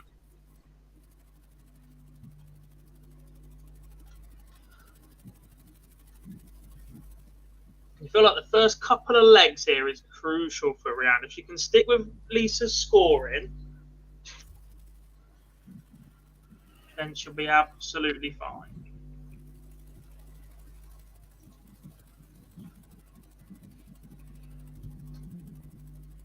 But if you start letting Lisa pick up a head of steam,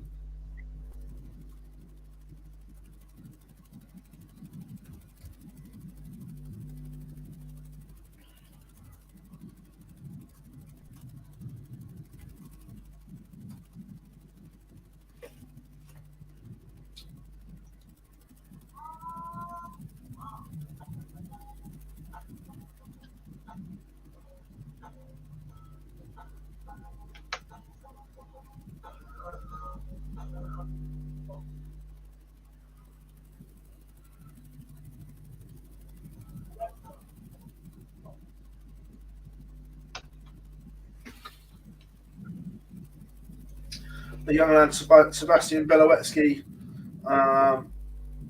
He's got a cold band. Yeah, no, look, Sebastian looks absolutely class.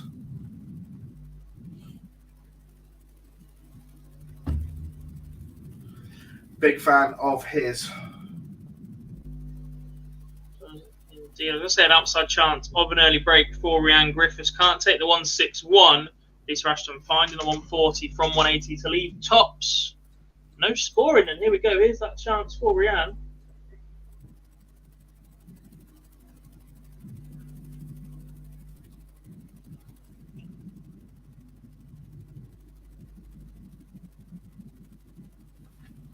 Doesn't go once again. No, it's a big ask, but when you get an opportunity like that, you have to make the most Can't of it. pass it up. Go on, I'm going to let you hold the fort for 2 minutes. Let's go to the loo. Great Ooh, time. look at me. Oh.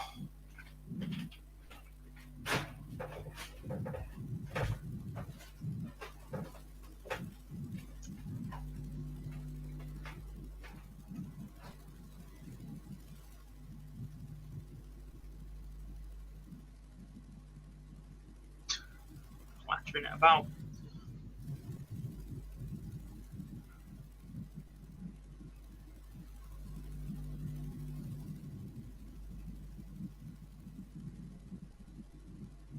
Wasn't miles away for the dart at top for Ryan Griffiths in the previous leg. She already finds her own throw under pressure right now from the Lancashire Rose.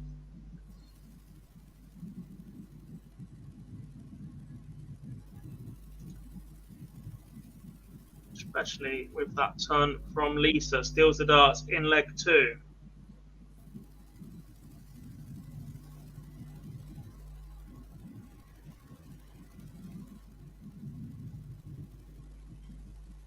Definitely steals the darts right now. Van der Voort's just broken Ryan Searle's throw to level up at 2 apiece on the Euro Tour as well.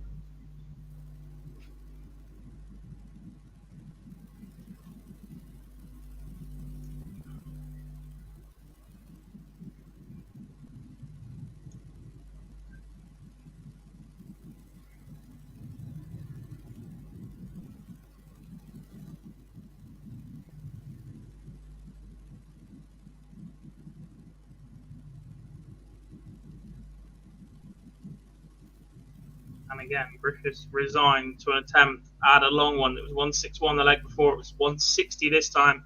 Ashton sat waiting on double 12 for the early break and a 2-0 lead. And she's missed again. She did this in the last leg. Missed a dart at top to allow Griffiths a chance at 69. 60, obviously a little bit easier. Just a single to double combination. And it doesn't go again, and it's the chances you have to take against the Lancashire Rose as Ashton moves 2-0 to the good.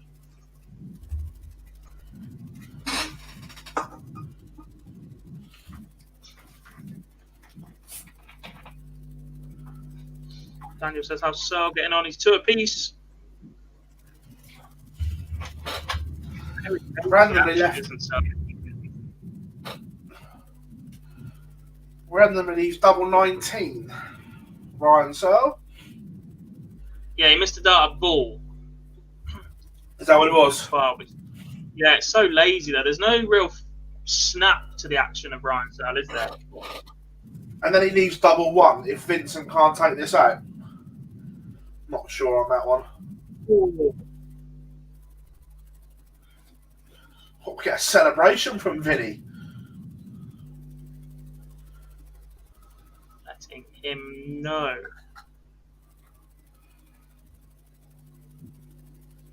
Not quite as exciting as the attempt at the 9 dart earlier, Phil. Lisa Ashton going 6 perfect, maybe even 7 earlier actually. But the 5-ton leg is on. I mean, it's never the correct thing to do because in this position, your 3rd dart, if you scored 80, should be at the bullseye. Instead, she scores 96. But there's just something special about ton 101, isn't there? Ryan, it wasn't a player. It was someone they got up to do like the 9 dart challenge they do and stuff like that. So yeah, it wasn't a player or anything like that.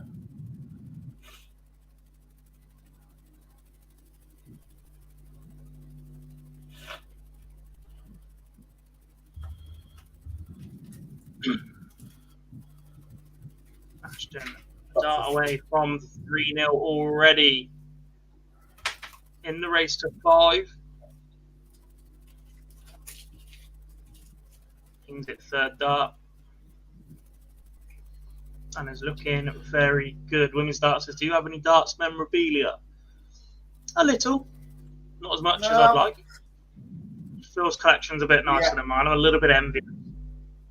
I may have some very nice pits. I'm not going to blow my own trumpet or anything like that, but I've got some nice bits.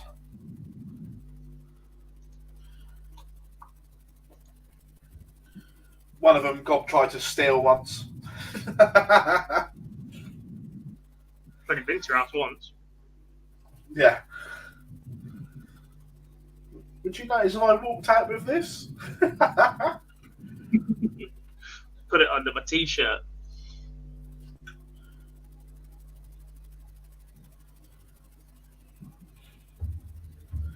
Ryan Searle's in trouble. Sat in a 10, but it was decent.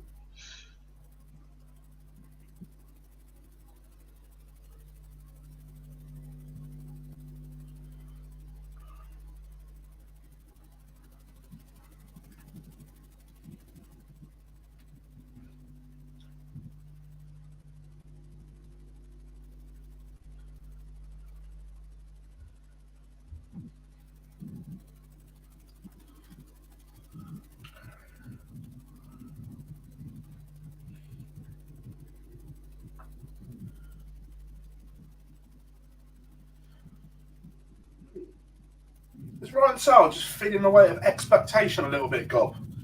Now he's into the top 16, you're defending money all the time, and I think it's the action. There's no snap to it, is there? It's just a little bit floaty. If Ryan Searle loses his range, he loses range by an awful lot because there's no real snap or direction to his throw in terms of follow through that we see from other players. And his darts are so heavy. If one goes wayward, they drift a lot. yeah.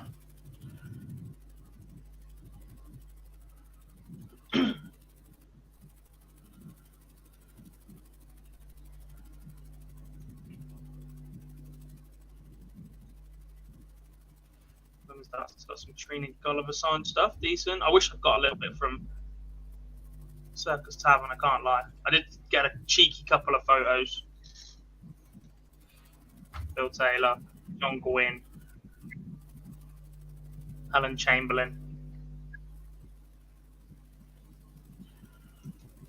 And one with that magnificent trophy.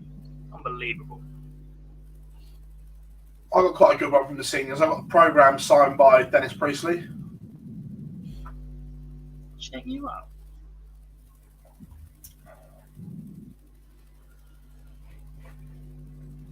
I've never seen so many different attires that aren't just a playing shirt from Dennis Priestley that are Dennis the Menace themed. He had a tie, he had a blazer, he had a jacket and all sorts. Yeah. It was fantastic. You got a chance to have a chat with him. Is he intending on playing at anything? Don't think so. I don't think his knee will let him. It was originally an invite to the first event, but he had surgery, didn't he? So I wasn't sure he'd be able to play and compete at the level required. Yeah, I think his knee is a concern for him, but he can't stand up for long enough.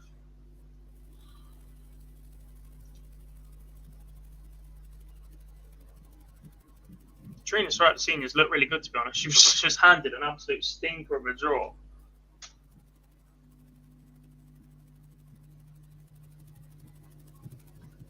From memory, it's not much nicer this time.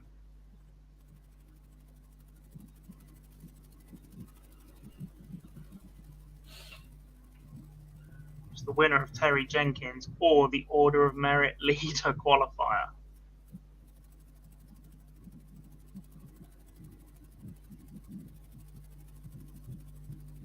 So gets level on the Euro Tour. Brianne Griffinstow struggling to stay in touch here. Finds herself 4-1 behind.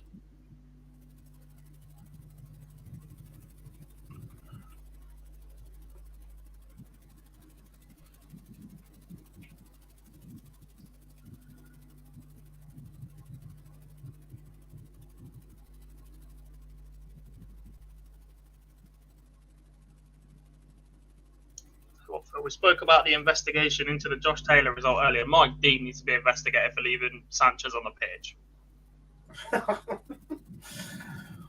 To be fair, though, although I agree, surely whoever's watching that VAR screen should be telling him also to go and.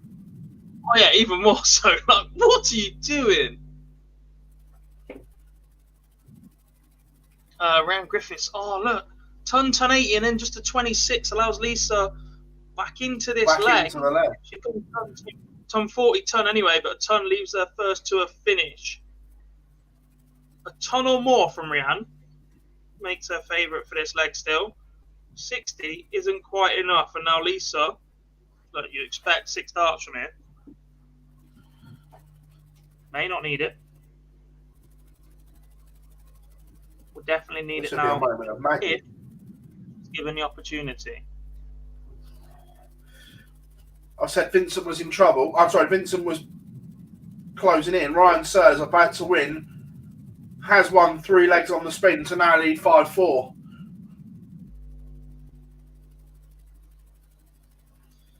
Lisa scores Vincent 90 he's going from to start the 106 bulldozer. 16. And Griffiths has to find 88. Might get a dart at the bullseye. We'll be hoping for 2 at double 14, which looks like that's what she's got as 88 goes in 2. She stays alive at 4-2. Ashton, though, has the darts in at least, well, in 2 of the potential 3 remaining legs. She may only need 1 of them, though.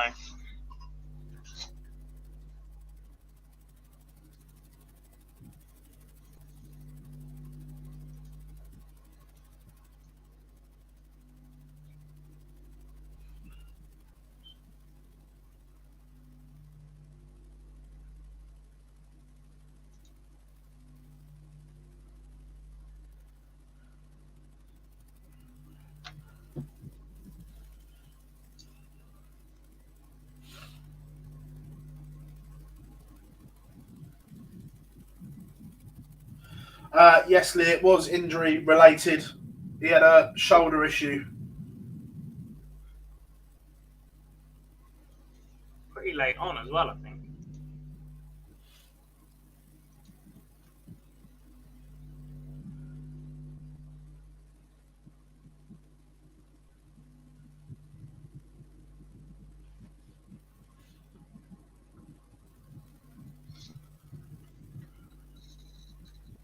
Is that the moment that wins Lisa Ashton this final? Back-to-back 140s to leave 80.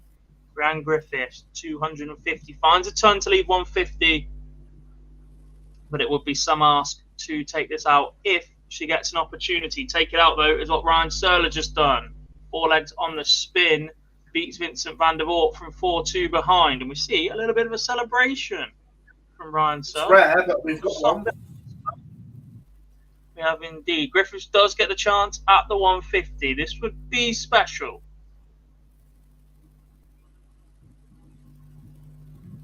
$114 leaves 36. Ashton then back 3 in hand at double 5.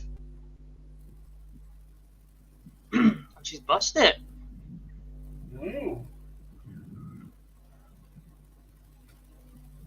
Double 18 for Rianne. 4-3. Should have the darts in the next to force a decider. Scores just 2. And that is game shot and the match for Lisa Ashton, the Lancashire Rose, continuing where she left off last year. Finds herself at the top of the order of merit after one event, after winning the first event.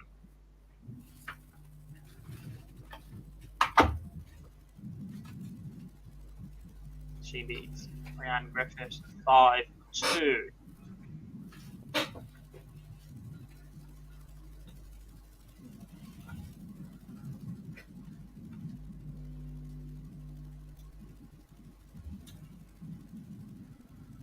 So there we have it. Our first winner in the 2022 Women's Series is the Lancashire Rose, Lisa Ashton.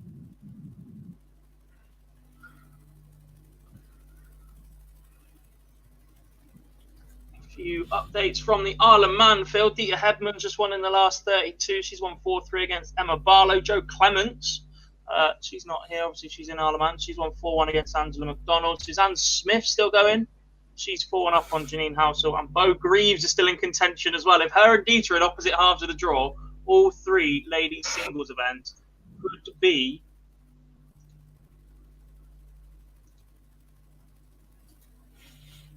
we have draw view, we have KO board group draw view in event number 2 as well. It seems somebody's pressed the magic button so we can see what boards everybody is on for event number 2. And like I said, Phil, absolutely no messing in the turnaround times. They are set, ready to go, warming up on a few of the boards already. Should we stick with the same numbers? Yeah. It means you get Lisa and Fallon today, or this afternoon.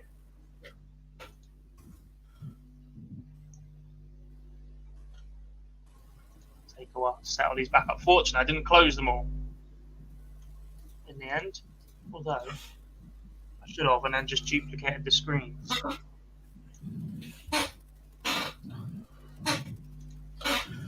They are all being clicked now to warm up, which is always a good thing. 1, 2, 3, 4.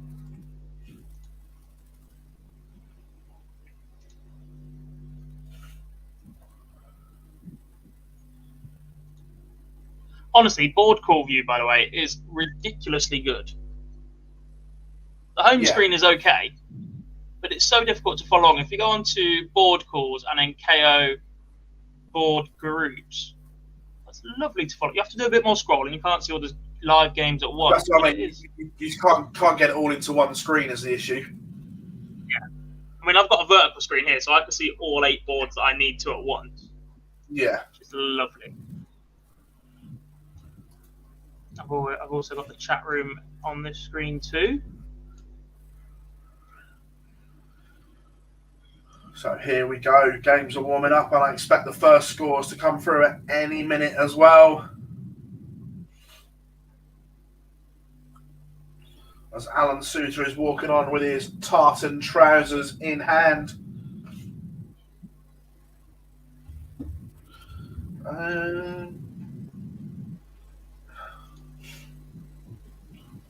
Can you see who Trina plays? She's on board 9, so she will play the winner of probably the first one. Caroline Breen or Katie Sheldon, I believe. On that board also, as I said, Chrissy Manley, Grace Ferridge, Aileen de Graaf as well. There have certainly been nicer draws for Trina Gulliver, who found herself in a pretty tough one in event number 1 as well. Let's see this. And Mrs. Barry is first on the stream.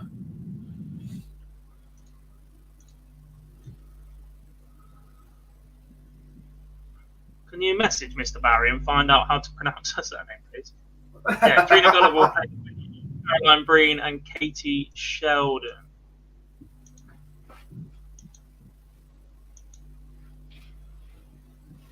To Twitter.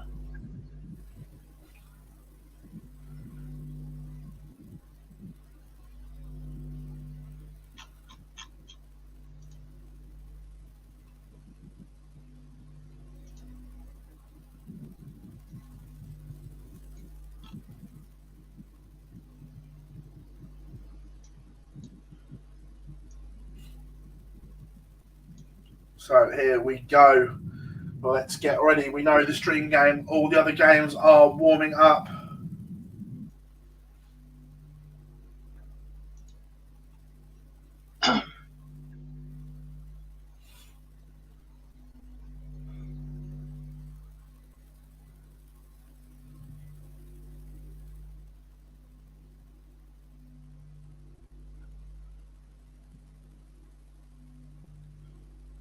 Random question. Well, how can I make my darts stick up in the board? It all depends on what setup you're using. Different darts go through the air different, and it all depends on what setup you've got.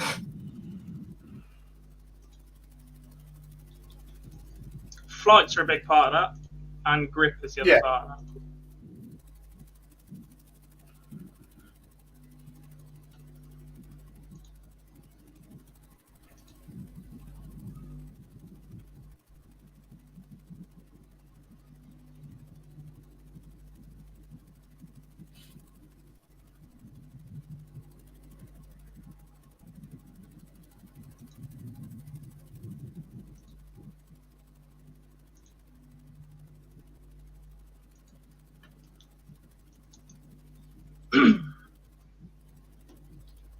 There are still the odd issue. I'm not sure if we're going to get.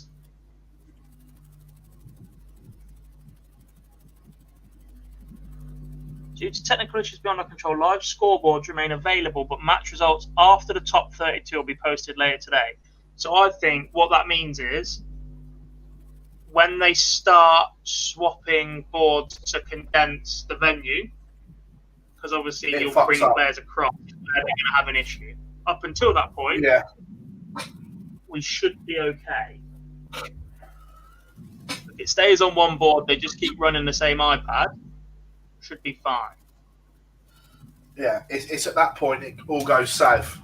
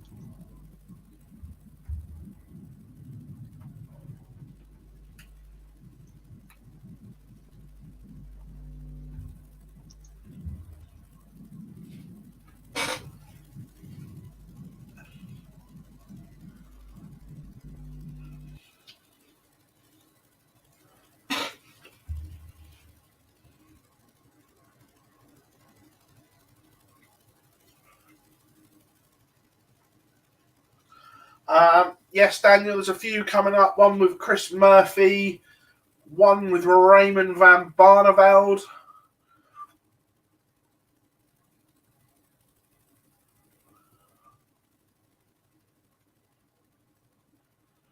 So, yeah, a few coming up.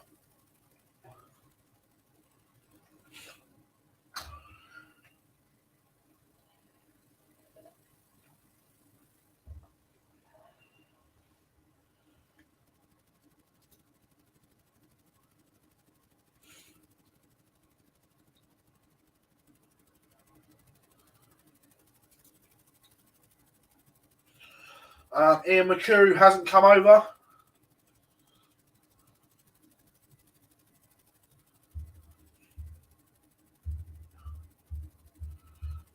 I'm guessing there's some big soft tip event on, maybe.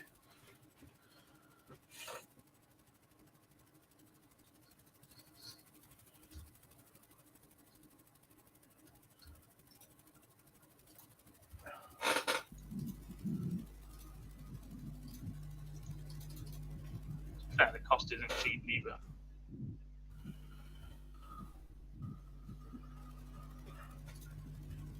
Ooh. Rocky Balboa has dropped a tweet. More notable earlier scores. I think these are from the Isle of Man. Luke Littler beat Yella Klassen 4-1. That kid is the real deal, by the way. 15. Chris Lamben with a 4-2 victory over Colin Osborne. Sean Fisher, 4-0 win over Connor Levitt. Dave Prince beating Sean Griffiths 4-0. Wayne Warren 4-0 winner as well. And Kai Fan Lung 4-2 winner Paul Hogan. We have games underway. We do.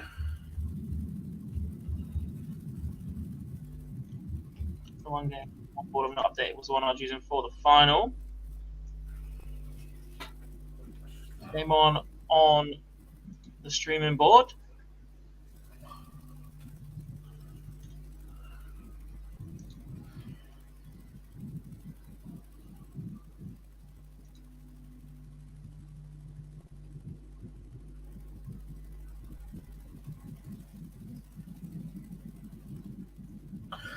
Mike, purely down to cost.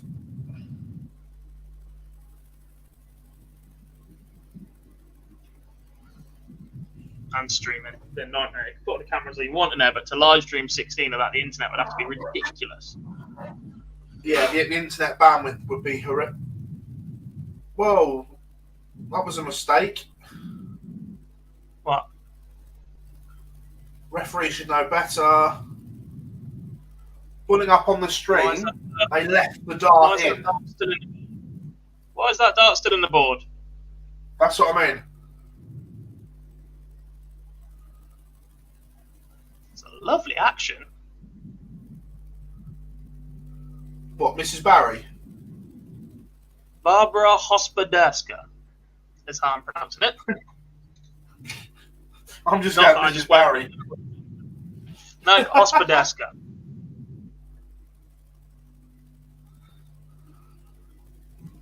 What did the referee do? Really? Barbara went for the bullseye first, hit the 25, and they left the dart in. Yeah. And that is Andrew Davis refereeing as well, isn't it? Who is very experienced.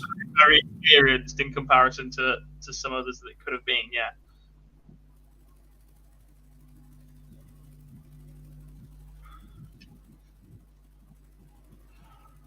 I'll tell you what, I can get behind this action. This is really nice to watch. Lovely.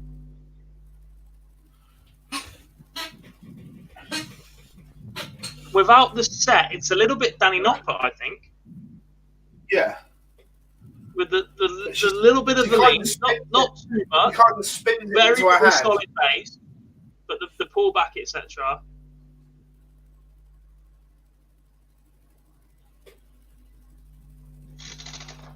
Very indeed. Few scores coming in already then. Chris Savary, by the way, 16 points away from a 2-0 lead over Donna Maria Rainsley. Priscilla Steenbergen, she's 2-0 up on Kelly Gabriel. Fran Elwick, Phil, taking the first leg against Vicky Tasker. Hayley Brandt, Alex Howard, they're still 0-0. Laura Patton has just taken the first leg against Sandra Page. Hospoderska and Danielle Fry are both 0-0 at the minute, and Maria O'Brien 1-0 up on Christine Redhead. That was an 84 average.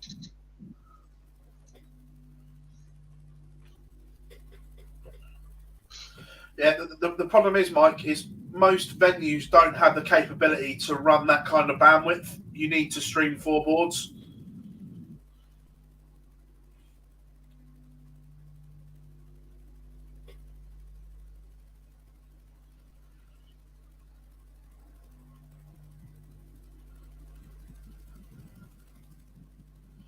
Is the issue.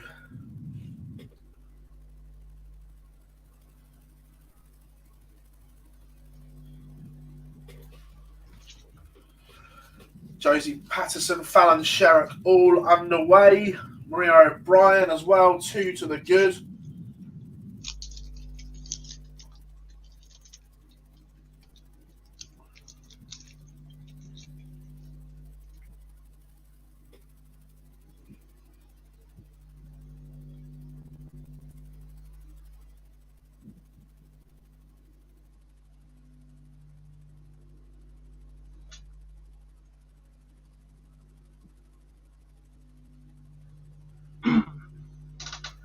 Could be worse, Mike. We used to miss out on live scores back in the day.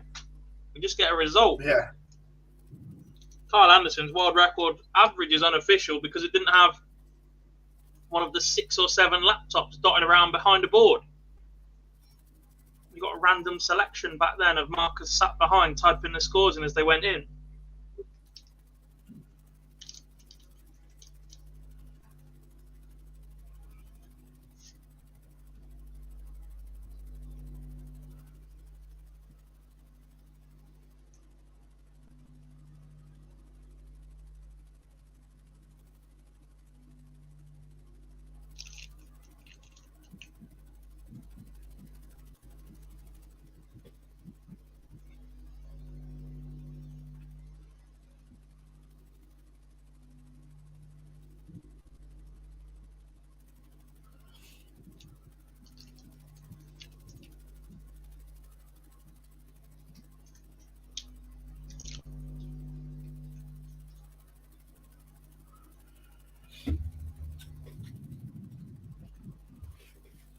But Mrs. Barry has lost the first leg.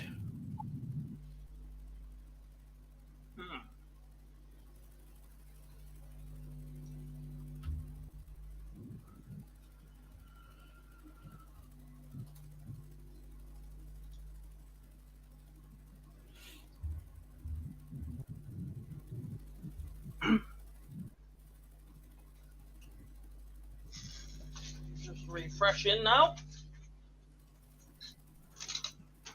Stocking up.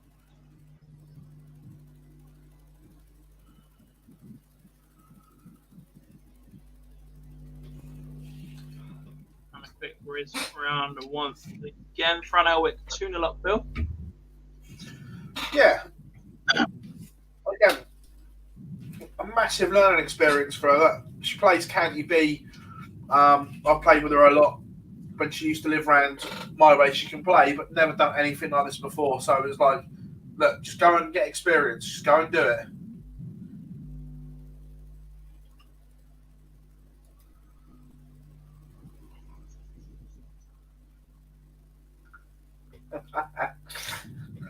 Hey, Sheldon 2-1 up on Caroline Breen. Joe Aldershaw 1-0 to the good against Sharon Godbeer.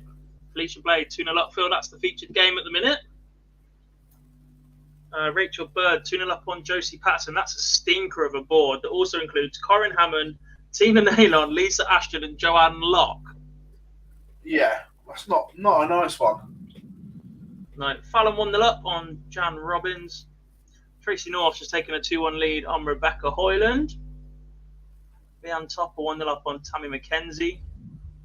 And Anna Johnson 1-0 up on Sarah Brown.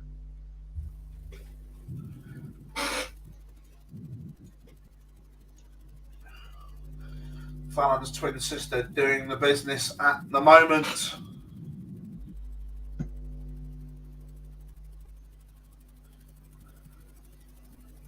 Tracy North 2-1 to the good.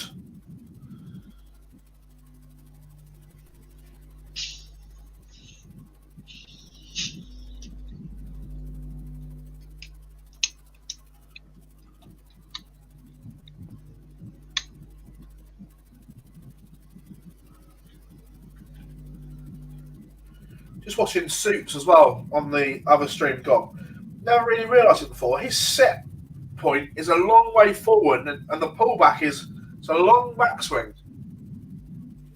Yeah.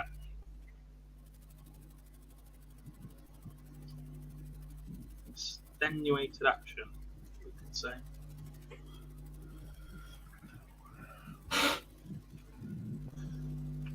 Flying through some of these opening games now. Howard just won away. Chris Savary the same against Donna Maria Rainsley. That's not an easy draw by any step of the imagination. We've seen Donna Maria go pretty far in some of these events. Last 16s, I think, off the top of my head. Priscilla Steenbergen 3-1 up on Kelly Gabriel. That's a 7-2 average from her, from the Dutch player. Carla Boys 2-0 up on Emma Smith. Alex Howard, Hayley Brad 1 apiece. Laura Payton 3-0 up on Sandra Page. Danielle Fry now 2-1 to the good against Barbara Hospoderska. And Maria O'Brien 3-0 up on Christine Redhead. She wants tops if she comes back for it, because Redhead wants just 14. Which does go. So Maria O'Brien now got the darts to get over the line in leg number 5.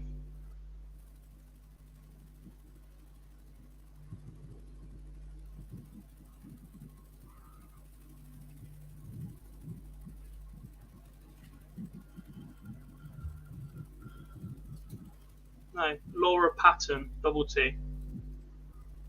And Laura, not Emma.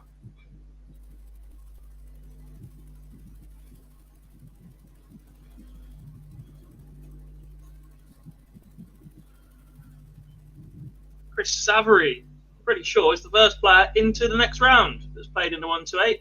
He completes a 4-0 victory over Donna Maria Rainsley.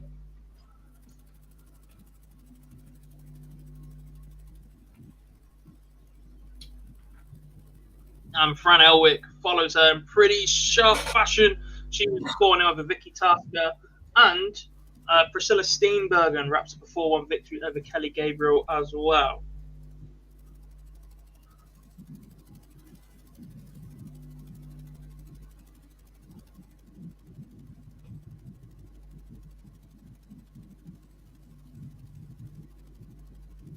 Find yourself doing what I'm doing, Phil. I've got a big list open of all 8 of my boards, and then I've got each board open individually. And once a result comes in, you lose the ability to see the player's first name. Yeah. So I'm a bit panicking because we're still not quite used to covering the women's series in the depth that we do Pro Tour, etc.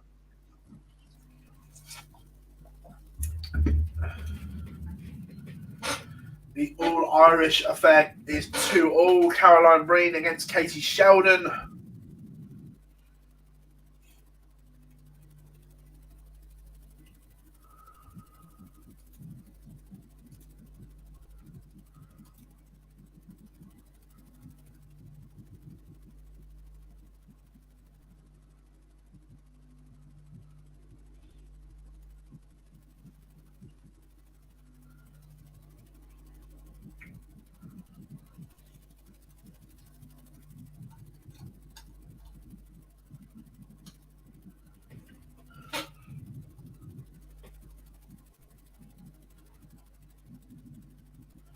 What else have we got going on at the moment?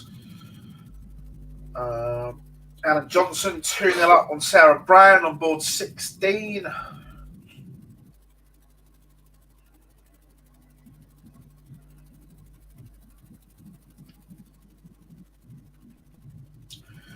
Joanne Aldershaw 3-0 up as well. She's on board 10.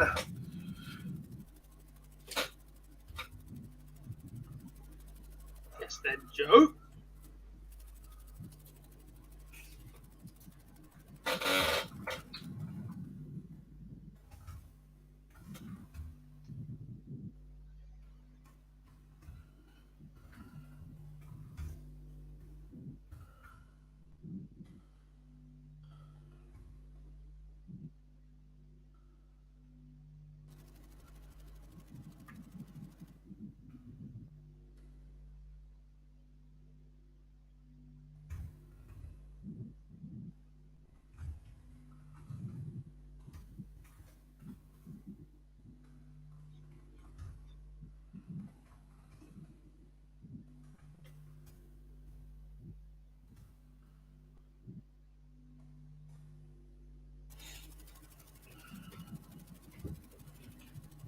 Hospoderska back level at 2 apiece against Danielle Fry on the streaming board. Thanks out the dreaded double one. Well. Indeed. Next up on board number 1, tough game for Courtney Hine as she takes on Denise Cassidy. Yeah. Sarah Jane Goins will take on Bettina Gruber on board 2. Terry Kidwell just underway against Robin Byrne. Carla Boyce 184 points away from a 4-0 win over Emma Smith.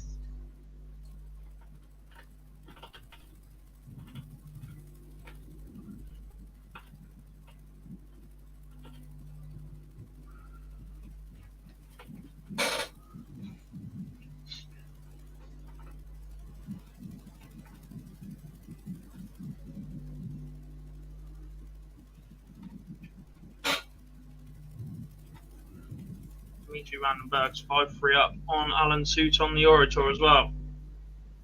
Pretty sure they met last weekend.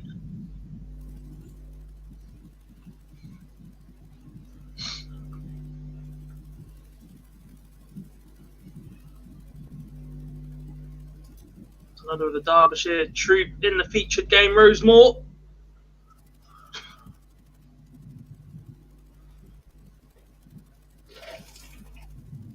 Katie Sheldon has won the Irish Derby on board 9 for 3. She gets over the line.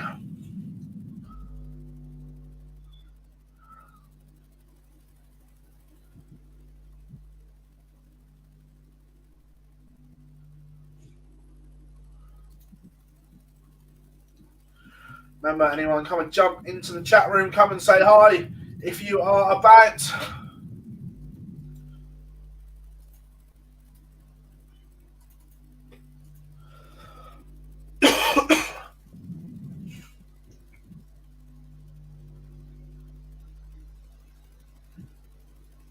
Plenty going on right now.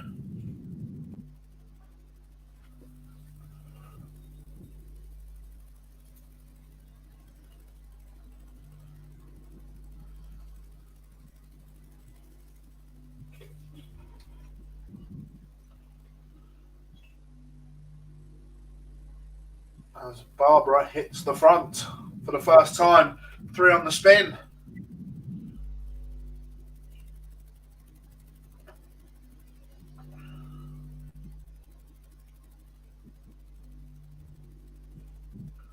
Josie Patterson still in and fighting as well.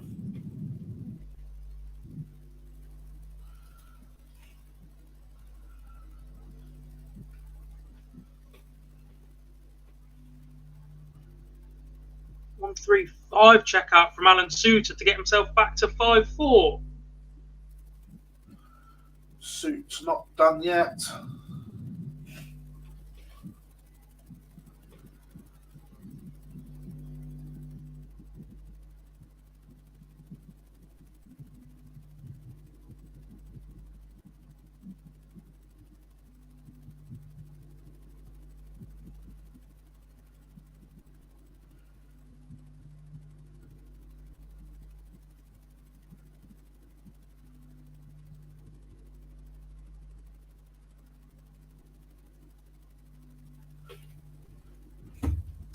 But Josie Patterson's day has come to an end.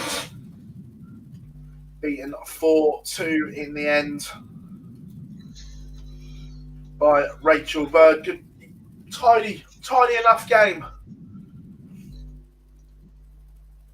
But yeah, I sent Rachel a message after her first game. Just told her to relax a bit. I think she panicked a little bit being on stream. As I said, she's a little bit more... Yeah, exactly. A little bit of a potty mouth with Rachel. I think with the microphone being there, etc., just a little bit. She lets me play. Dropping the odd F-bomb.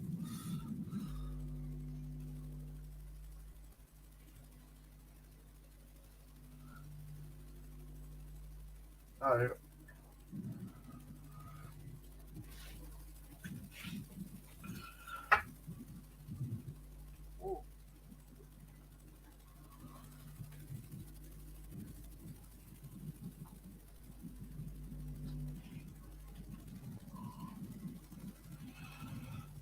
Seeing Gob as well, look, we don't know all the players, but certainly just the ones I've seen on stream and stuff like that. From last year, there seems to be a bit of a younger feel to the women's series this time around. Yeah, it's good to see both ends. I mean, we've got no Dita here and a couple of others that have opted to go away, but it is good to see the new faces there giving it a go. Yeah.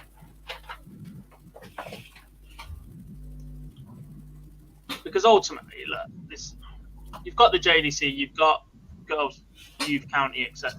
But there is quite a big step up from the standard that we've seen from Youth County Girls Darts to Development Tour. Yeah, agreed. And this almost sits as a middle platform, as a place in between. Look, I'm not saying they're going to go and win it, and obviously that is the experience that some of these girls will be looking for. But the opportunity to play in this sort of environment, play properly, own their skills, etc. Not everybody in this room thinks they're about to go and qualify for Blackpool, and I think a lot of the field are fine with that. Yeah.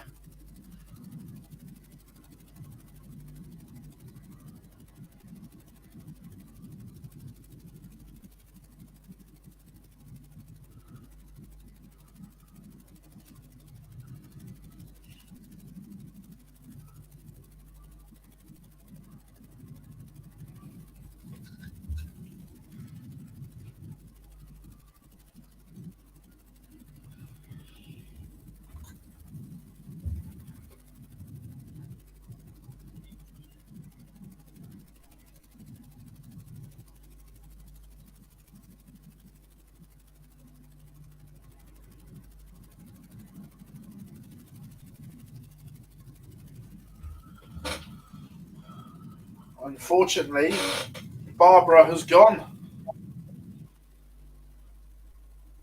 But She has dragged it back to 3 apiece, but just found herself with too much to do. Who did Danielle Fry beat in the first event?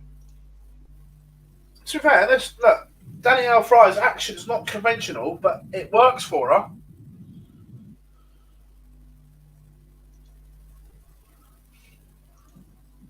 She beat Rhiannon O'Sullivan first game up, and then lost to Fallon. Yeah, she can. Look, the action's not conventional, but it works.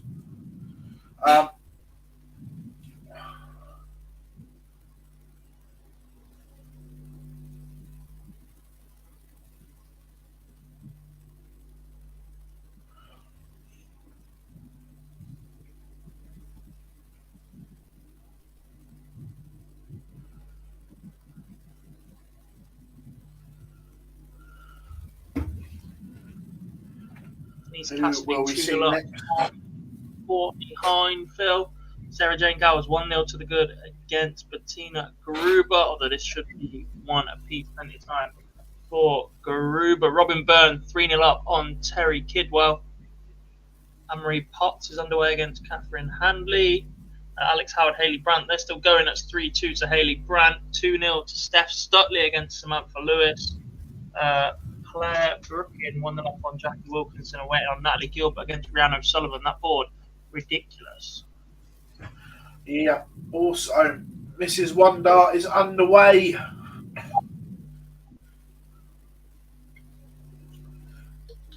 Corinne Hammond just getting underway as well.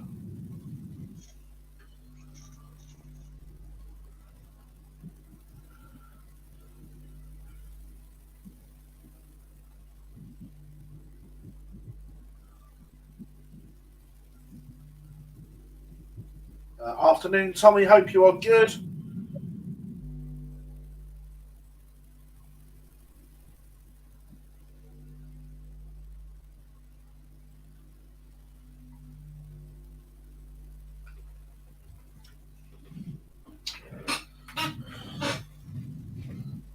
Robin Byrne is a 4-0 winner over Terry Francis Kidwell. On board number 372 average for the Irishwoman. Hayley Brandt is 40 points away, now 10 points away. Joe says, when will darts coaches actually become...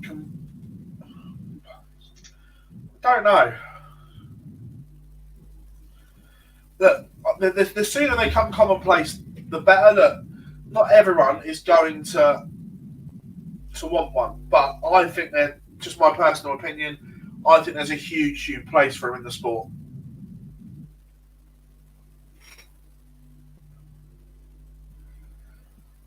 I'm not sure we get to that point.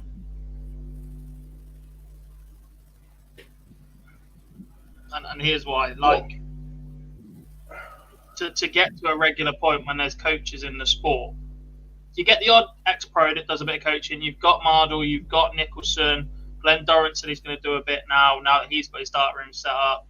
Matt Edgar. Is it John Lowe that does a bit of coaching as well? Or is it Bob Anderson?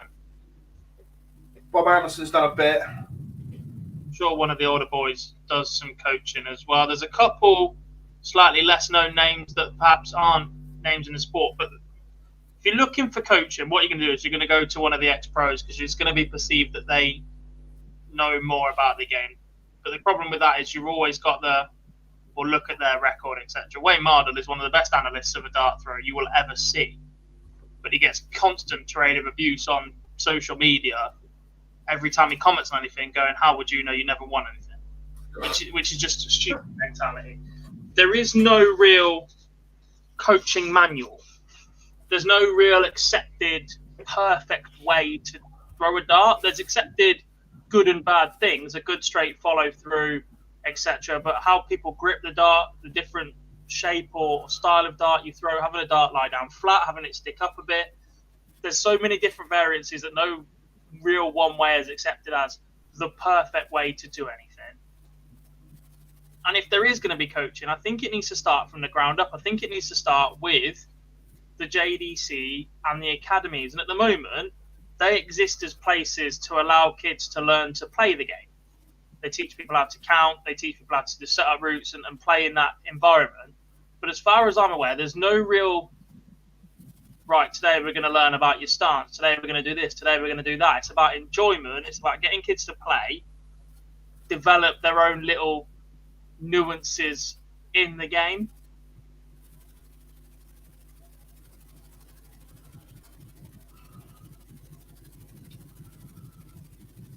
I just think that players are missing a trick because, like a golfer, you can't see when you're doing something wrong. That was my next point as well. The comparison I think here is with golf. In tennis, it's widely accepted that if you're any sort of tennis player, you need a coach. You need somebody to work with. You need somebody to work on. You need somebody just to structure your training sessions, even if it's just that. But there's an awful lot more money in tennis than golf. There's still a massive reluctance at grassroots level, if something's wrong, to go and get a lesson in golf. The solution for a lot of people, go on YouTube, find a video, or buy new clubs. Buy new darts is incredibly common. If you're not doing something right, you see Dave Chisnell chucking 106 average, and the first thing you will see on Facebook is, what darts does Dave Chisnell throw? I like the look of them. I want to try with them. Because they're so easy. The price point of darts, look, it is getting more and more expensive, but there's so many swap pages, there's so many ways of recycling and moving darts on, and they're at a reasonable price level in terms of sporting equipment that you can get hold of them, move them on, and tinker and change a lot easier than you could, say, a different pair of football boots. Then you have to find somebody that wants second-hand football boots or whatever. Second-hand darts are really not that big an issue to a lot of people. And because there's such a market for it, people just chop and change through that instead of going and finding out what is wrong with their action. It's very much an old boys mentality. Yeah, no, agreed. Because at its basis, darts is an incredibly simple game. You are throwing a sharp pointy thing at a circle board 7 feet away from you. And there's such minute mechanics in it that I just don't think people understand how intricate it can be. Yeah, but a couple of ones. About 8% of the planet, it's a sport. Davey said, if you could have someone coach you, who would you want? But again, this is a personal preference, a bit like in football where people have got different ideas of a philosophy and a style they want and a coaching style they want. Me personally, if I was being coached, Nico for me.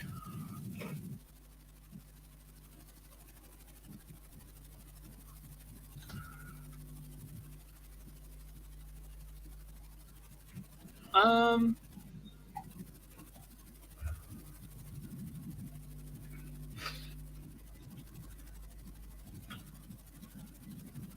no. I've seen After spending time with Nico at the seniors, I do like the way Nico's mind works. But I just worry that in a coaching session, it might just be a little bit of an overload. He can give you an awful lot of detail. No, I've seen him coach, and it is very good. He doesn't bombard you. It's bits at a time and things like that, to be fair.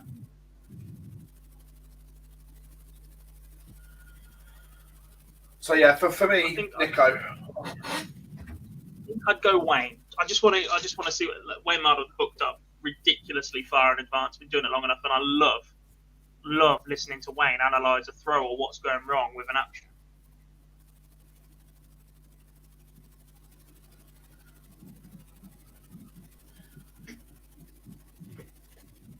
So Gob's going to Wayne. I'm going to Nico. See you in the World Final next year, yeah?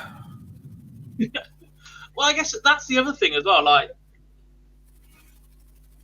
without seeing either of them actually coach, I think it'd be incredibly difficult. Because seeing what's wrong with an action is so different to knowing what you need to do to put it right. Yeah. Oh, yeah, completely. I think I'm a pretty good judge of spotting when something's wrong with an action or what I do slightly differently. But how to get that rhythm, how to build that into somebody else's throw so they're comfortable, go through those motions, break it down, this is the slight difference that you need to make.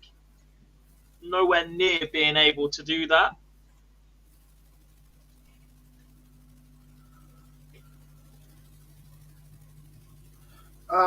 Look, it's a sensitive question, and look, I've already upset her husband on Twitter today, so why not stop now? Look, as I understand it, and I've been told this on good authority, she was offered the chance to play under a neutral flag or a UK flag because she does have a UK passport, and she declined that, is what I was told. So she could have played, but not under a Russian flag. Did I word that all right, Gob? Yes.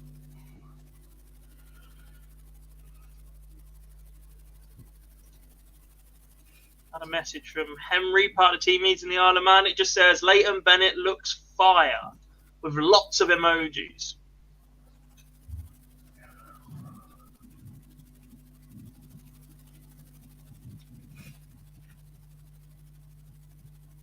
Yeah, Caliber, you know more about tennis than me, but case on point, Brad Gilbert wasn't a great professional tennis player, but he had what Andre Agassi needed to become a champion. Yeah. Well, look at snooker as well. But Ronnie O'Sullivan is the best ever to pick a cue up, but even he needed coaching in spells. He changed direction about 2-3 years ago as well. He went and worked with Steve Feeney at SiteRight, which when it first came out was considered a little bit of a gimmick, and you can see the coaching steps that Steve Feeney puts into the game as well. By the way, if you know what you're looking for in snooker, the up and down from looking just at the object ball to the cue ball and back and forth, that's very much a Steve Feeney distinction, and making sure you're feathering it the same amount of times. You can see the changes in Ronnie and where he started to take just that little bit more care and attention in his cueing action. Not long after he'd started working with Feeney, setting himself behind the ball straight and properly, so there's no chance of a silly miss. I just think he gets so bored. His mind is so wired constantly as Ronnie that even that just breaks down for him sometimes. The action's all there put together, but without the help of Steve Peters as well. I was about to say, I don't think Ronnie wins his last 2 world titles without Steve Peters. No, not sure he gets to that many.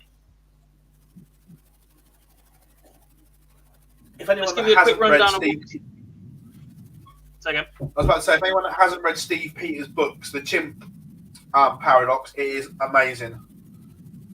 I do need to get and read more. I want to read Wayne's book. I want to read... Wayne's is really good. I'm not a reader. I'm an audio book guy. But Wayne's is really good. Really good listen. I want Barry when it comes out, and I want to get onto Steve Peters' books and a few others. Jimmy Carr's new book's meant to be really good as well. I did listen to that podcast the other day with Diary of a CEO, with the guy from Dragon's Den. That's the first time I've listened and watched to him, and that was pretty interesting. There was another recommendation as well. I've got it saved there because it's on my next one. So one of the ones to read apparently is really good is Matthew McConaughey, Green Lights. Apparently it's really good. We don't just bring you the Women's Series darts, folks. We bring you all manner of conversation here. What are we doing? Why was that in? Let's run you through what's happening so far. And Denise Cassidy did wrap up a 4-0 victory over Courtney Hine on board 1. So Laura Turner is now underway against Louise Leahy. On board 2, Bettina Gruber is 3-1 to the good against Sarah Jane Goins. On board 3, Robin Byrne wrapped up that 4-0 win over Terry Francis Kidwell. So Sherry Yeomans is currently 1-0 up on Priscilla Steenbergen. On board 4, Anne-Marie Potts 3-0 up on Catherine Handley. On board 5, Abby Jerd is 1-0 behind to Jane Monaghan. On 6, Steph Stutley beat Samantha Lewis 4-0. So Susanna McGimpsey is about to take on Laura Patton. On board 7, Rhiannon O'Sullivan finds herself behind once again. She was beaten in the first event by Chloe O'Brien. She is now... Was it Chloe O'Brien? I believe it was Chloe O'Brien. She's now... I don't think it was Chloe O'Brien. I'll double check in a minute. She's 2-1 behind to Natalie Gilbert. Make that 3-1. Matt Edgar's tip for a good run today. That one is on the streaming board for you guys. On board 8, Claire Brookin 3-2 up on Jackie Wilkinson. On Phil's boards, Chrissy Manley 3-2 up on Grace Ferridge. Mandy Smith has beaten Lorena Rietbergen 4-2. Next up on that one is Amanda Harwood against Joe Aldershaw. On board 11, Rose Moore. That's our featured game right now. It's 3 apiece with Katie Woodcock. Felicia Blay is also on that board. On board 12, an absolute stinker of a board, by the way. Rachel Bird beat Josie Patterson 4-2. Corinne Hammond has cruised past Tina Nailon 4-0. So it's Lisa Ashton against Rachel Bird coming up. Corinne Hammond will then take on Joanne Locke. I'd be very, very surprised if board 12 doesn't get moved to a stream very soon. On board 13, Leanne Palmer just 2 apiece with Michelle Andrews. Fallon Sherrick already through comfortably through her first round game. On board 14, Rhiannon Griffiths 4-0 win over Lisa Hughes. Rebecca Hoyland, who beat Tracy North earlier, is about to take on Joanne Senior. Board 15, quarterfinalist. From the previous event, Juliet Findlay is about to take on Rachel Brooks. And on board 16, Mozgan Romani is 1 apiece with Anika Koiter. Yeah, and again, watching Romani play, it's just something that again, the action looks good. There's a lot to like.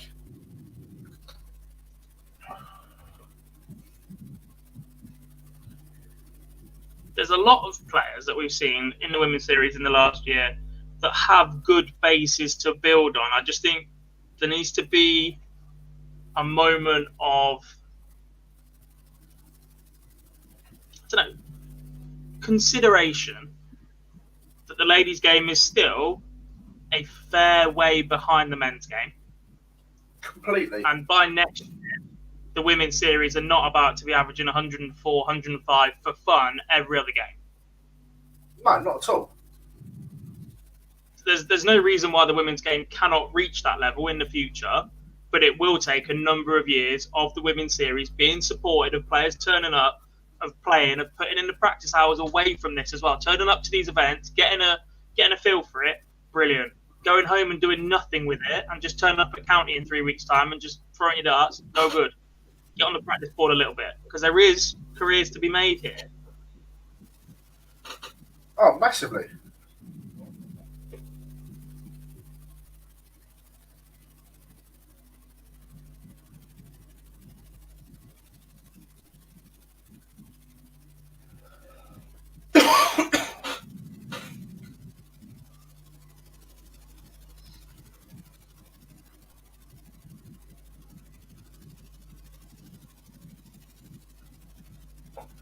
Look, at the moment in the women's game, forget the elite ones, because we know they can mix it with the best. But if you can average somewhere between 60 and 75, you have a good platform to build on. Mm-hmm.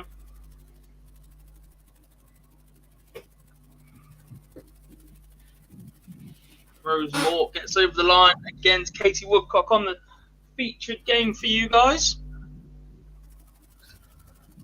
I almost think, Phil, there is an argument for this and there isn't an argument for this, because it's similar to the development tour argument, but obviously that's age restricted and there's a difference between having a tour card and not. I know what you're going to say here. There's an argument for the top 16/top 32, maybe the top 16, to be in like a little elite series, so they continue to push each other onwards as a women's group. Yeah. And the rest of the field go through the motions of going deeper in tournaments and understanding that without, what happened there? That definitely showed that Rose had won the match, and then it's lost it and 100%. given it to Katie in 17 instead. 100%. That one got a bit messy.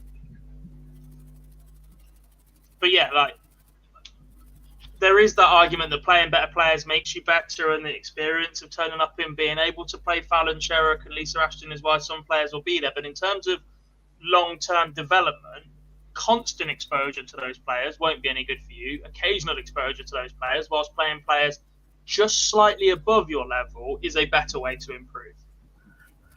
If you're constantly chasing somebody averaging 25, 30 points ahead of you, you're in trouble. If you're chasing somebody 5 to 10 points in an average ahead of you, you can pinch legs against that. You can have a good leg on your own throw. That's why I like what the JDC have done with the Advanced Tour and the Foundation Tour. Big fan of that.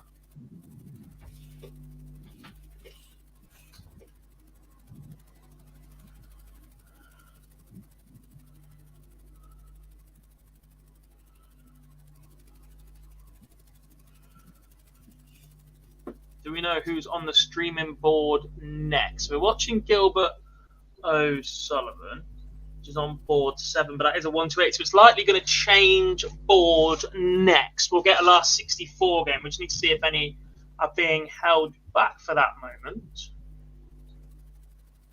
Who do you want as a feature game there, Rob? Sorry. I want my watch to stop. I can sit here and work all day, every day from a normal job, and Siri doesn't pick up anything. Who do I want as a feature game?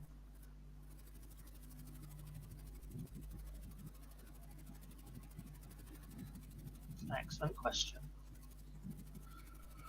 I like board 16. I like board 9. Yeah, put 16 up to the conclusion, but I do like board 9. Especially for the game afterwards. Aileen de Graaf is currently 0-0 with Steph Clark, but then Katie Sheldon will take on Trina Culliver. Trina's been stitched up with these draws. To be fair, we'll make sure that one goes as the feature game 100%. Yeah, 4-3 to Joe Locke in the first event, round 1, and this time she gets a bye to the last 64, where she'll take on Katie Sheldon. Bettina Gruber has beaten Sarah Jane Gowan for 2 on board number 2. Jane Densley will be next up against her. She made the quarterfinals of the last event. Priscilla Steenbergen's 3-1 up against Cherie Yeomans. That was 1-0 to Cherie, so turn around in that one. Abby Jurd 2-1 up on Jane Monaghan. Laura Patton 3-0 up on Suzanne McGimpsey. Gilbert O'Sullivan 3 apiece. Now that was 3-1.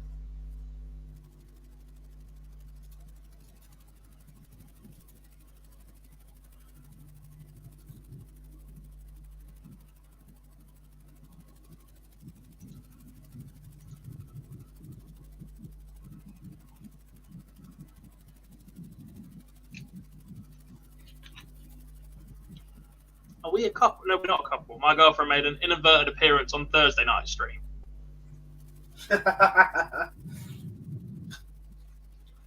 Did Poppy come and say hello? Not intentionally. She went in the shower whilst I was streaming with Cam.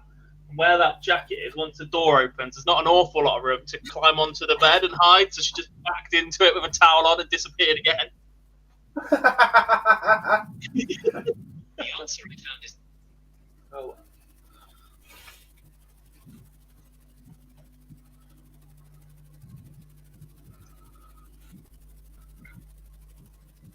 Priscilla Steenbergen has beaten Cherie Yeomans 4-1. Next up on that board, Kate Monaghan against Robin Byrne. Board 2 is being held an awful long time right now, Phil, and I think we might get Jane Densley against Chris Savary on the streaming board, which would also see Mem Martin and Bettina Gruber as well. Yeah.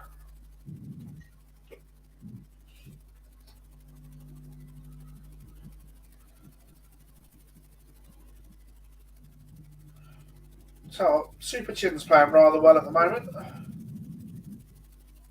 Been saying it for a while. Sullivan. Oh, that's wild. 69 left, Rianne. You want 19 and then the bullseye. 57 and double 6. Natalie Gilbert returns for 11.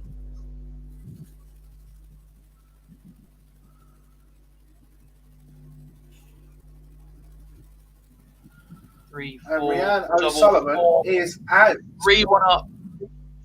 Natalie Gilbert sneaks over the line. Rianne O'Sullivan, it was top 8 last time, was she not? Correct. Has lost first round in both events today. And this is what I was saying, the danger of the ones that have gone to the Isle of Man. Look, I understand why, but with that match play spots up for grabs, it has to happen next time around. Say Dita loses first round on both days, then she's got no ranking points. It's a danger. is. Board 2 is underway now. Jane Densley against Chris Savory, so that one won't be streamed. Laura Turner's a leg away against Louise Leahy. I can't be saying that right.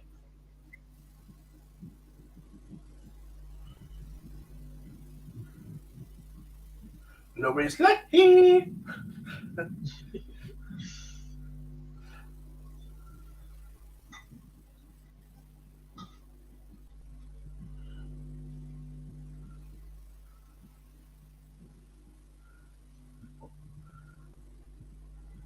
Harold Gurney completes a 6-4 victory over Luke Humphreys. A nice little chat on stage. Well, bless him. Luke's trying to do a runner and just get off stage, and Daryl just wants to chat. You just beat me. Go away. There's nothing worse when your opponent wants to stand up. Lost. He just wants to do one, and Daryl just wants to chat. The markers still stood around. Obviously, they're trying to get off before Elmar comes. Is it Elmar? It's not Elmar, is it? It's no, Philip's interviewing him. Who was the last game? Not Vincent. The Clearmaker game. He's having a chat with Clearmaker, who's just lost, I think it was, whilst the winner stood there just twirling the mic around in their hand as well. Get on with it, Philip.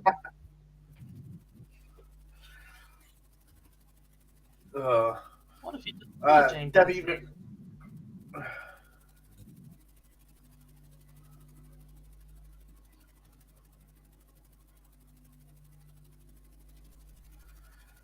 My first music concert.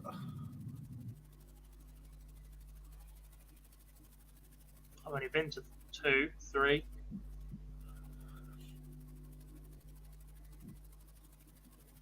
I think it was Oasis in 90 something. Your first concert was Oasis? Yeah.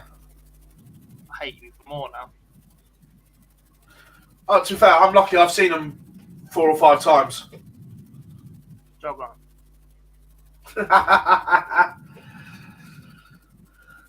Cheers, Craig. Thank you very much.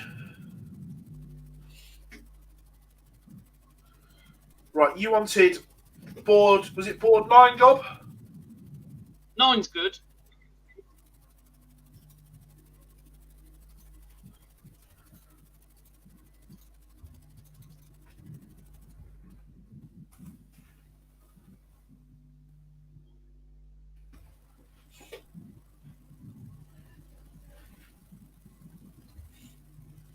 I'll tell you what, Lisa Ashton, has she just given the field a chance and it not been accepted? She wins 4-0, only a 67 average. Let's be fair, normally Lisa's up around the mid-80s minimum. Has she given them an opportunity? Well, who have we got on the stream?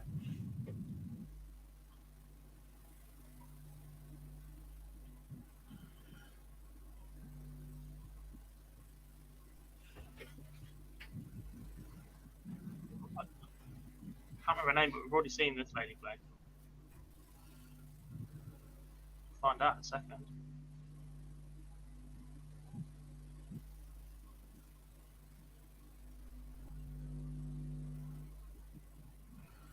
We have got Kim Holden and Cara Boyles.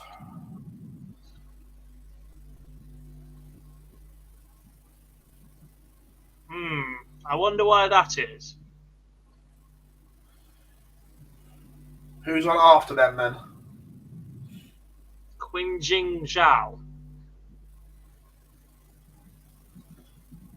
I have a feeling it would not surprise me if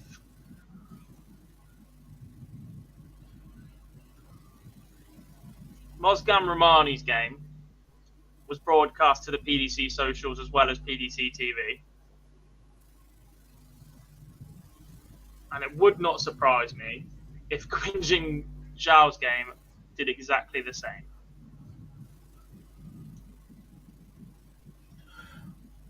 Just watching the throws now. Obviously, Kim Holden's throw looks very, very solid. Not sure about Clara's here. It's very across your. Yeah. It's very Bobby George across your mush. Hey, it worked for Bobby though, didn't it? Yeah. It's yeah, not exactly, a million yeah. miles away. The set is very far off, but actually, by the time she comes to release it, it has come round an awful lot.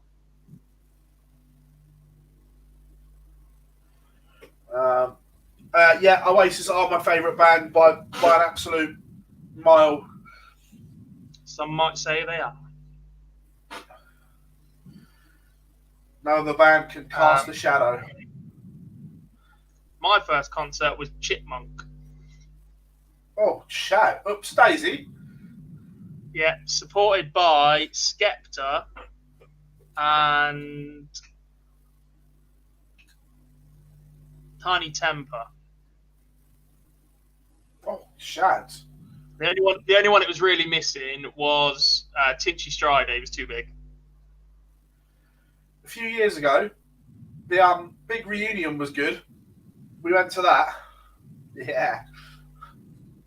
And then the only other concert I've been to specifically was, I can't remember what year it was, maybe 2013, 2014. I went to the Radio 1 Teen Awards Nice. at Wembley Arena. Gabrielle, yep. Gabrielle, fame of the 90s. Come through. Duetting with E17. Oh. Please. Laura Turner has beaten Louise Leahy 4-2. Poppy was at the Wanted concert last night. You'll laugh. Me and my friend, we've applied to go unhunted as well. Oh, Philip. I do like that show though. It's very clever. My Although mate I've is seen actually people one of pick the up about Drive to Survive and how they dramatise certain bits. Some of that's definitely dramatised. They do not have actual access to ANPR cameras.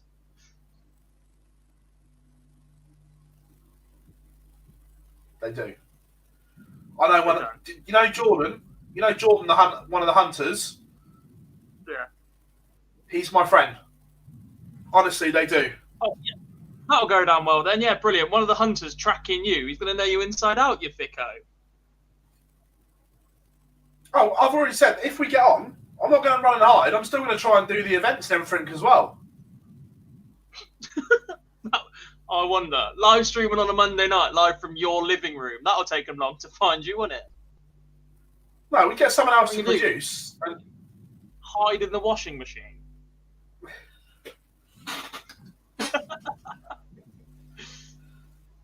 Aileen de Graaf is out, Phil. Yes. She has lost 4-2 to Steph Clark. A little bit of an upset, that one. Maybe a little bit. Decent run. Maybe lacking a little bit of match practice. Potentially. Laura Turner is over the line, though. That was a 1-2-6 checkout for her. Robin Byrne is 1-0 up on Kate Monaghan. That's why this one hasn't loaded properly, because they've moved it to a stream board, which means it's going to play absolute havoc. Yeah, just before we move off Hunted, the old chief, Peter Blexley, his podcast is very good, called Manhunt as well. Hunting Kevin Parle. Yeah. Very I admire good. him, but he's never going to find the man. I don't know.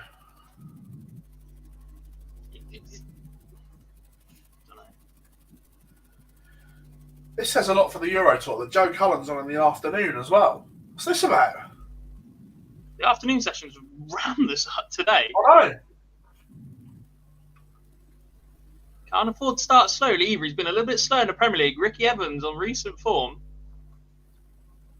I felt for him on Thursday though, because he was there practicing to play, and then Gezi pulled out. So your mindset there. Wait, 3.5, 4 hour wait, and you have to reset your preparation and Yeah. etc. Sarah Milkowski is about to get underway on board number 6. That's not actually that game.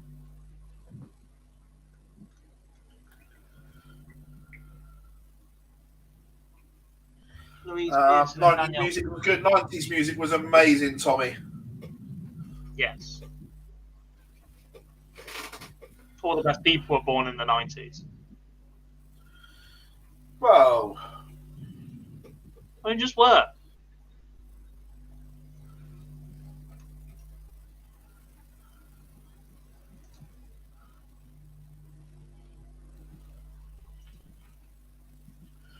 Rachel Brooks is 2 apiece. That one started yesterday.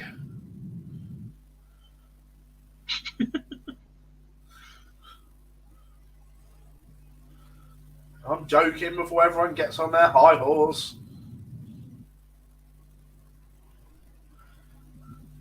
Daniela Fry is back on. Quick turnaround for her.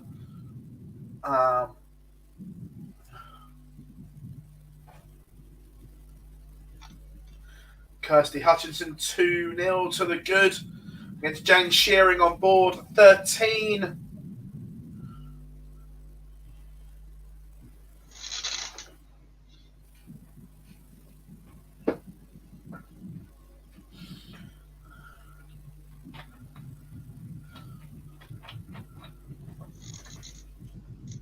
Mr. David P180 says, good afternoon. The best people are 60s babies.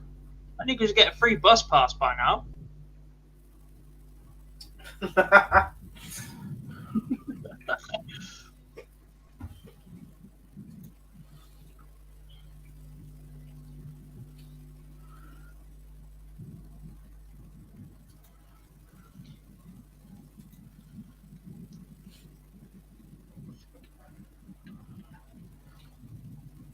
Felicia Blay is back on board 11 as well.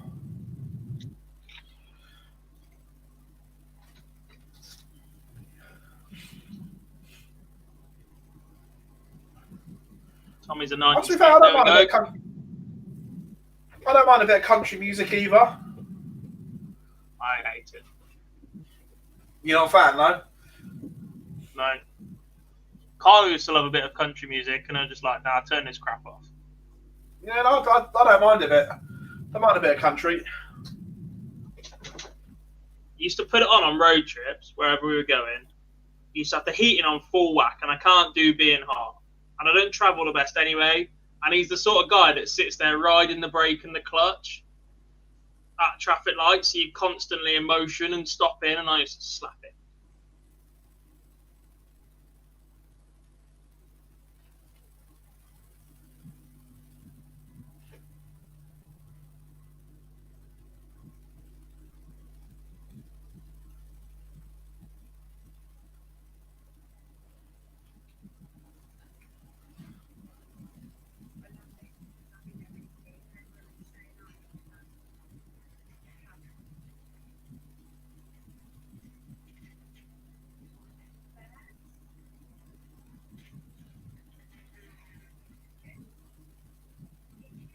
Favourite song, whatever women's darts.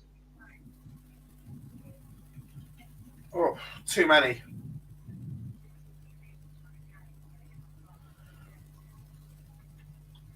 I'm a huge music fan. Too many to say. I've got a favourite song.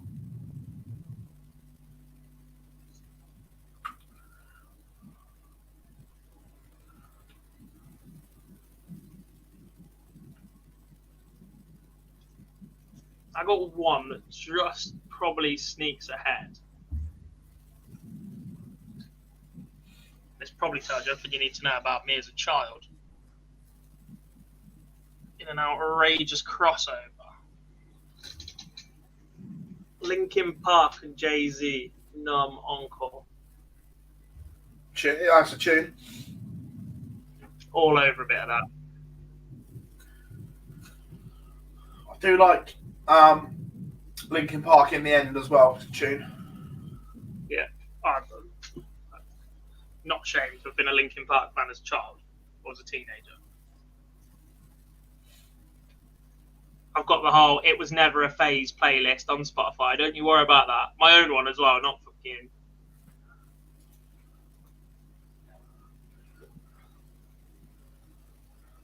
It also helped that Numb Encore was on the soundtrack to the reboot of Miami Vice. Colin Right, Farrell yeah. played it in the club. I was a big fan of that film too, for some reason. Let's run you through some more results then, because the chat room does love to distract us in a minute. We're talking music and all sorts. Fonsal Willis is 1-0 up on Fran Elwick. Jane Densley 3-2 behind Chris Savary, potentially about to go down 4-2. Savary wants 64 points for the match. Doesn't go. Densley back at double 10 to force a deciding leg. Once again, it's been a really good contest, actually. Both players averaging over 70. And it does go for JD, so 3 apiece. Robin Byrne is just 40 points away from a 4-0 win over Kate Monaghan, unless Monaghan can find a 9-7 checkout. Carla Boys 2-1 up on the stream against Kim Holden. Chloe O'Brien 1-0, 2-0 to the good against Hayley Branch, who just fired in a second leg. Sarah Milkowski 1-0 behind to Steph Stutley. Danielle Fry 3-1 up on Louise Pearson. And waiting on Marlene Badger against Claire Brookin on board number 8.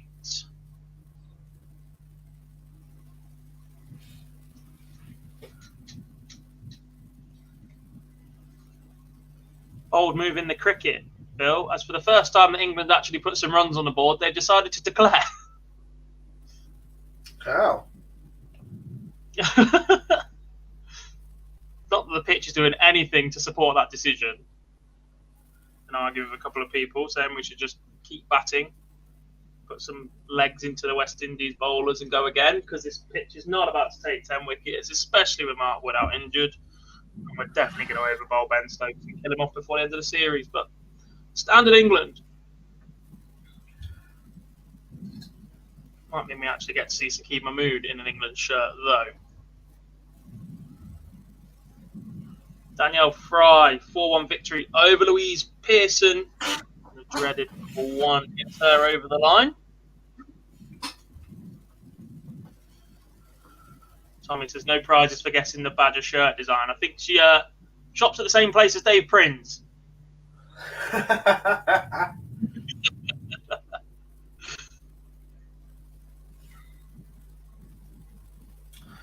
Kirsty Hutchinson 4-0 winner over Jane Shearing. One-sided affair on board 13. Katie Sheldon has taken a 2-1 lead over Trina Gulliver. That is our feature game on the screen as well.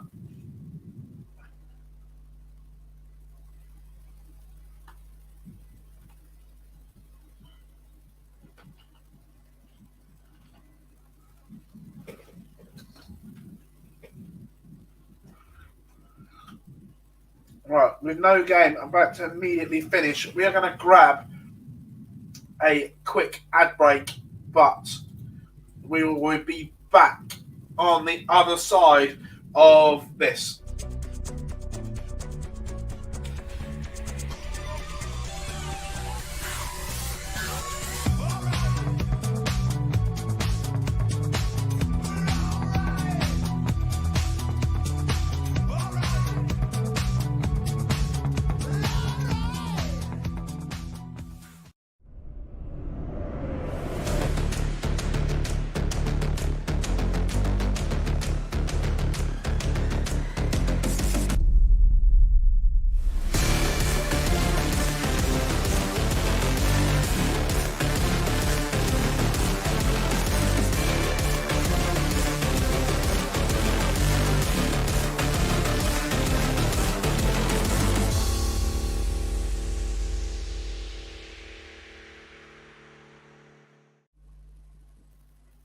Welcome back to Online Darts, everyone, and thank you very much for joining us of our coverage here of the first Women's Series of 2022. Lisa Ashton picked up the first title earlier on this afternoon as we are going deep into event number 2. As you can see, our feature game there, Fallon Sherrick. Trina Gulliver looks set to level it up against Katie Sheldon, but there is no pressure on that. Can the Golden Girl respond? She can't. The 1-3-4 from Sheldon created pressure.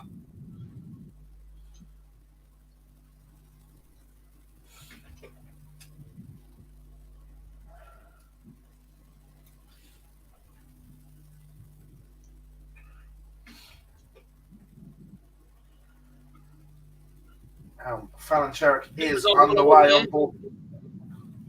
James Go on. Densley did win 4-3 over Chris Savary on board 2. Carla Boys has just completed a 4-1 victory over Kim Holden on the streaming board as well, which means we're going to see Qin Jing Zhao. And if you're a betting man, Gob, do you think this will be on the PDC Facebook page? I think so.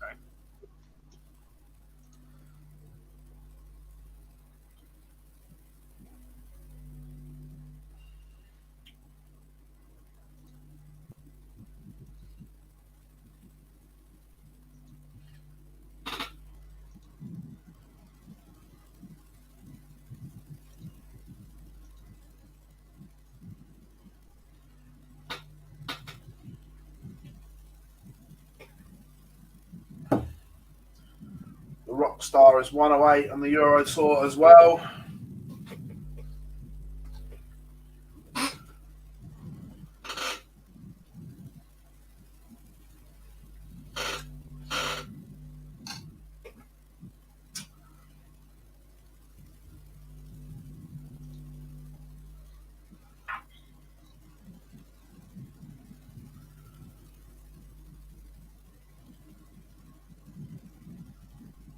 Adam says Evanescence opened for Linkin Park when we saw them, and too many kids because of them.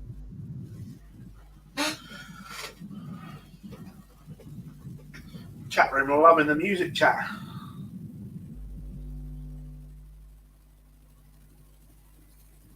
Indeed. Katie Sheldon is 3-1 up now.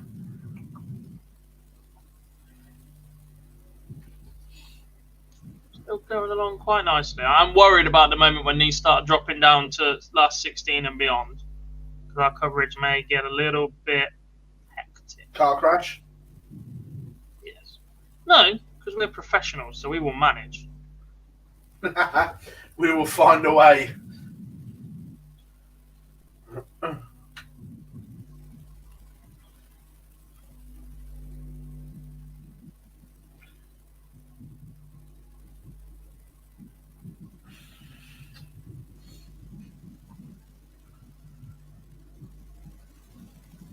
Rhiannon Griffiths 3-2 in front.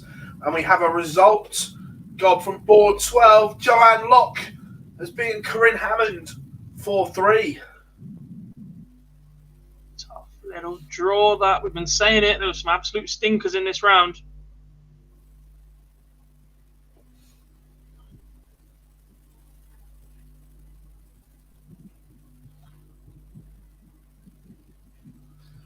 Do you know what the highest average in the BDO Women's World Championship is?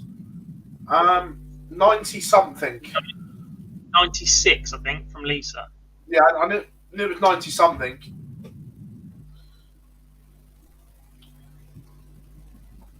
No, Lisa is in. She won her last game.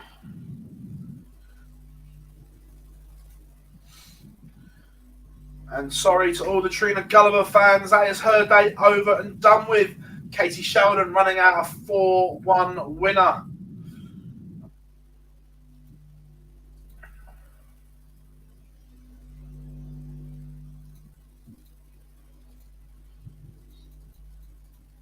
Gulliver, 95.96, 2006. That's Claire by what?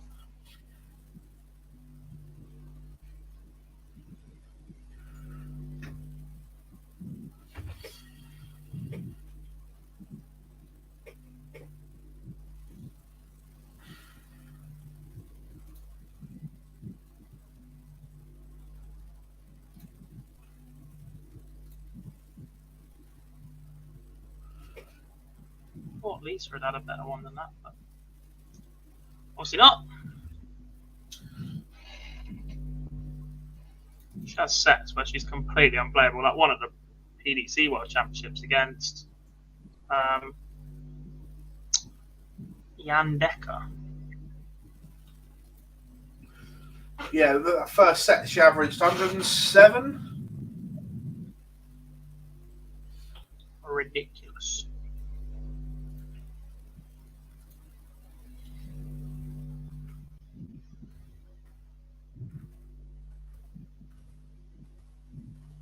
Joe Cullen did beat Ricky Evans on the Euro Tour, by the way. 6-3 win for the Rockstar. Pretty sure that's end of session right now, isn't it?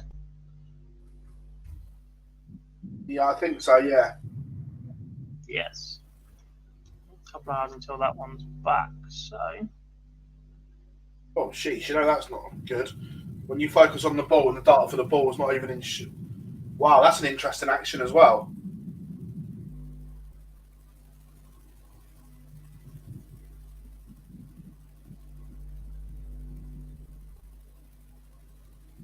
Ooh.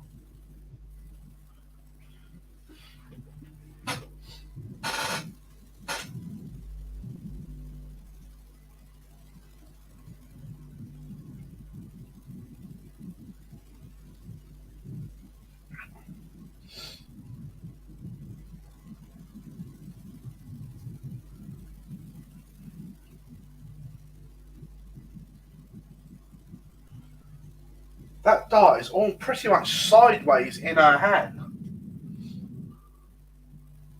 I don't like that. Never liked it when Kyle did it. Certainly don't like it when you're setting the dart with a similar grip to Lorraine Winstanley as well. Yeah, and I want the split cam to stay on. Oh, they both missed 12 darts at the bull each and then both hit it.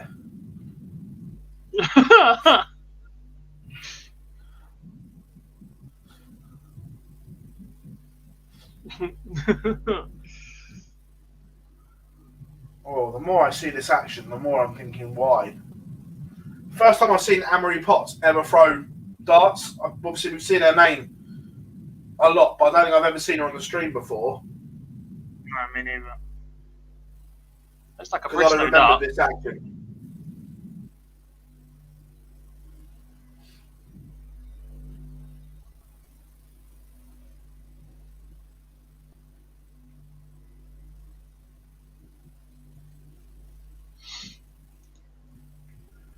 I just want to see it in full motion on the split cam. Must be this one because Dart Connector's already got 2 scores in for Anne-Marie Potts, so then this must be the time. Right, let's have a...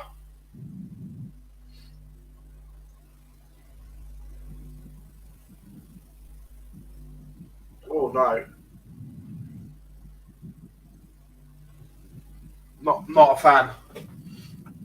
No.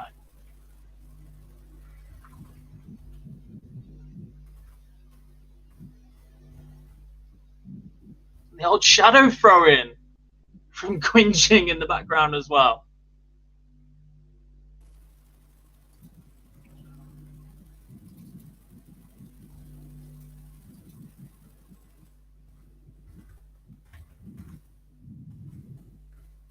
Some very interesting footwear, though. I haven't checked that about. Let's have a... Wasn't in the first event. Can't help but think maybe they rocked up late for the second. But I don't think that's easy Robert Quinching. Oh no, they're just short trousers.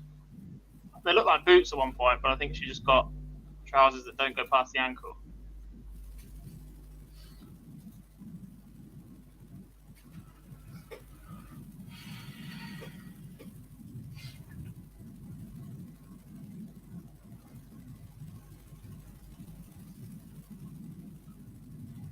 That's the point, Tommy. It says, how do these unorthodox throws work consistently? I will never know. Because they do the same thing consistently. Yeah. And that's the thing. When we were talking about the coaching things, there's 2 points to make on this.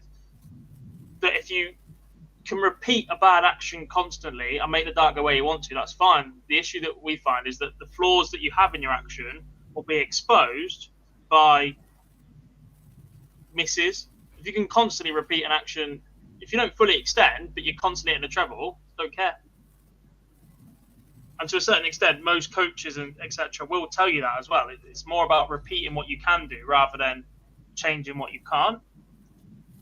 And on the coaching point, Phil, given the way that China has excelled in pretty much every other sport in the world, the domination of Olympic Games for the last few years, picking up snooker, etc.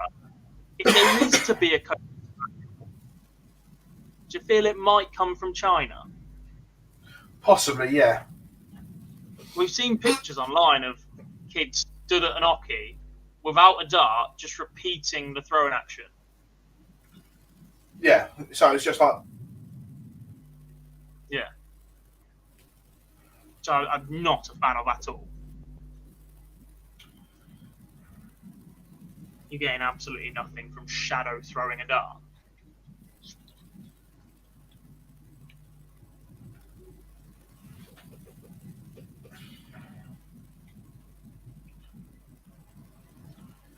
You're twisting your wrist, more things can go wrong. Yeah, look, absolutely. The moment your wrist has to do any correction to throwing a straight dart, you've got a problem. Yeah.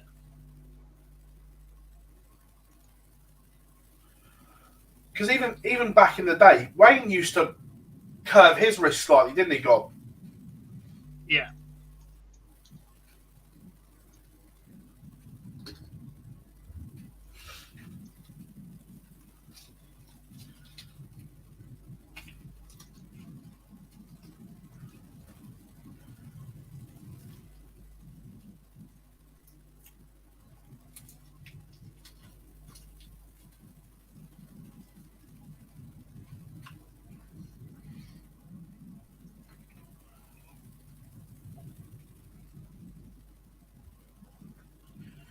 And as well, when you start twisting things and things, that's where repetitive strain injuries come in as well. When you're twisting and motioning and things like that.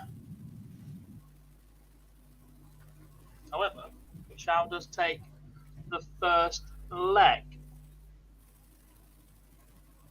Steph Stutley has beaten Sarah Milkowski 4-2. Chloe O'Brien has also picked up a win against Hayley Brandt.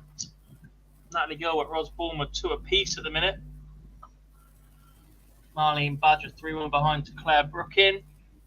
Still waiting on board 3 to kick into life. Sheila Steenberg and Robin Byrne. Fallon Sherrock on course to wrap up a 4-0 win. However, this isn't Fallon Sherrock-esque performances, Gob. No. Hasn't really been all day, but if she keeps making quarterfinals and semi-finals and beyond, you just need to put yourself in that position and hope your A game comes out when you're under pressure in those ones.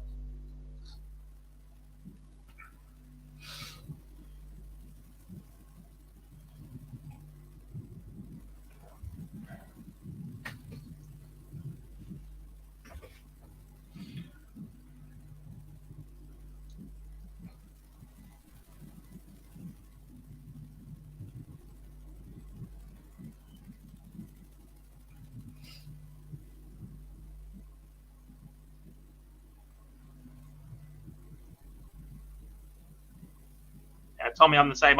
People that can just pick up 3 darts and bang it in the treble would wind me up.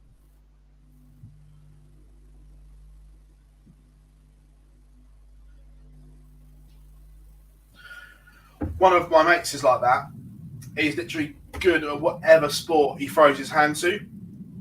He's just one of those irritating gits that is just good at whatever. And when I used to play a lot when I was back, he used to play on our Friday night team. Just used to start at 8:30. So, of course, we used to get there. Used to have a chuck and whatever. We always used to have to put him on 4-4 afterwards. He never ever got there on time. And he'd never pick his darts up. He'd just take them out of the case and just go and play. And normally win. No, that would wind me up. Something rotten. One of the funniest ones ever, that he was playing, I can't remember who we were playing, but he played this guy. Ralphie got there, took his darts out, and he was like, "Do you want to practice?" He was like, "No, I'll just go straight in.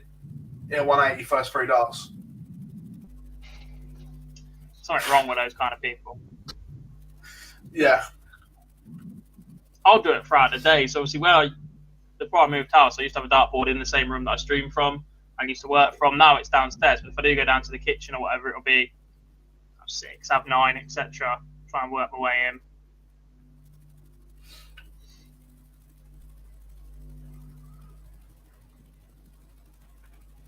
Lisa Ashton is back on as she takes on Joe Locke. This should be a tasty little affair. Mm-hmm.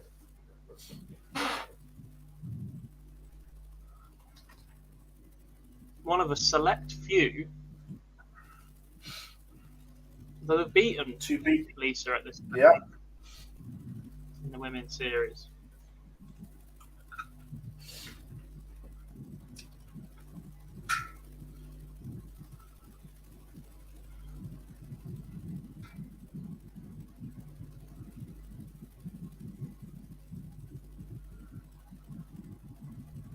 Fran Elwick, Phil, just won against Fonsawa and Willis. Yeah. She will await the winner, Cassidy and Laura Turner, in the last 32. Men Martin and Bettina Gruber 2-0 to the German. Still waiting on board 3, Priscilla Steenbergen and Robin Byrne, hoping Darts Connector's not having a bit of a malfunction again. Quinn Xing Zhao and Anne-Marie Potts, they're one apiece on the streaming board for you guys. Joe Moore and Jane Monaghan are underway on board 5. 0-0 in that one. Good scoring leg from Monaghan, though. Ton, 40 ton. Waiting on Laura Patton and Steph Stutley on board 6. On 7, Ros Balmer is 62 points away from defeating Natalie Gilbert. Gilbert, who'd already beaten Rhiannon O'Sullivan as well. Winner of that will play Danielle Fry after she beat Barbara Hospodeska and Louise Pearson. Claire Brookin has beaten Marlene Badger on board number 8.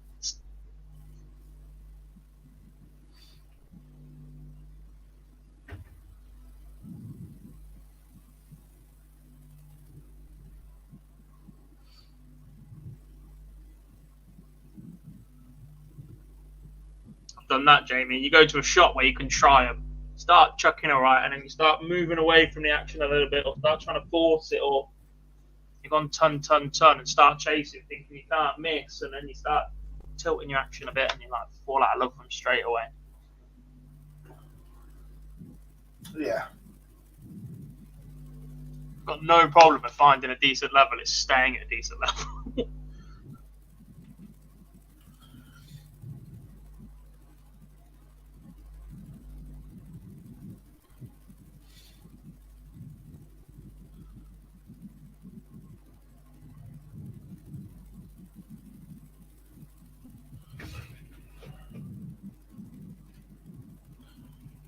Light work so far for Lisa Ashton. 2-0 to the good against Joe Locke. That includes a break of throw.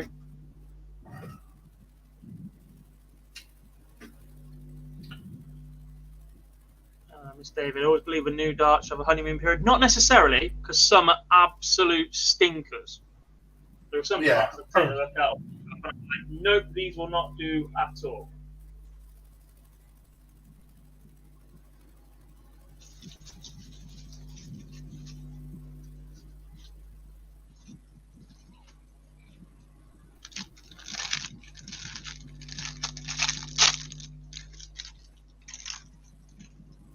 Peter Wright's had more honeymoon period with darts than I've had hot dinners.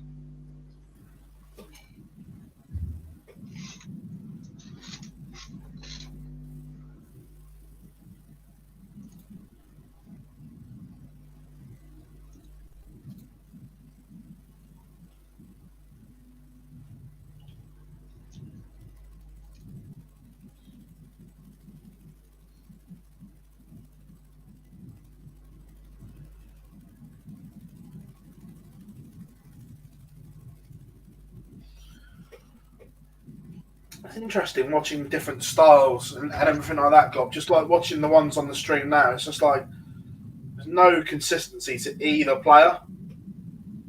Mm-hmm.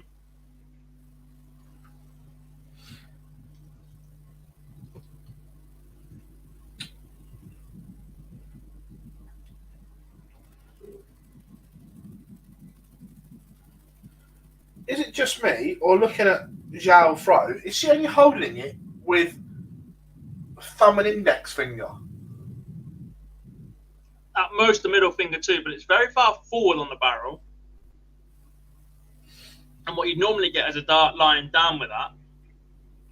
But I'm not sure it's possible with the flight and stem combo she's got on. She's got the Condor axe system on. Yeah.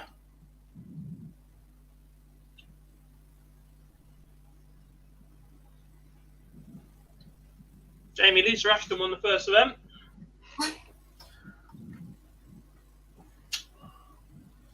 She beat Rhiannon Griffiths in the final. And she's powering past Joe Locke as we speak.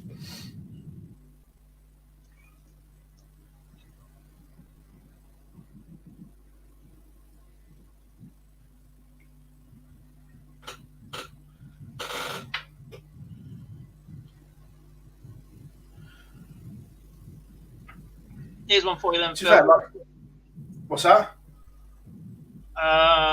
Who asked the question? Tommy asked the question. Where do we think Lewis is going with his career? A lot of people on social media losing faith in Jackpot. And I'm going to be honest, I think I'm one of them. I genuinely worry now that he's closer to 64 than he is going up, which is a concern.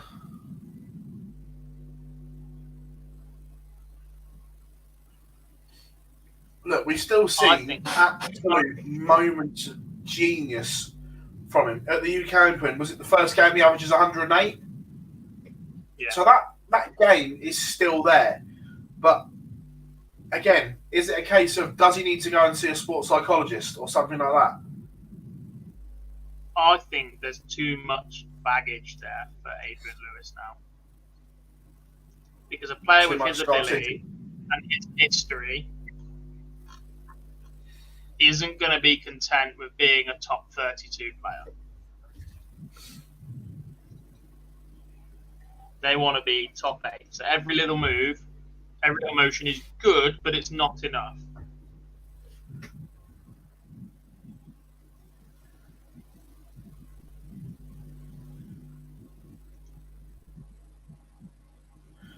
Yeah.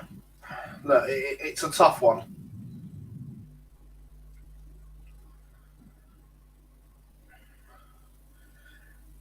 Again, though, you look at it, Adrian hasn't had management for a while. And is it a case of sometimes you need someone to guide your career? You can't do it on your own?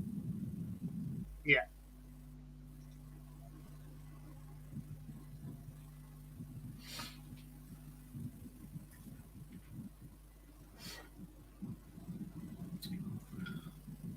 And just again, personal opinion, I don't think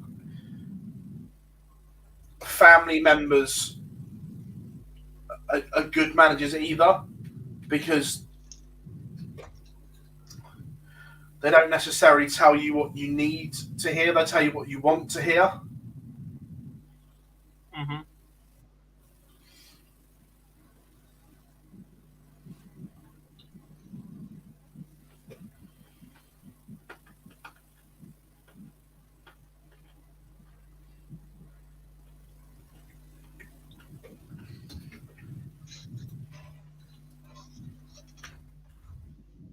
Yeah.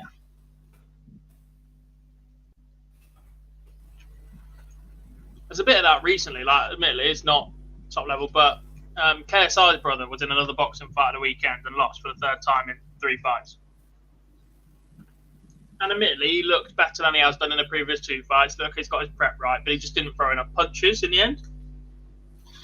And all of his team and all the guys around him going, oh, you looked in the best shape, you didn't have that much time with his trainer in the end, etc. Go again, go again. And KSI just turned around and go, you need to hear this. You weren't prepared to work for it hard enough to start with. You've lost 3 in a row. Some people just aren't cut out for fighting. And he's got a little bit of backlash from it. Going, it's a bit harsh, it's whatever this, it's whatever that. And he's like, actually, maybe he just needs to hear that. Tough love, to be honest. Didn't work after the second fight, going into this one. But at some point, you've got to get through somebody that's been in that position as well. Denise Cassidy has taken the opener against Laura Turner, folks. God, just right. Worst case scenario here. Adrian Lewis could lose his tour card this year. Too big a slide, in my opinion. My issue is at the moment, he's not in any TV tournaments, which he was 2 years ago. Yeah.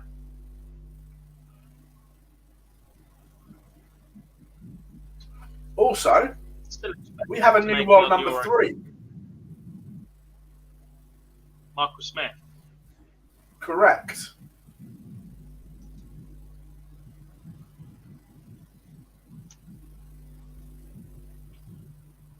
And also, it would be a great weekend if Michael Van Gerwen was to win. I go with the tournament goes to 4th and James Wade's 5th. Yeah, haha. Yeah, I already saw it earlier in the week. Bugger off.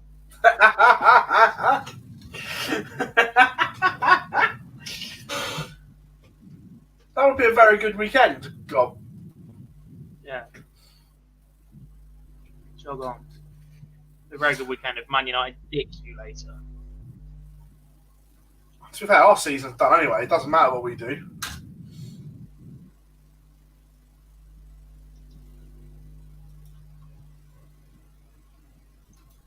We are what's known as Shizen. No comment. Still no score update from Robin Byrne against Priscilla Steenbergen. Are they being kept back for a stream? Not this long, I Last don't 32. think. What was that last game for Quinjing? Was that last 64?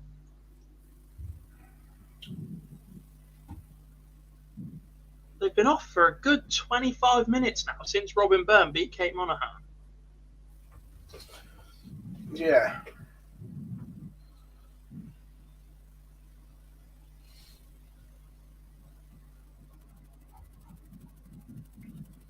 Does that suggest that match is on the stream?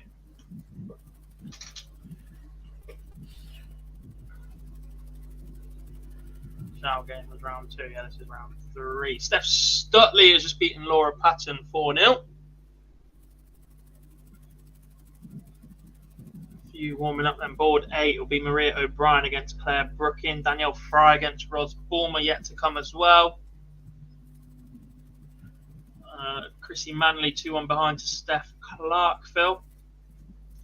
Clark beating Aileen de Graaf earlier on as well. Amanda Harwood and Rebecca Edwards 1 apiece. Chris Murphy said so. It will be Steenberg versus Byrne. Splendid. Felicia Blade 2-1 up, Phil. Having a good little weekend so far as well. Lisa Ashton, first player into the last 16. Her last 32 game done against Jo Locke. Stinker of a board, that one. But she's through nonetheless.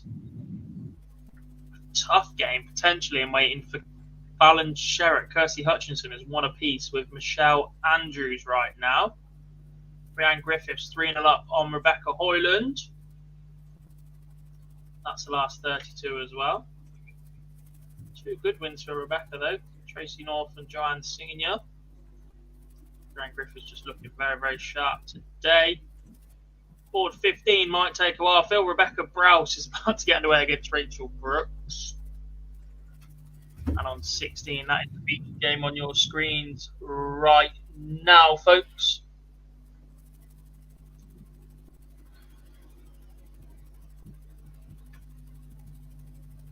Lorraine Winstanley is 3-0 up on Anika Hoyton.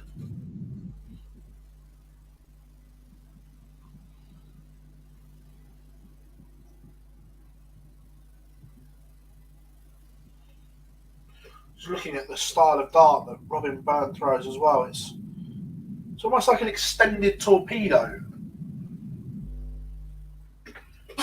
Not a fan. For me personally, anyway, look, there's plenty of darts out there. There's plenty of different things that work for different people. But if you look at the relative success of everybody that has won a TV major over the last 20 years, the only people that really differ from a standard straight barrel dart without too much of an aggressive grip, a plastic stem, and a plastic fold out flight is Phil Taylor. Price throws metal stems, simple concept. Clayton is a little bit different. Jose de Souza throws. Johnny's is quite tapered at the end with the kite flight. Yeah, maybe. And does it to an extent.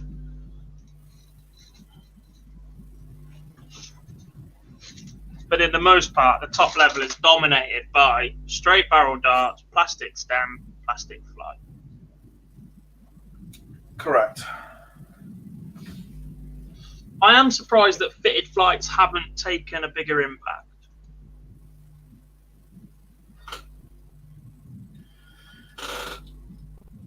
Yeah, but is that due to the cost? Because they're expensive. They are, but every single player in the top 32 and above gets their equipment for free.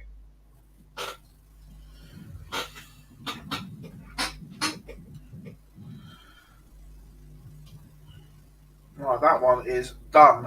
Who would you like as feature game now, Gob? Good question. Ros Bulmer against Danielle Fry. Currently 1-0 to Danielle, averaging 84, Bulmer 76. Yes.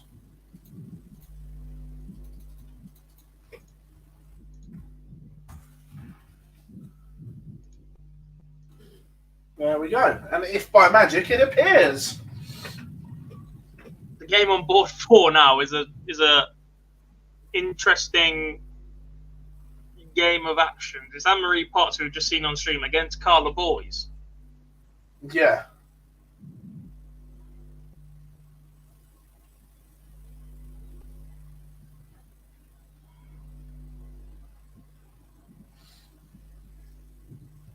Most players are sponsored, so they don't use Cosmo and L-Style. No, but all the manufacturers have their own variation. I've used Harrows before. Target have got their own 8 flight. The only ones that really don't are Unicorn, and they used to have a 2-piece one that slotted together anyway. They've all experimented to some extent with fitted flights. And look, depending on who you are and what sort of deal you're on, if you're that desperate to throw fitted flights, either you manufacture or go out and make some, or you change your deal, don't you? Yeah. Was chatting to Nico at Circus Tavern. He was saying, look, as long as I'm throwing a windmill barrel, the rest of it they're not really fussed about, because that's the bit that everybody sees that he puts his name to. Well, there is a player inside the top 5 in the world, but is sponsored by one manufacturer. He uses another manufacturer's stems and uses nail varnish remover or white spirit to take their branding off of the stem.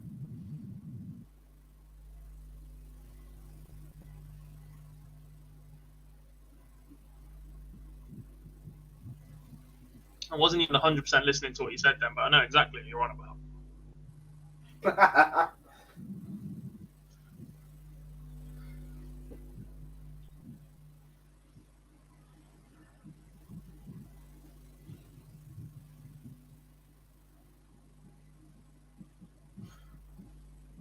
No, I'm not going to name them because it's not fair to their...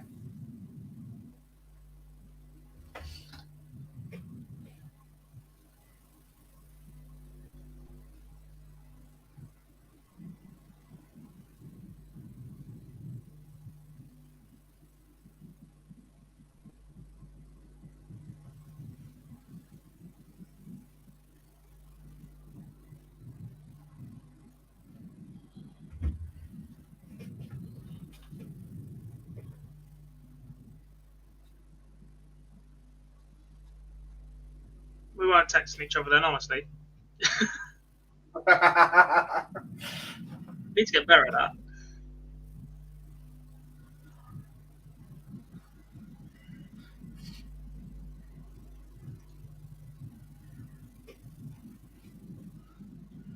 It's quite funny when you see the players turn up at events when they've just got a delivery from the supplier, like on the day, like the suppliers bought them stuff, and literally bags of thousands of flights and things like that. It's hilarious. Oh, I've seen it for players at amateur level. A few updates from some other events that are going on right now then. Shawnee Max tweeted a quarterfinal lost 5-4 to Gabor Jagitska. 3-1 down, played to watch 4-4. His throw struggled, one match start, undeserved missed and out. Well done, Gabor. Shawnee Mack berating himself a little bit. The Women's Isle of Man Open semis, Phil. Would you be surprised to hear that Dita Hedman will take on Lorraine Hyde and Bo Greaves will take on Vicky Pruitt, and they're in opposite halves of the draw? They are potentially about to do the sweep in finals. If they win that, they will take on each other 3 times tomorrow on the stream over and over again for 3 different titles. The men's Budapest Classic final will be between Gabor Jagitska, who conquered Shawnee Mack, and Patrick Kovacs, the former WDF online singles champion. The men's Isle of Man Open semi-finals, Ashley Hurrell against Gary Robson and Mark Barilli against Dave Prinz. That's all played tomorrow, we believe. And the women's Budapest Classic final will be Yitka Sizarova against Anna Forsmark. Yeah. Honestly, it is thousands of flights. So before the Premier League, we're the media day in Cardiff on the Wednesday, and literally the delivery of flights, because Winmar Red Dragon are based not far from Cardiff, and literally it was bags of thousands of flights. And the thing is, they don't even waste time in bagging them into little bags of 3. They just give you a big bag. Big bag of thousands of flights, yeah.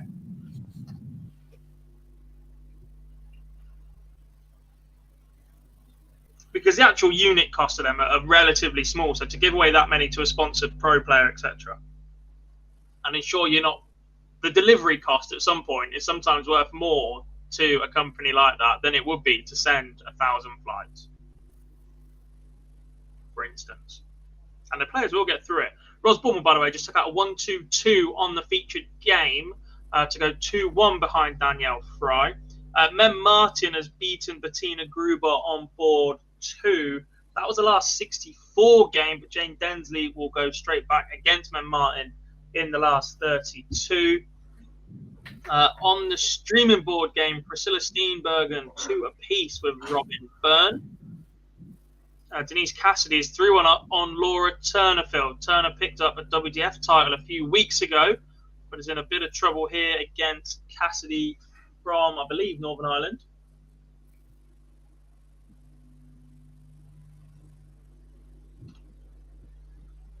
The flag's that small, I can't tell the difference. Yes. Oh, shit. The question there from Adrian was, with the amount of money Gary Anderson is defending, could he be outside the top 16? Absolutely. He could be somewhere between 24 and 30 if it all goes massively wrong.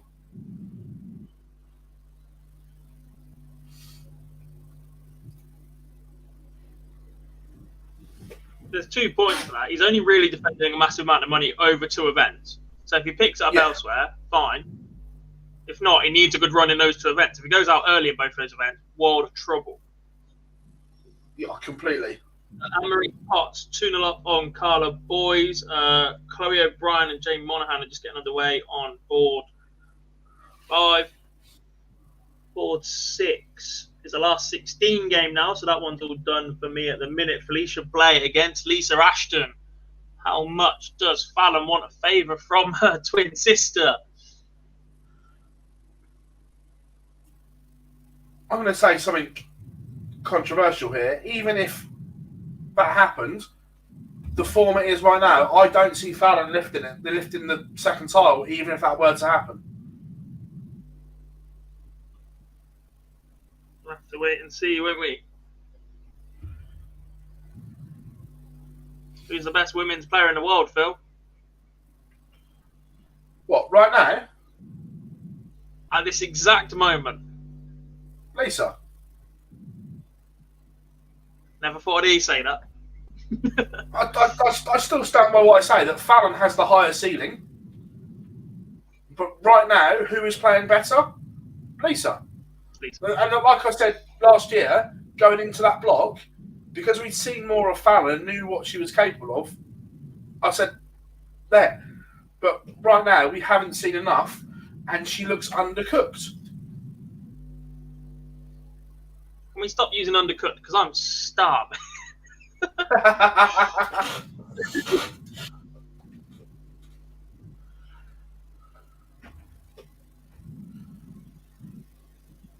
But I say, but the thing, who do I think has the better ceiling?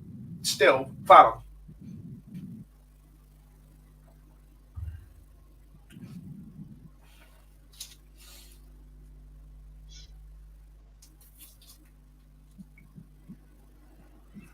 I think Mercedes are playing mind games again, Phil, in the F1. Verstappen was Why, fastest in upgraded Red Bull on final day of F1 testing. Lewis Hamilton says Mercedes not in contention for wins at the moment. Did you see the interaction between George Russell and Carlos Sainz? Yeah.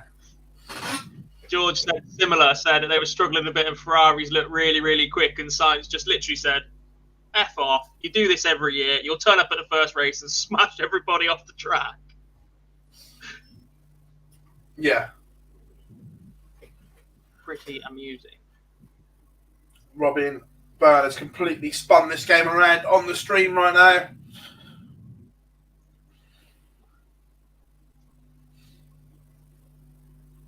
She has in terms of scoreline, but not here in the sixth leg. Advantage No. Steenberg against the Pro. She's just missed 3 at tops.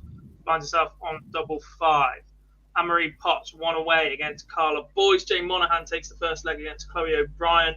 Very inconsistent is Chloe from what I'm noticing, Phil, because she's only averaging 48 now, admittedly only after 1 leg. Good win for Danielle Fry. Yeah. Over Ros Bulmer. 17 dart leg to get over the line. Denise Cassidy has just beaten Laura Turner as well, Phil. That's a 4-2 win for the Northern Irish woman. That's a big, big result.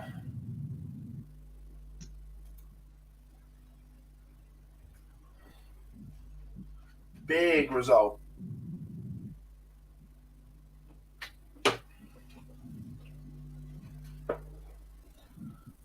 Jane Densley takes the first leg against Mem Martin.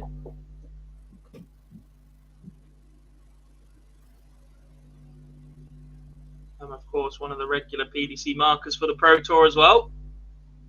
Yeah. Probably one of the most used to this environment than anybody else, but Steenbergen did pinch the 6th leg and has darts in the 7th.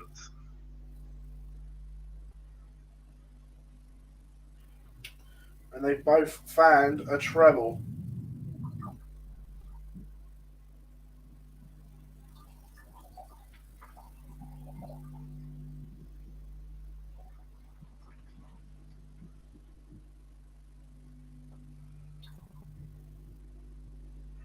Here's that advantage Byrne in the decider. Just watching it on the stream now.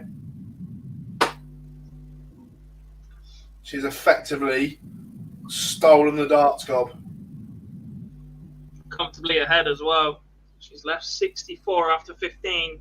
Steenbergen back on 200. Just a 44 from Steenbergen. Does leave a finish, but it's a biggie. Rhea O'Brien has beaten Claire Brookham.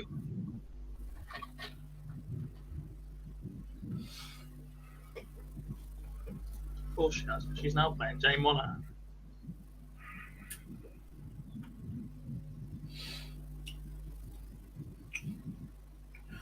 Chloe O'Brien has levelled up at 1 apiece. Better leg from her.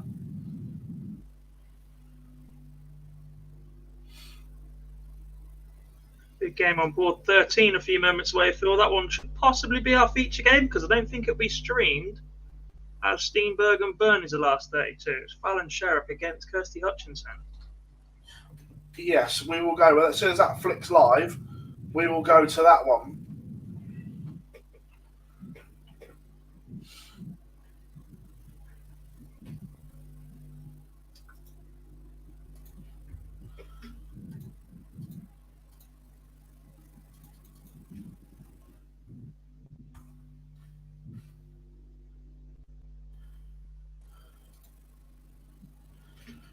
There we go. It is up. saw a little bit of a shake of the head there from Robin Byrne as Steenbergen left the 156, hit both trebles, and then went inside on the double 18. Byrne then does take out double 4, second dart. I like we got a bit of a celebration and a bit of a pokey out tongue bit. I like that. I like a bit of emotion. Bit of release, wasn't it? Bit of a release. Yeah. Anne-Marie Potts beating Carla Boyes 4-0 as well.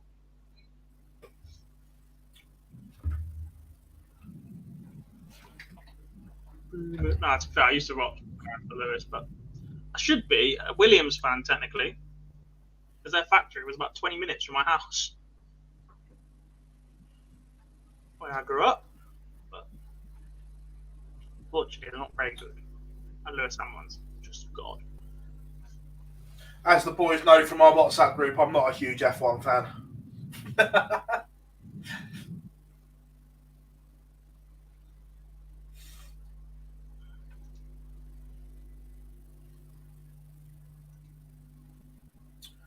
Rachel Brooks is in a spot of bother gob as well. I thought this game was still going on, to be fair. Yeah.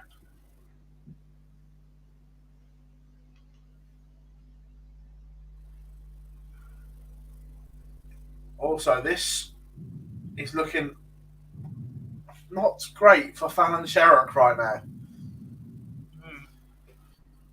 Hopefully, this is the kick up the backside she may need.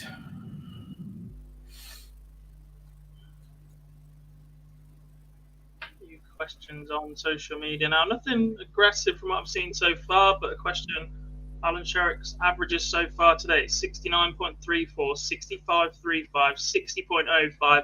Then upped it a bit, 79.11 and 78.45. Drop back down again for this series, though, 69.1 and 61.0.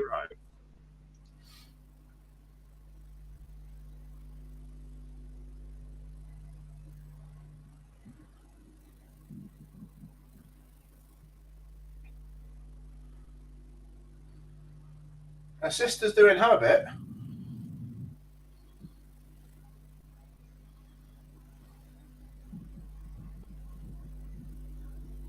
De Gea is in the squad, Phil. Well, I was reading it. He hadn't actually got COVID. Wasn't it a testing issue or something I was reading? Ronaldo starts as well in that one. To be fair, Sergio Romero will just bash him up. Did you just get Romero and Regulon confused and put them together? Yeah, I was looking at the team as I was looking at them, and they're next to each other on our team sheet.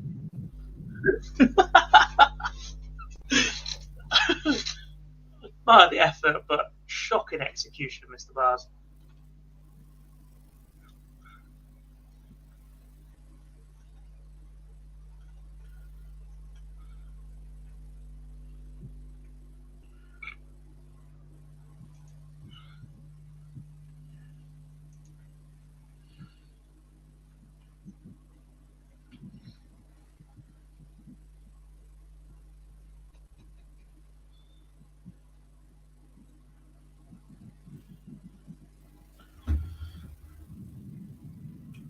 Have we worked out who's going to be streamboard next, Gob?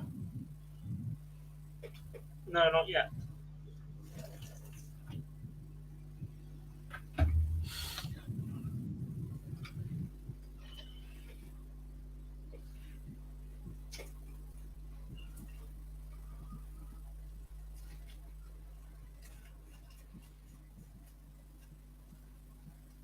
It's not a lot on at the minute. Fran Elwick and Denise Cassidy are just about to get going on board one. That's the last 32 game. That board is struggling a little bit. Jane Densley is 3-0 up on Mem Martin. Robin Byrne has beaten Priscilla Steenbergen, so she should play. Anne-Marie Potts back up on board 2 in a minute. This is where it's going to get a little bit confusing as they start to push the boards down.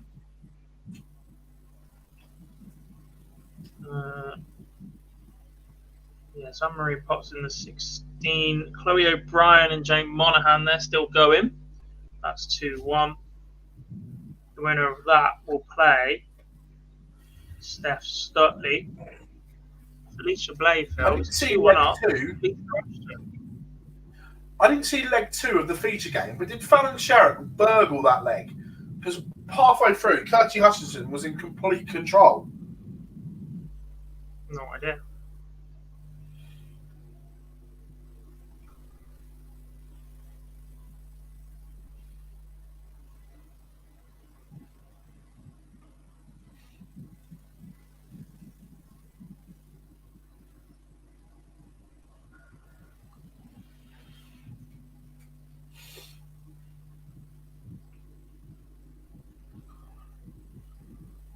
Fallon Sherrick leads 2-1, 2 on the spin. Not quite sure how, but the Queen of the Palace is fighting, at least. The average is creeping back up, though, isn't it? So we got our last 16 game underway already. That's Felicia Blay, Lisa Ashton. We've got another one locked in now. That will be Danielle Fry against Maria O'Brien. I don't think That's tidy.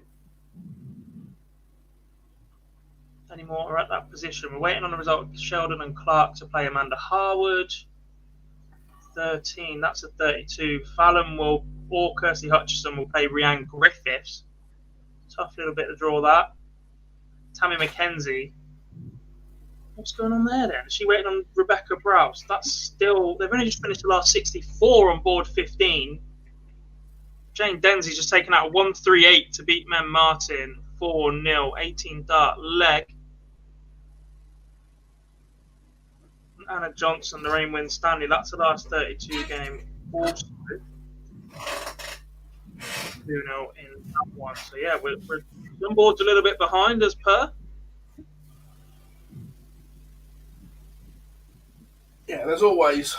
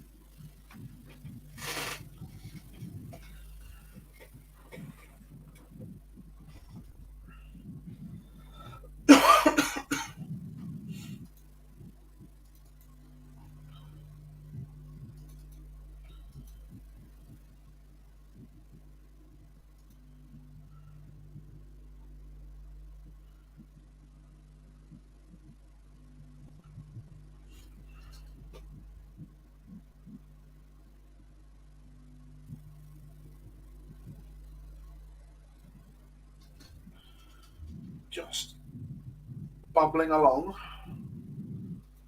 at the moment.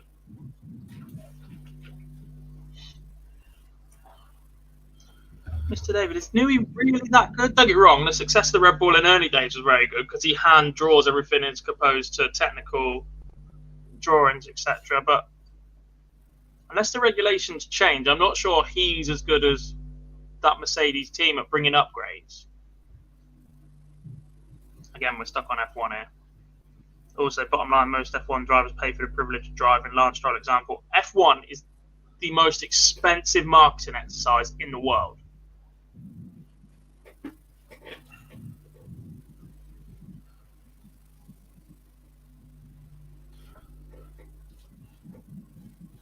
Is Lisa Ashton about to... Oh, she has. I was about to say, is Lisa Ashton about to play her get out of jail free card? Felicia Blay has just missed 4 darts to go within 1, and Lisa Ashton pins a 144. Magical from the Lancashire Rose.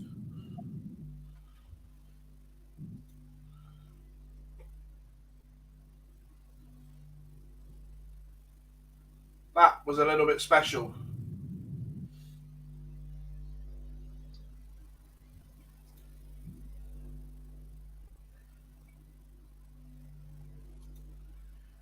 She was in a whole world of trouble, and she found the uppercut. Bang.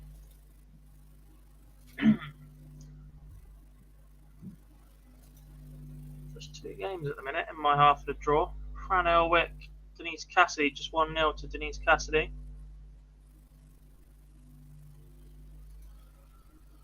Chloe O'Brien 3-2 behind to Jane Monaghan.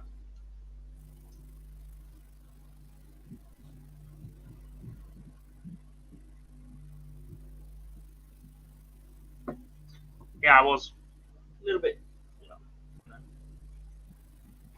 The Hill Mansell error escapes me.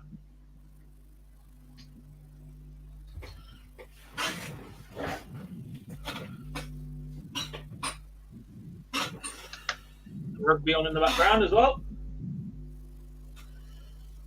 Who's playing in the egg chasing? England, Ireland. Any excuse to give Jar some abuse?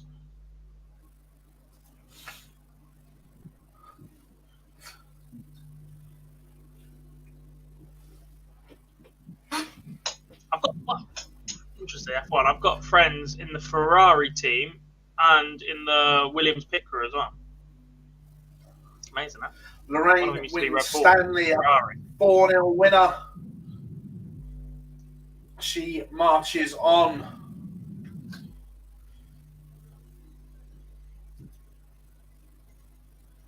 Kirsty Hutchinson levels it up, and it is our 5:01 shootout between her and Fallon Sherrock. Going all the way in that one. So we start heading towards the last 16. Jane Densley awaits her in a Denise Cassidy, Fran Elwick. Cassidy 2-0 to the good in that one, which is looking like.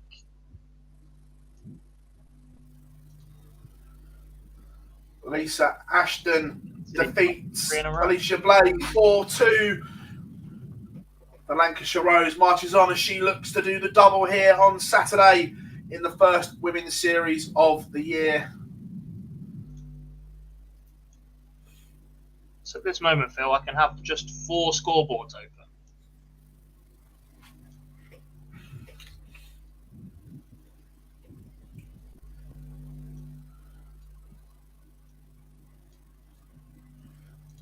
Would anyone like to live in a world without sport? Absolutely not.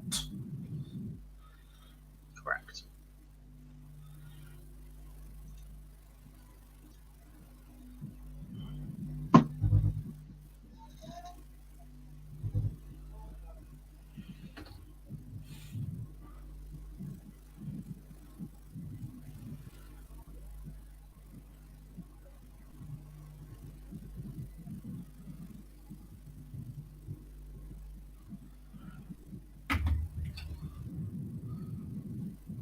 Sherrock saved the best leg till last. Yes, she has. Again, she's fighting. Was under the cosh early on in that game. She is in. But look, she keeps going through. Keeps going on. Yeah, exactly, yeah. And again, I said this earlier. Look, we said she's a little bit undercooked. We said she's struggling a little bit, but just has to keep eking through these early rounds. Put yourself high up in the table. Doesn't necessarily have to pick up all the titles, or the glory doesn't need to go on her. She just needs to be in Blackpool. She just needs to time that run right, doesn't she? Oh, completely.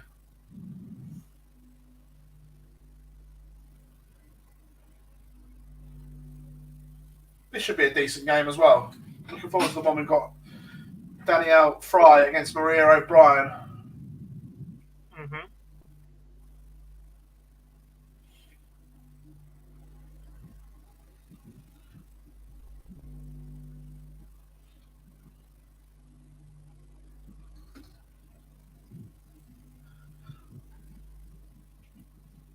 Is the worry for Lisa, Gob? Is she going to have to be sat around an awful lot? Possibly. We saw this earlier. The opposite is of Denise Cassidy, isn't it? It's the longer it potentially takes her to put Fran Elwick away, then she's going to have to go straight back on again against Jane Densley. And the further behind you fall in a tournament, the more pressure you will feel to rush through those breaks. Yeah, agreed.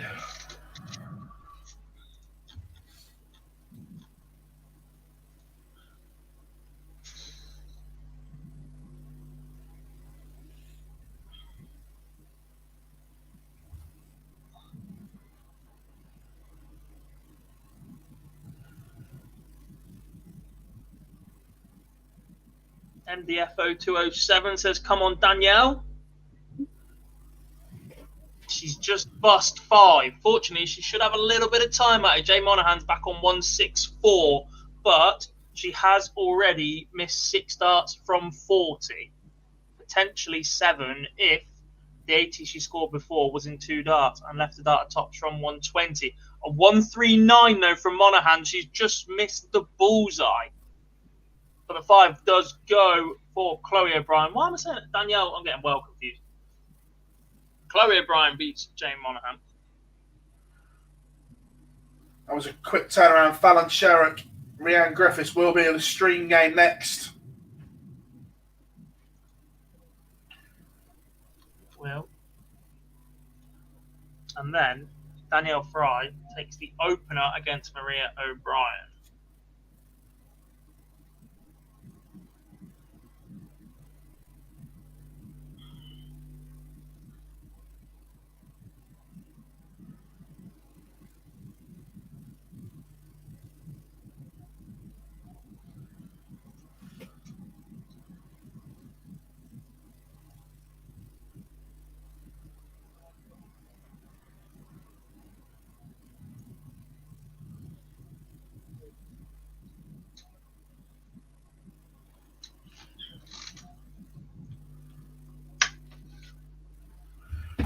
Right. Where are we?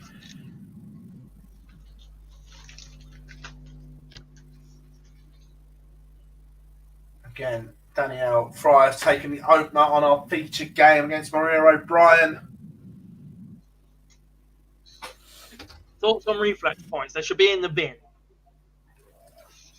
Along with every other point that damages a dartboard.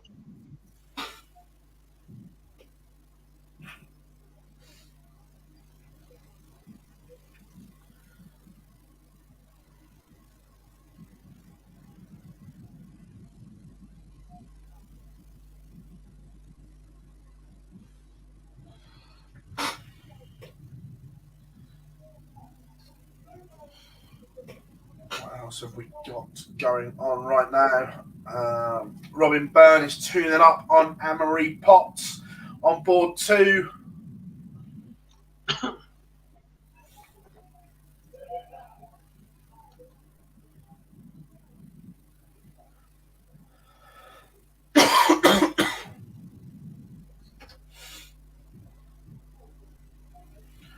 Gob's favourite subject on darts is points, isn't it, Gob? Aggressive points are an excuse for bad technique. I disagree. I don't. There was a brief moment where there was a period where the unicorn boards on tour were made particularly badly. They had a really bad batch. The number of bounce outs that appeared all of a sudden seemed to be incredibly costing a player. But in the most part, darts not staying in the board are at the fault of poor technique, of players trying to cheat physics effectively. They think that any contact at any angle should mean, at any force, should mean the dart stays where it is. It's not soft hit. You don't just have to hit it and it will stay lit for you.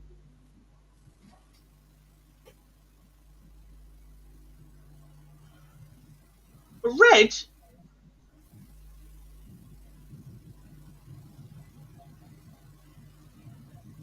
oh, for Christ's sake. Denise Cassidy has beaten Fran Elwick 4-0.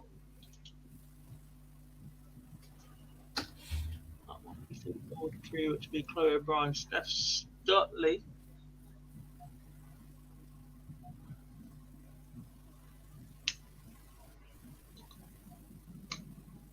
Oh, there we go.